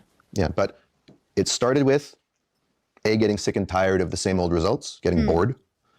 B, taking responsibility for my experience. Wait, Chad says, why is Hassan catching strays? Because he doesn't listen to music. That's what he gets. That's his punishment. Experience in it. And C, kind of breaking down the trap and seeing how does it form? How does it trap us? How does it trap me? What role do I play? And then grading creative. But that's what the rest of the workshop will be about. Okay, thank you. Yeah, thank you. Number 4, the worried parent, which is definitely related to the guilty parent, but we're going to make a slight distinction. Oh, the worried parent. Some of y'all might have a worried parent. Parent is consumed by, this is especially true if our children are really suffering in the world, if they have a mental health condition, depression, anxiety. Autism, moms. Addiction. Then much of the parents' conscious, awake moments can be spent with obsessing about how the child is doing. And the other people in that parent's life will know it because they're always talking about it. Sorry. So it's being consumed. It's a subtle one, isn't it? Because how can you not be concerned? But being consumed by that concern and not dominating your mental life and your emotional life, that's what we mean by the worried parent. You can't be okay unless your child is okay. And for a lot of parents, that just seems like a normal. This is the worried parent, the helicopter parent, the parent who doesn't validate the child's growth, the parent who refuses to see that their child is grown or an adult or is independent, the parent who's always creating a narrative that like, oh, this child will never be safe without me. The parents who create the circumstance to make failures to launch. Are you familiar with Dennis Caesar's music? Yeah, I don't. Okay. You don't listen to music? I thought that you were about to say that. That is really? Bro, it's embarrassing. I don't listen to any music at all. I have listened to your music though. I have. But I don't listen to any. How you don't? Bro, I do not listen to any music What at makes all. you happy? Yeah, honestly. What makes me happy, seeing some of the changes take place that I push for all the time. But I know it's I'm autistic as fuck. I don't listen. What do you do when you're working out? What do you listen to? I literally don't say podcasts. Podcasts! Oh my god, bro, that's we crazy. finally met one of them. That was this week, y'all. This was new, okay? Listen, when I work out, I also listen to podcasts and or music. But I listen to a lot of music, okay? Okay? Music is cultural. Music is important. Him being like, what makes me happy? The changes I've influenced. Girl, get off that pedestal you put yourself on. That is the most narcissistic shit I've ever heard. Hassan, get over yourself. Okay, you're basic. Like, come on now. What really makes me happy is knowing that okay, girl. Come on now, silly. So silly, okay? That better be a gag. That better be a joke, okay? All right, anyways, proving my point once again, this man is a psychopath for not listening to music. And also, how do you culturally build community if not through music? I don't believe you. Okay. Thank you. Okay, back to this. What do we mean by the word? And by the way I tease Hassan should feel the way you would tease a cousin. Because I genuinely do not think he is a bad, evil person. I just think he is not the man you want to be the leader of the movement. And I think it's funny that y'all made him the leader of the movement. A man who doesn't listen to music when music is so cultural. Okay. Whoops. Parent. You can't be okay unless your child is okay. And for a lot of parents, that just seems like a normal admission to make. And there's an old saying that a parent can only be as happy as their unhappiest child. Well, it's not true. But the worried parent falls into that prototype of having their emotional life dominated by the emotional life of the child. And one thing we're going to start to get into is to start to imagine what's it like for the other person to deal with that prototype. So what's it like for a child to know that their unhappiness has the power to ruin their parents' month or year? Hold on, pause. Chad said he's just weird. That's it. Habibis, we're having the most serious conversation about prototypes, archetypes, family trauma, and you're just like, he's just weird. What are you, a parent in the early 80s? My kid's just quirky. She's not autistic. She's just quirky. And you like how he says he's autistic? Okay, what does that mean? Autistic people love music. Next. Not always, but okay. I'm just saying, there's always a reason why we do everything we do, guys. There's no such thing as like, I'm just weird. I'm just quirky. Tee-hee. Like, no, there's a reason why. There's a reason, okay? There's a reason. Discord said, when everyone else is at work, has music in their headphones, I have YouTube. I don't listen to music as often as YouTube, so I feel him. You don't feel him. You can't relate to him. He did not say sometimes I listen to music. He said, I never listen to music. He is not you. You are not him. He said, I never listen to music. That's different. That's different. Because I also listen. If you literally looked at my playlists, I listen to YouTube and podcasts more than I listen to music. But I would never identify as somebody who doesn't listen to music. Never. Never. Not true. Okay? Guys, I count listening to music as when I come across, when I'm watching TikTok and Usher comes on, I let it repeat like 10 times in a row while I sing and dance in my kitchen, like, you know what I mean? As I'm like making my coffee in the morning, I listen to music that morning. When somebody says I don't listen to music, I'm like, you never hear an Usher song and just pause and let it play? A little TLC, a little Destiny's Child, a little Celine Dion? You never come across a Disney playlist and go, you know what, I'm gonna let this one play. I'm gonna let this one play. When he says I don't listen to music, I don't know. I'm just saying. What does that do for their level of ease, calm, self-esteem, ability to get out of their own, depression holes? I'm seeing some looks of recognition and some nods of wow. It's a real thing, and it'll go in. Oh, chat, I'm just kidding. When you said I don't think he's a psychopath because he doesn't listen to music, I'm just kidding. It's a joke. Sorry. Autism on autism crime. It's a joke. I'm just kidding. I don't actually think he's a psychopath. I'm being funny. That's a joke. Okay, autistics in the audience, that's literally a joke. That's literally not serious. The other direction too, that the prototypes that the adult children fall into are going to elicit certain reactions in the parent. And last of all, we have the rejecting parent, Uh-oh, this might be my parents. Let's see. which you could also call the disapproving parent. And this is just, you want to say something about that? Well, this is the parent who is constantly critical of the either distancing, like I don't This is my parents. want to do Withholding, it. Yeah, withholding. It's just a combination of withholding, distancing, and criticality. And again, what we're talking about a prototype here. We're talking about sort of a major theme here. They're not exclusive of one another. Oh, Chad says, thank you for telling us a joke. It's a joke that he's a psychopath, but it's not a joke that he's got something going on. It's a joke he's a psychopath, but I do think something's up with that. And if I was dating a man or a woman or they, them, and they said, I don't listen to music, I'd say, hi, what happened in your childhood? Because, we're going to have a conversation. Okay? What do you mean you don't listen to music? You know what I mean? So, like, he's not a psychopath because I can't diagnose him, but something's going on. Something. Okay? He grew up in Turkey. Turkish music? You don't like music? But the rejecting parent is really dominated by a sense of resentment, distancing, and washing your hands off. Yeah. Probably the prototype that's least likely to end up in a room like this of all of them. Because for them, they just probably wouldn't necessarily be easily interested in changing that because they're justified in their view. Although, because This does sound like my parents a bit. these prototypes are not mutually exclusive, you can still recognize that within yourself, possibly even if your main prototype is one or the other. So you could be a guilty parent who sometimes falls into harsh judgment, in which case you're showing up in that moment as a rejecting parent towards the child, even if that's not your home base. Okay. So moving on. My parents would never be here. My parents would only show up to a talk like this if it was run by the Catholic Church. If it was run by Catholics, they would go. Because I used to go to stuff like this with them as a kid, but it would be Catholic. They would never go if it wasn't Catholic. We have the adult child prototypes. And I'll take the lead in speaking about these, and feel free to chime in wherever you like. So number one, we have the aggrieved adult child. Oh no, it's the children now. And this is the one that I probably have fallen into the most, although other ones as well. The aggrieved adult child is never done with their grievance about what happened to them.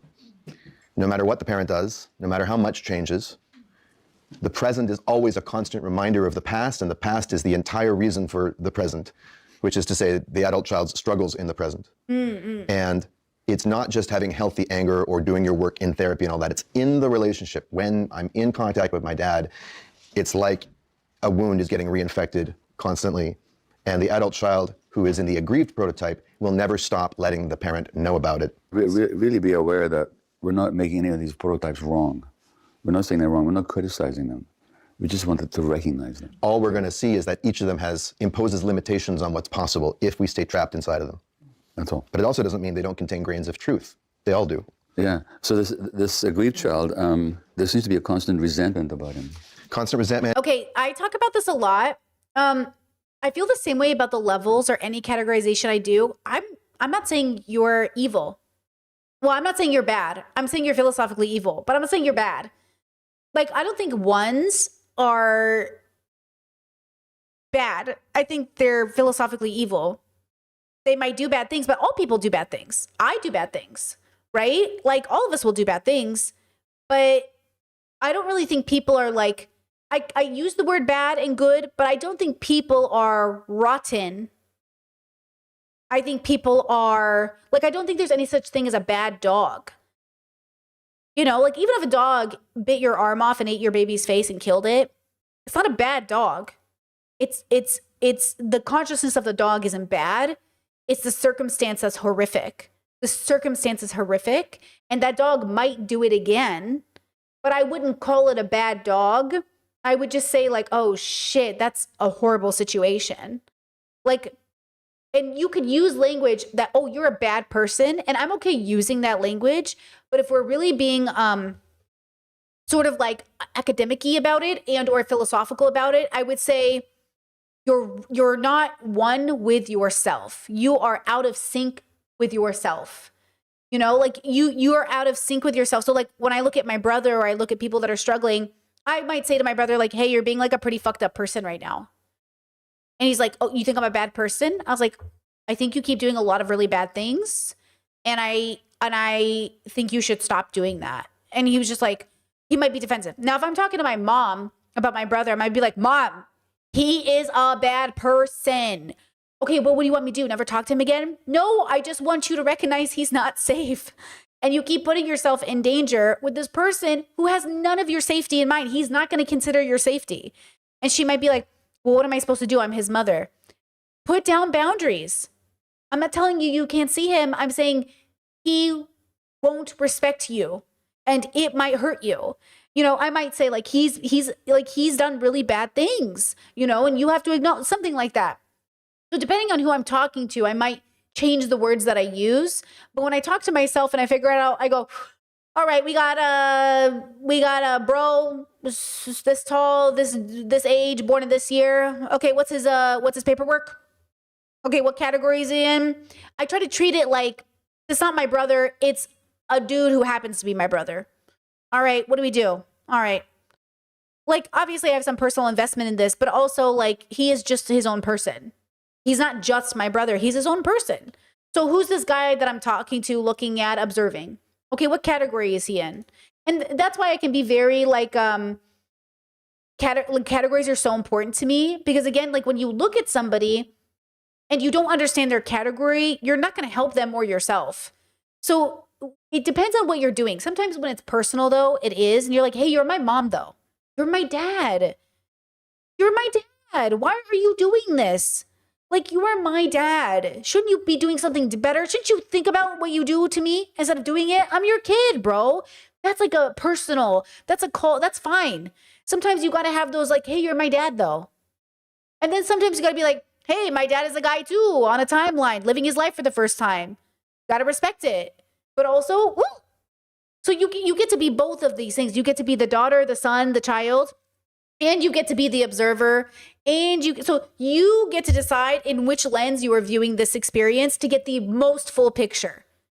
That is what I want you to do for yourself, the world, and maybe even, no pressure, the universe. But no pressure for the universe part. Just focus on yourself right now. Just you and your bubble, you on planet Earth, and then maybe you and the universe. But that part really isn't necessary, okay? The only part that's necessary, though, is like you, okay, everything in relation to yourself and everything in relationship outside of yourself, right? All right. And constant agitation and like inflammation of a rash or a wound, it won't leave them alone. And of course, the word grievance, if you were to melt a grievance, you would find grief. Yeah. But the grievance is the grief that's never grieved. Wait, Chad says like an optometrist, thingy 1 or 2, 2 or 3, like on the yeah, when you're with this thing, when you're like, which one do you see? Is that what you're saying?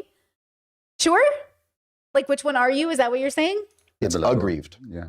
And there's a seeking of a kind of reparations or repair or restitution that is never, ever forthcoming. Say what it evokes in the parent is two things.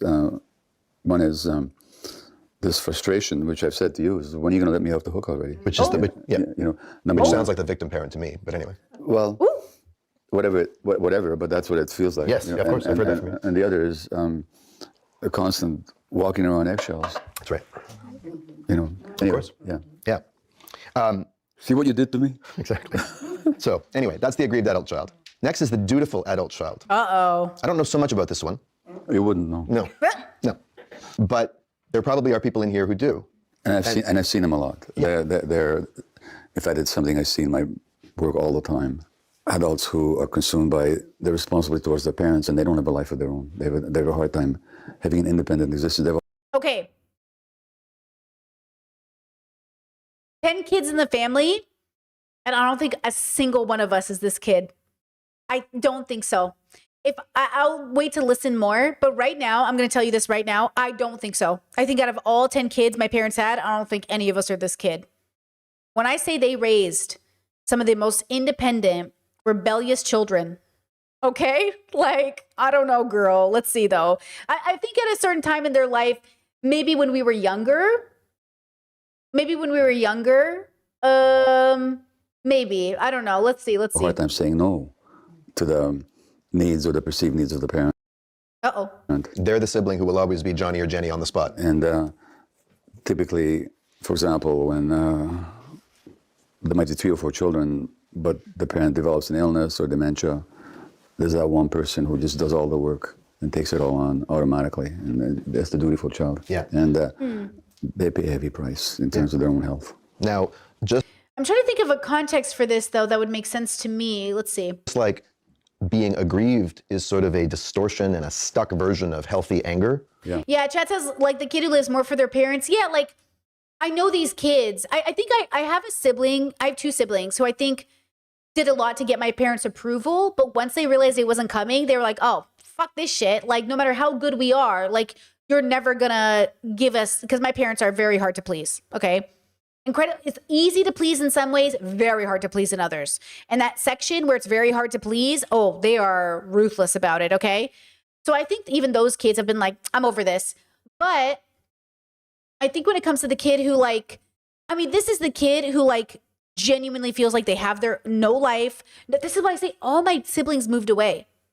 All of my siblings moved away so they could have their own life. And if they lived with my parents still, also, okay, example. My parents are very strict. Like, if you live at home, you have to, it's still their home, their rules. They don't care if you're 40. So, like, my sister wanted to wear leggings at home, and they were like, no. And she's like, I'm an adult. I'm like almost 30. And they were like, no leggings at home because they're indecent. And my sister was like, I gotta get out of here. I'm too old to have my parents tell me what to wear. And that's why I say, like, I love the intergenerational living, but y'all, some of your parents don't let you wear bikinis. You know, so like, I'm out. You know, I'm out. If I want to wear bikinis, I'm going to go live on my own. What a motivation to go to work. You know, gym clothes. My sister would come home from the gym and like sit in the car and just be like, I have to go in there. I have to face them. It was always a battle about like gym clothes. Girl, story of my life. It's a battle about gym clothes, okay? Like I told you, this, I couldn't wear this in front of my parents. It would be too indecent. They wouldn't let me come over. They'd like put on a shirt. My wedding dress, my dad thought it was indecent because it went too low. He's like, Betsy, I hope you're wearing a jacket with that wedding dress. I was like, Jesus, fuck. I don't know why y'all are so upset about Muslims and burqas. You might as well.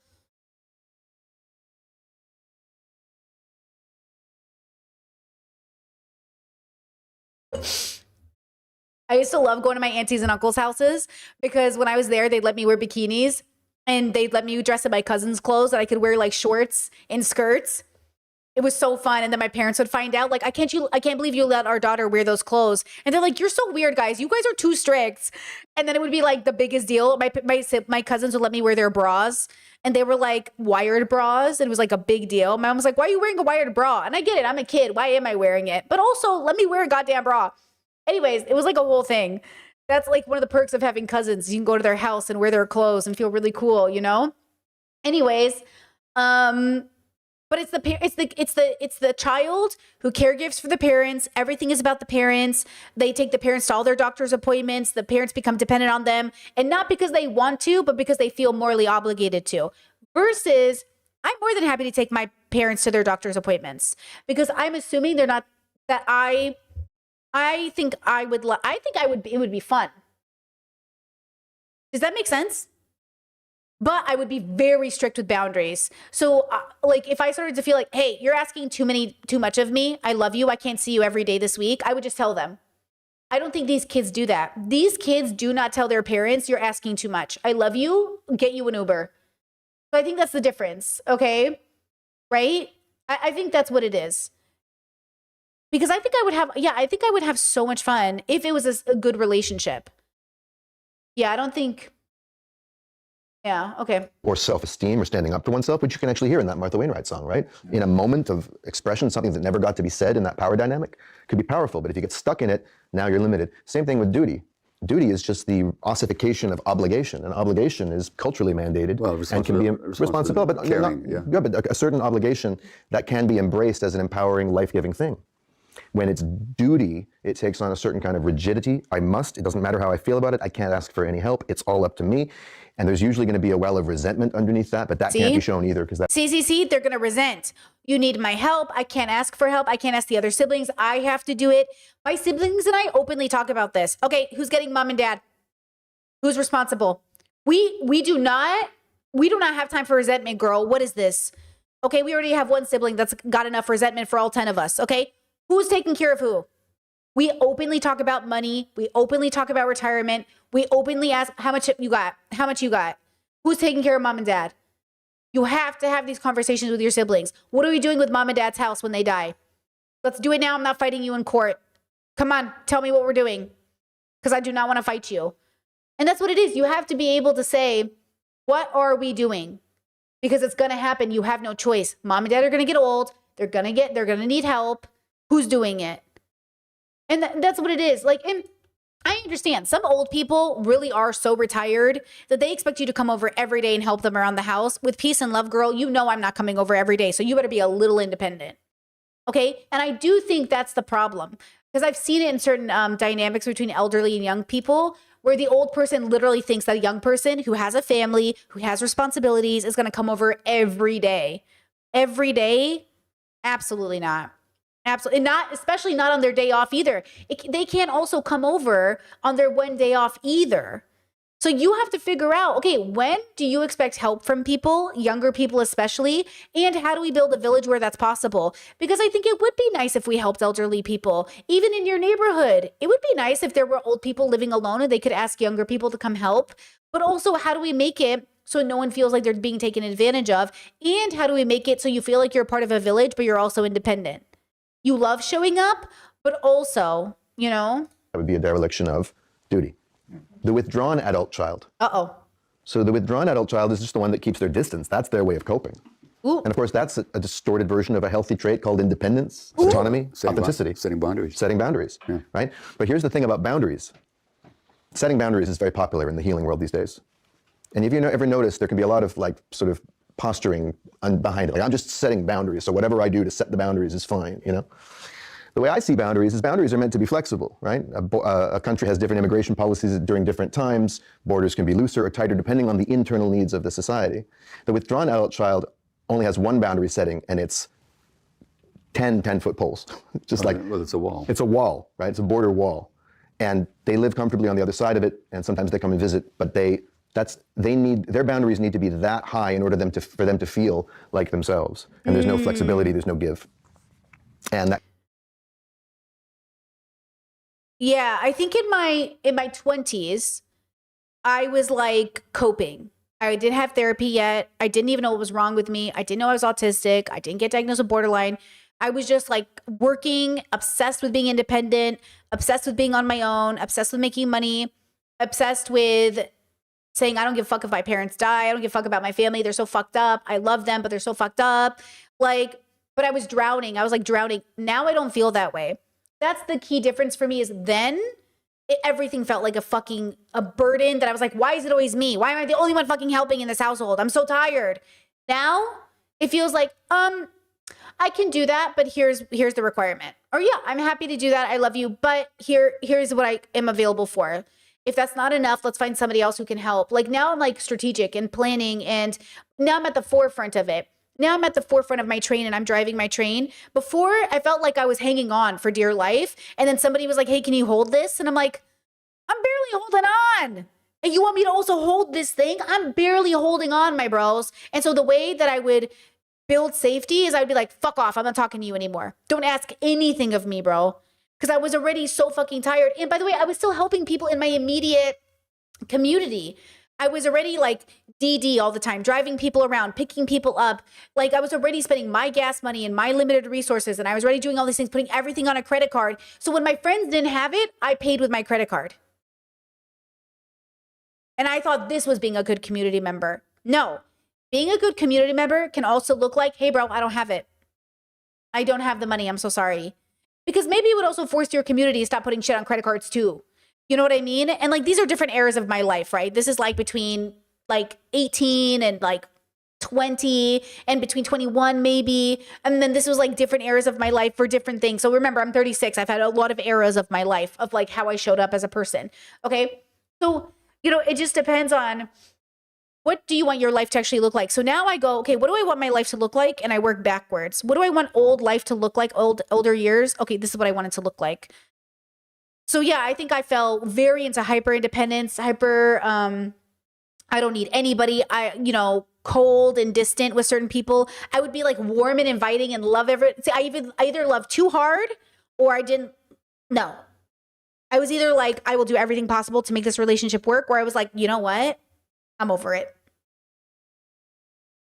And I was so overwhelmed, and it felt like now it feels very different. Now it feels like I get a choice. Now it feels like I have a real choice and no one's going to guilt me. And I have very strong values to rely on, which is very different. Yeah. Because like, I think it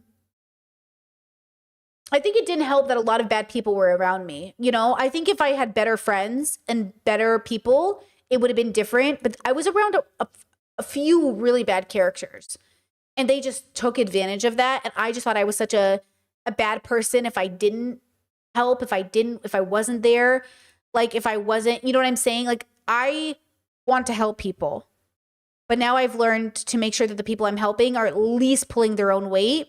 Because if they're not, like I can't trust them not to pull me down too, right? Because would you say you feel more freedom now, which gives you more choices? I feel healthier now. I feel stable. I know my values. I know my rights from wrongs. I know what I'm doing. I know my place in the universe. I have freedom of spirit. Like I have freedom of values. Like I have freedom because I know what I'm doing now. I just know what I'm doing now. I didn't know what I was doing all those years ago. I just didn't know. Like I didn't know, like, is this what's right? Is this good? Is this what I'm supposed to be doing? Is this love? Is this fucking love, bro? I'm confused. And now I'm just like, oh, yeah, I'm not doing that. Oh, I've already done this game. Oh, I've already beaten this level. It's like a video game, and you get to the level, you're like, fuck, what's the next move? And you're trying to beat this next level, and you just can't figure out, like, what is the combination of buttons? You're like, am I doing this right? And then you see other people do it, and they're doing it, and you're like, and now I've already beaten that level, I know what to do. And so that's what it is. I just know what to do now. And so the game feels really easy, even though it's hard, because you still got to be good at it. But at least I know what I'm doing now, Can create all kinds of stuck dynamics. The puerile Oh, okay, hold on. Chat says, from the outside perspective, it seems like you were searching for community because of perceived rejection from your OG community. It makes sense that situation would invite unsafe people. 100%. My whole life, all I've been looking for is community, which is why it's ironic that I'm at this place now. Who knew my community would be this? Not this alone, but like, it wasn't a physical community. Guys, I physically see and hang out with one person, and that is my partner. When I was younger, that would have felt like absolute hell to me. When I was younger, I was convinced if I wasn't physically surrounded by people, it would never feel good, because that was my whole life. I was always surrounded by my siblings. But it wasn't that. Because I was surrounded my whole life and I was so lonely, right? So like, it's not about that. My community is now independent people doing their own thing. I'm very Luffy in this. You know how Luffy lets his people do their own thing, but they're all a part of the group? But like, if they're off doing their own adventure, he's like, cool. He's a confident, secure bitch. That's me. I'm like, yeah, I want a community that doesn't have to be around me. I want a community that's all doing their own side quests, and then we get together on occasion and go like, how was it? And by the way, when we get together, there's different communities, right? Like my sibling community, my singular friend community, most of my friends are one-on-one friendships. I don't have friend groups. I don't have those. I have singular friendships with people. And maybe groups of 2 or 3, maybe. And that's the point, is like, instead of thinking my community, my bubble had to look a particular way, I listened to my therapist, and she said, just be joyful, be happy. And whatever that looks like, accept it rather than fight it because it doesn't look the way you think it should look. Oh, I'll never be happy till I do this. I'll never be happy till I do this. Oh, I'll never be happy till I have a mansion. then why am I so happy in this 2-bedroom apartment, right? Oh, it wasn't about the mansion. It was about the safety. It was about being able to pay rent. It was about, you just never know what it's going to be. Same with partnership. Like in your head, you have this idea of what your partner is going to be like and da-da-da. And then you meet a person who doesn't fit into it. And then it's like weird. But instead, just be like, oh, I didn't know what it was going to look like, but cool. And that fundamentally, like my therapist really fundamentally changed my life. Because I was like, oh yeah, I keep thinking it has to look a certain way. If it didn't look like The Devil Wears Prada, how good could my life be? And now I'm like, why did I even want that? You know? Okay. And that can create all kinds of stuck dynamics. The puerile adult child, which is just the adult child who never grows up, the one who's always acting out, the one who is constantly the source of concern in the family, could be the black sheep. You know, the one who's always making a scene at Thanksgiving, the one that everyone is concerned about. Watch that one, because the black sheep in the family is very often the sensitive one, and the one who's actually manifesting all the issues in the family. I was going to say I'm the black sheep in the family, but I'm a very sensitive girly. But you know who they're talking about now? I think my brother. I think they're talking about my brother. I think so. But I'm the black sheep. He's not the black sheep. He wishes, okay? Family, and who's often the truth speaker. He's the one, or she's the one who might call out the parent for stuff that happened in the past that everybody else is in denial of. So they could be the aggrieved one. I don't want to. No. Well, but in none of these cases, I wasn't making it wrong though. No. But I'm just the poor child is not the black sheep. I agree with Gabor is right. They're different categories. Okay. The black sheep is very often carries a lot of truth. You know, the pure child in that sense is just a kid who's never grown up. He's acting like a 2 or 3-year-old emotionally, functioning like a toddler, and taking it on the whole family or particularly on the parents. On behalf of Black Sheep. Wait. That's my brother. That's me and my brother. That's why we have so much tension between the two of us. We're rivals. We're frenemies. And it's because I call him out and he throws the tantrum. And I go, stop throwing a tantrum. You're older than me. And that's our dynamic. Oh, Brittany, can't you just let it go? What? Can't you just let it go? No. Because you guys won't talk about what he did. None of you will talk about what anyone does in this family. Can't you just let it go? Who cares? Everywhere, thank you for that. You're welcome, yeah. And lastly, the striving adult child. And this would be kind of an inverse of the puerile one, and it's, I guess, related to duty, but instead of the dutiful one being, I'm going to come home and stay for months and take care of mom and dad and do everything, it's, I'm going to be out there in the world, constantly proving, constantly achieving, constantly impressing. And you could imagine that a striving adult child prototype and a rejecting, disapproving parent prototype could mesh together pretty well. And the striving adult child often achieves a lot in the world. You know, they do, and then you can say it's a good thing, but to the extent that they fall into a prototype, it's at a cost to themselves. Do you recognize yourself in that one with your parents, or of any of these? Do any of these occur to you? As the adult child? Yeah, I mean, his parents have been gone for. My grandmother died 20 years ago, but yeah, 21 years ago. Well, the striving was certainly there. Trying to justify my existence in the world. Wanted them to be proud of you. Yeah. Were they ever proud enough for you, proud enough of you to satisfy you?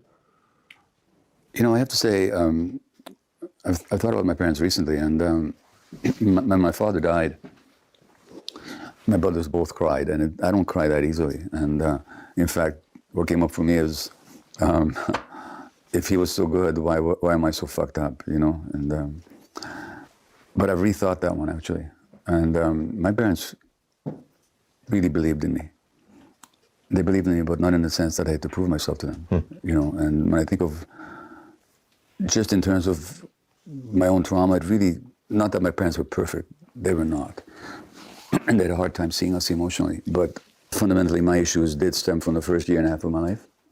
And after that, they provided a fairly stable and very supportive environment. You ever heard of the Happy Childhood Challenge? No, but I'm telling you, I know, I have. I got it. Yeah, no, I'm telling you, and actually my parents, when I thought about what gave me a lot of strength, and my parents really believed in me. They did. You know, they respected me. They believed in me. So I didn't have to prove myself to them. And yet, you sometimes found yourself striving. That has to do with. That's what I'm saying. That has to do with my first year and a half. Right. Your place in the world. My place in the world and what was happening in the world. Well, it's a good demonstration that the prototype isn't necessarily caused or brought on by the other person. Yeah. It exists in, so the grievance is related in some way to things that happen between you and me. No, the only but it's also living inside of me completely independently of you. There's only one thing that occurs to me. My grandfather, who died in Auschwitz, was a physician and an author. I become a physician and an author. And how coincidental is that? And I did wonder, and I used to resent my grandfather, my dead grandfather, who I met once when I was a month old. That's it. And what was I resenting? I was resenting the sainted and sacred position that he held in my mother's heart. So in that sense, I think I was competing with him, to be accepted and loved by my mother. Right. And so yeah, that's what the striving. So there's nothing. Yeah, that's perfect. Yeah. So there's nothing she did in terms of her parenting that said, Gabor, you've got to get straight A's, you've got to be a medical student. But whatever she was carrying emotionally imbued in you a sense of insufficiency and competition with who you could never be. An impossible ideal. Right. Yeah. So here are the summary of prototypes. Which prototype or prototypes do you most identify with? Do you see yourself falling into from time to time? And how does that show up? And how does that show up? What happens when you're in that prototype? This was such a cool video. I'll go ahead and link it too, so you guys can check out. Maybe they have more content or something. I've never heard of this channel, but that's really cool. I really liked this. There was so much to say, but I think it really helps me personally to categorize and figure out like who I am in the story and who the people are in my life, and it really helps me humanize people. Like in some ways, it could make you objectify them, but I tend to humanize people. And I think that is the difference between two different kinds of brains, is like when you learn like a diagnosis of someone, do you objectify them or humanize them? Oh, they have schizophrenia. Oh, no wonder. Oh, they have schizophrenia. Oh, they have BPD. Oh, they have BPD. Interesting. Oh, that makes sense. Okay. Oh, they have NPD. Oh no. Oh, they have NPD. Oh, these are the two, and I'm just like, okay. Now you could also be like, they have BPD. I'm not one of those. They have autism. I'm not one of those. I'm like, oh, you have autism. Okay, autism. Okay, autistic. Okay, how does that play in your life? But I'm not like, I have autism. That's different. Relax. Okay? So we don't want to excuse they have autism. We don't want to, they have autism. We want to, autism. Okay. Little French fries for you, buddy. Okay. We want it to be exciting. Oh, fun. Oh, okay. Oh. It's like, okay, it becomes exciting. Not, it's, oh. Okay. So the way I want to end stream is, okay, the parental dynamic that often we don't talk about because it's kind of hard to understand, because how do I say this? It isn't as common. It's a consequence of a judgmental and shameful world. And it adds a whole other layer that could take its own stream up. But I want to talk about teen pregnancy and what happens when your bubble is so ashamed of your teen pregnancy that they encourage you to give up your baby for adoption. And I want to end on a happy story about a very unlucky circumstance. And I also want to say that though adoption might be great for some families, many young teens are just as well off keeping those babies and raising those babies with loving and supportive parents, okay? And they think about those babies for a really long time. So check out this story that I saw the other day that honestly, I cried by the end of it personally, but okay. Here's the story. Our house was the cookie house. Their connection started... Oopsies. Hold on, Our house was the cookie house. Their connection started over sweets. It was the lemon bar and chocolate chip cookies. For more than 10 years, Vamar Hunter found himself drawn to Gimme Some Sugar, a bakery on Chicago's South Side. How often would you say you were coming? At least once a week. And what did you like about this place? It's just the whole vibe. Everything is comfortable, and the pancakes was just like the best I'd ever had. I still, to this day, don't order pancakes from anywhere else. Behind those pancakes, Lenore Lindsay, who never thought she'd own a bakery but took it up after retirement, putting her own spin on some family recipes. I just wanted to have a little place, you know, like Cheers, where everybody knows your name. And always watching out for the regulars. You know, hey, you gonna eat all that? Like that. So in those early days, he comes in. Were you paying any attention to him? No, none at all. I didn't think he was special in any way. Did it really happen? Man, that just felt mean. That easy rapport foreshadowing a life-altering explanation. Vamar was adopted as a child. The way I found out was my adoptive mother just brought it up kind of matter-of-factly, like, yeah, remember when I told you you were adopted? No. You'd never heard that before. No. So he started working with a genealogist who found his biological mother. You can't tell this story without talking God, because I was led the entire way. Little did he know, he'd be led right behind the counter of his favorite bakery, back to Lenore. Pregnant at just 17, at the time, Lenore felt adoption was the best way forward. Every time I think about how I disappointed my parents, that's just very overwhelming for me. So all I could think about was, how can I make this better for my parents, and just kind of go on. 50 years later, she was given the name and number of her son to call, thinking he'd be a complete stranger. I called him from the bakery line because I wasn't sure, who he was or anything. Give me some sugar pops up. I didn't order anything. I'm thinking, like, why? Then I heard her voice. And I'm like, Miss Lenore? Like, yeah. Like, Miss Lenore? Like, yeah. I'm like, this is for Mars. So wait, are you two just screaming at each other on the phone? We're just screaming. Yeah, We're just like screaming. It was a lot of, oh my God. We're just like, oh my goodness, no! Yeah, no! Are you kidding? No! And the pair started noticing some similarities. I started seeing, like, oh, the little wisecracking thing. Yeah. I got somebody to blame for that now. We are so much alike, it is crazy.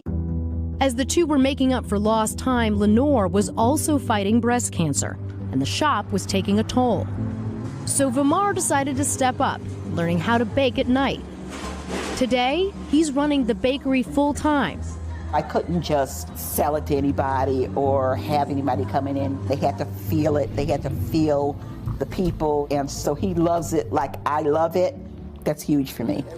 And Vamar has mastered his craft. Are these the famous pound cakes? Yes. Yes. These are the Vamar pound cakes? These are the Vamar pound cakes. Mother and son, now together, feeding the souls of their community. This world is full of people that don't do good things, And it just so happens that my mother is a pillar of the community. I can't explain it. It almost feels like I have never been away from him. Oh my God. Are you kidding me? I can't believe That's the greatest story from I've ever this seen. couch. One of the stories I've ever seen. Wow. It's pretty incredible. Wow. Thank you so much to Vamar and for Miss Lindsay for letting me into that shop. And they've got their little pastries at the table there. I didn't. Okay. We just,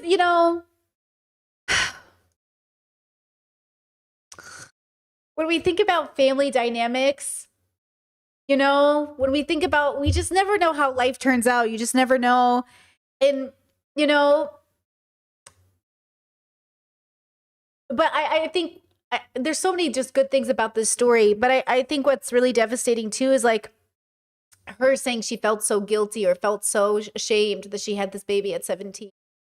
But I just keep thinking like, I wish he could have known him. I wish he could have seen him. But also, I'm so happy he seemed to have been adopted by a good family. He seems like a good person, and they work together. I just think that's so beautiful. He could take over, and she's got cancer, and that's devastating. And I'm just so glad he got to meet her before. He got to meet her, and she got to meet him before. God forbid, I hope she gets to live another 20 years. But like, this is also a family dynamic. This is also a family structure. This is also a family framework. This is also the reality of so many children around the world, so many young people, babies having babies, and we need to rely on strong family support to get us through. And I just know when I was coming up, teen pregnancy was like the worst thing ever. And I always used to tell my mom and dad, I can't believe 10 kids and none of us got teen pregnanted. Teen pregnanted? None of us? That's crazy. 10 kids and none of us had a teen pregnancy? That's wild. That's really crazy, honestly. Statistically, I just feel like that's crazy. But we never did. And I just know if we had, we would have had supportive parents. I mean, angry parents. They would have been so mad. They would have been so mad. But I think they would have supported us because they're pro-life and they have to. And that's kind of the funny part. Like, I wish he had had that, Oma. I wish he had had that. But, yeah, like, I think that's, yeah, how different would her life have been if she could have. But I just love that they came together. What are the chances? What are the chances that they met each other so late in life? But how beautiful. So, okay, all of this to say, when we talk about like deconstructing family dynamics and who we are, so much of it is who we are in the story, who came before us, how we were raised. Like my parents always said, you were raised better than us. You should have heard the stories that your grandpa, your grandma, da-da-da, which is true. And yet we still want to do better than our parents. And there's so much like beauty in our family dynamics, and there is so much ugliness. And I think it's a balance of letting you have both. Give yourself your wins and acknowledge the losses in your family. And also like forgive yourself for loving your family. I know right now the world is divided. And I know that a lot of people, and I'm happy for you, are able to cut off their parents. Either, I will use the word easily, though I don't ever think it's easy. And then I will give you why you're not cutting off your parents. I don't blame you. I would never, ever tell people to cut off their family or friends. I would say, if this person is not inner circle, if this person is not your anime guild, if this is not people that you feel like you are so specially connected to, then I would say cut them out. The only people I ever recommend people cut out forever are people that you genuinely, with a couple of years, will forget you even knew.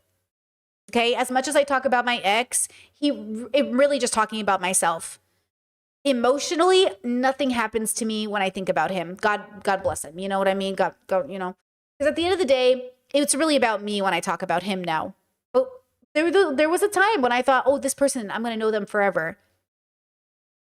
It doesn't. When I think about people I dated or people I used to even be friends with, sure, I can be sad about like, oh, that friendship. But the truth is like, yeah, I don't really think about them like that anymore. But my family, I haven't talked to my brother since 2019. And I just feel so connected to him. Like, he's so significant to me. He's so important to me. And I know he wouldn't hear that, right? He would hear this stream and be like, Brittany hates me. Look at how much Brittany hates me. I love him so much.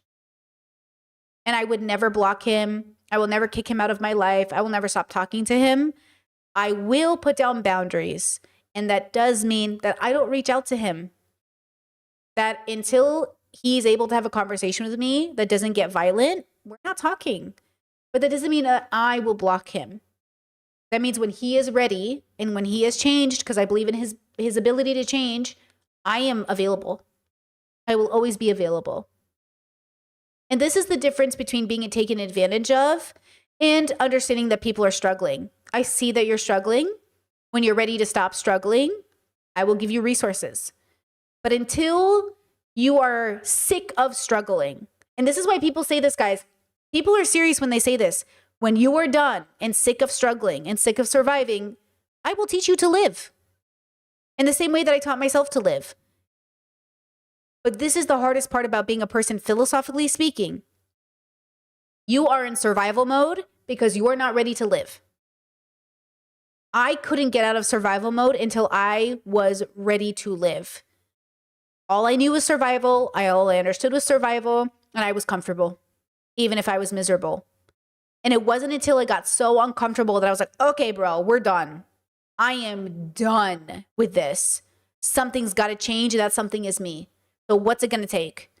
And no coping, no lying to yourself, because a lot of survival is coping. And I get it, girl. We got to cope. Okay, I'm fine. I make money. I've got, XYZ thing. I'm happy. But you're not happy. You're happy, emotional, but you're not joyful, philosophical. So it's not enough. You're chasing still.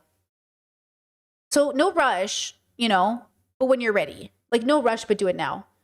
Okay? Chad said it's like the gate to the Kilaueas of Family Mansion in the Hunter x Hunter. It's always open, but you gotta have to be ready to open it. Yeah, you gotta be ready to open it. It's just not gonna work until you're ready. And that's okay. I wasn't ready until I was 30. 30! Some of you already did it and you're 21. Some of you already figured out how to live and you're 19. It took me 30 years to get out of survival and to be like, okay, I'm ready to really live my life now. I'm like really live my life. Not just chase what I think living is, but what I really living my life. Which is why I say, like, at least in my lived experience, it's not about having all the money in the world. It's about having the right amount of money. Maybe it's 50K, maybe it's 70. But all these people I see making 250K and still in survival mode, see how it wasn't about the money? All these people I see with so much access and privilege and they're still in survival mode. See how it wasn't about support and structures and systems and availability. It wasn't about the privilege alone. This is a personal journey. Philosophical journey is very deeply personal. And yes, it relates to the structures, but you exist outside of these structures. And as long as you think your identity only makes sense through these structures, you'll never be out of survival mode because these structures aren't built to be livable. The structures, politics, all these things, guys, those aren't living systems. Those are surviving systems. So as long as you identify through those systems, you will always be in survival mode. And now that I'm in living mode, I am a much better community member. Okay? I am a much better community member. If it helps, Gabor Mate, we just watched it. Think of the prototypes as systems or structures. And imagine if Gabor Mate only saw himself as through these prototypes and never thought of himself outside of them. That's what systems are to me. Systems are only seeing yourself through the negative, through these structures of oppression. And like, how are you ever supposed to live if that's how you see yourself, right? So then it's like, okay, how do I see myself, everything in relation to myself? That's what the levels are. Okay, you can be a 2 and be joyful. Okay, who am I in relation to everything inside of myself? And who am I in relation to everything outside of myself? Okay, 2s in relation to everything outside of myself being the earth, planet Earth. 5s, everything in relation to the universe itself. 2 different types of joy, both are good. 2 joy, just as good as 5 joy. Same joy. Well, same joy in philosophical sense, different perspectives. It's a different perspective, but same joy.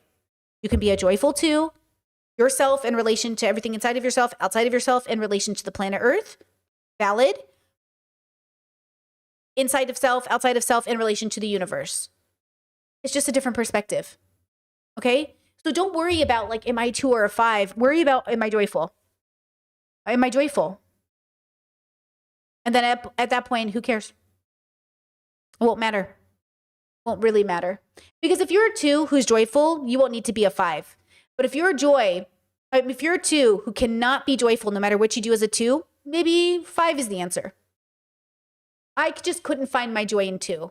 I couldn't do it. I tried, I bubble hopped, I went everywhere. I just couldn't find it. So 5 was my answer. But there are so many joyful 2s. And if you try to be a 5 when you're meant to be a 2, ooh, girl, you're not going to find it. Same thing. You're going to be in survival mode, you know?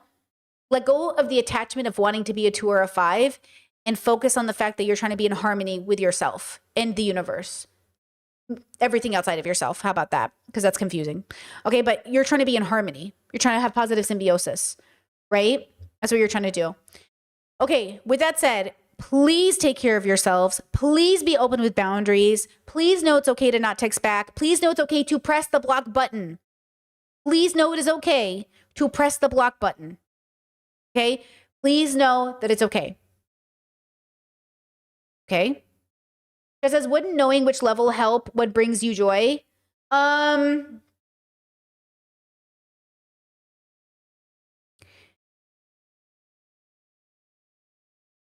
You tell me.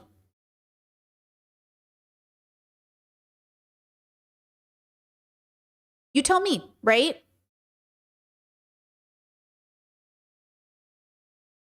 The chicken or the egg? Which came first? Can you know something without experiencing the journey? And if you've experienced the journey to know the something, which came first? The level or the experience to get to the level? What is this? Bird? I see bird and tree. Well, thank you for gifting memberships. Yay! Congratulations on gifted memberships. Thank you so much. I appreciate that. Yay! Love that. Love that. Thank you. Okay, with that said, tentatively, there is a very high probability I will have to skip stream tomorrow, which really sucks because I got the request to cover. We're at the end of Back to the Basics, girls. We did it. FYI, that's it. That's all you're getting from me. 7 episodes in the series. Back to the Basics. We're done. Okay, moving forward, we can talk about all the topics in different ways, but that's it. I think I did it. Okay, I'm done. Plus, I keep getting demonetized for these streams, so I got to go back to making money. Okay. So when we come back tomorrow, if I can stream, or Monday, we're going to cover, but guys requested the Anna Kasparian Pearl debate. So I'll cover that either tomorrow or Monday. I'll keep you posted if I have the spoons tomorrow to stream, but we have to go to town. We have to do stuff. We have to wake up really early, and you know that's not my normal schedule, so it might throw off my spoons. I'll keep you posted. Look for my YouTube posts, and or if you're on the Discord, look for the Discord posts, and I'll let you know. Otherwise, I'll see you tomorrow, Monday. Okay. See you then. Bye. Take care of yourselves. Love you. Bye. Mwah. Love you. Jojo, thank you so much for the super chat. I see you. Thank you, Jojo. Kisses. Love you. Love you like your mom loves you. Just kidding. Love you more.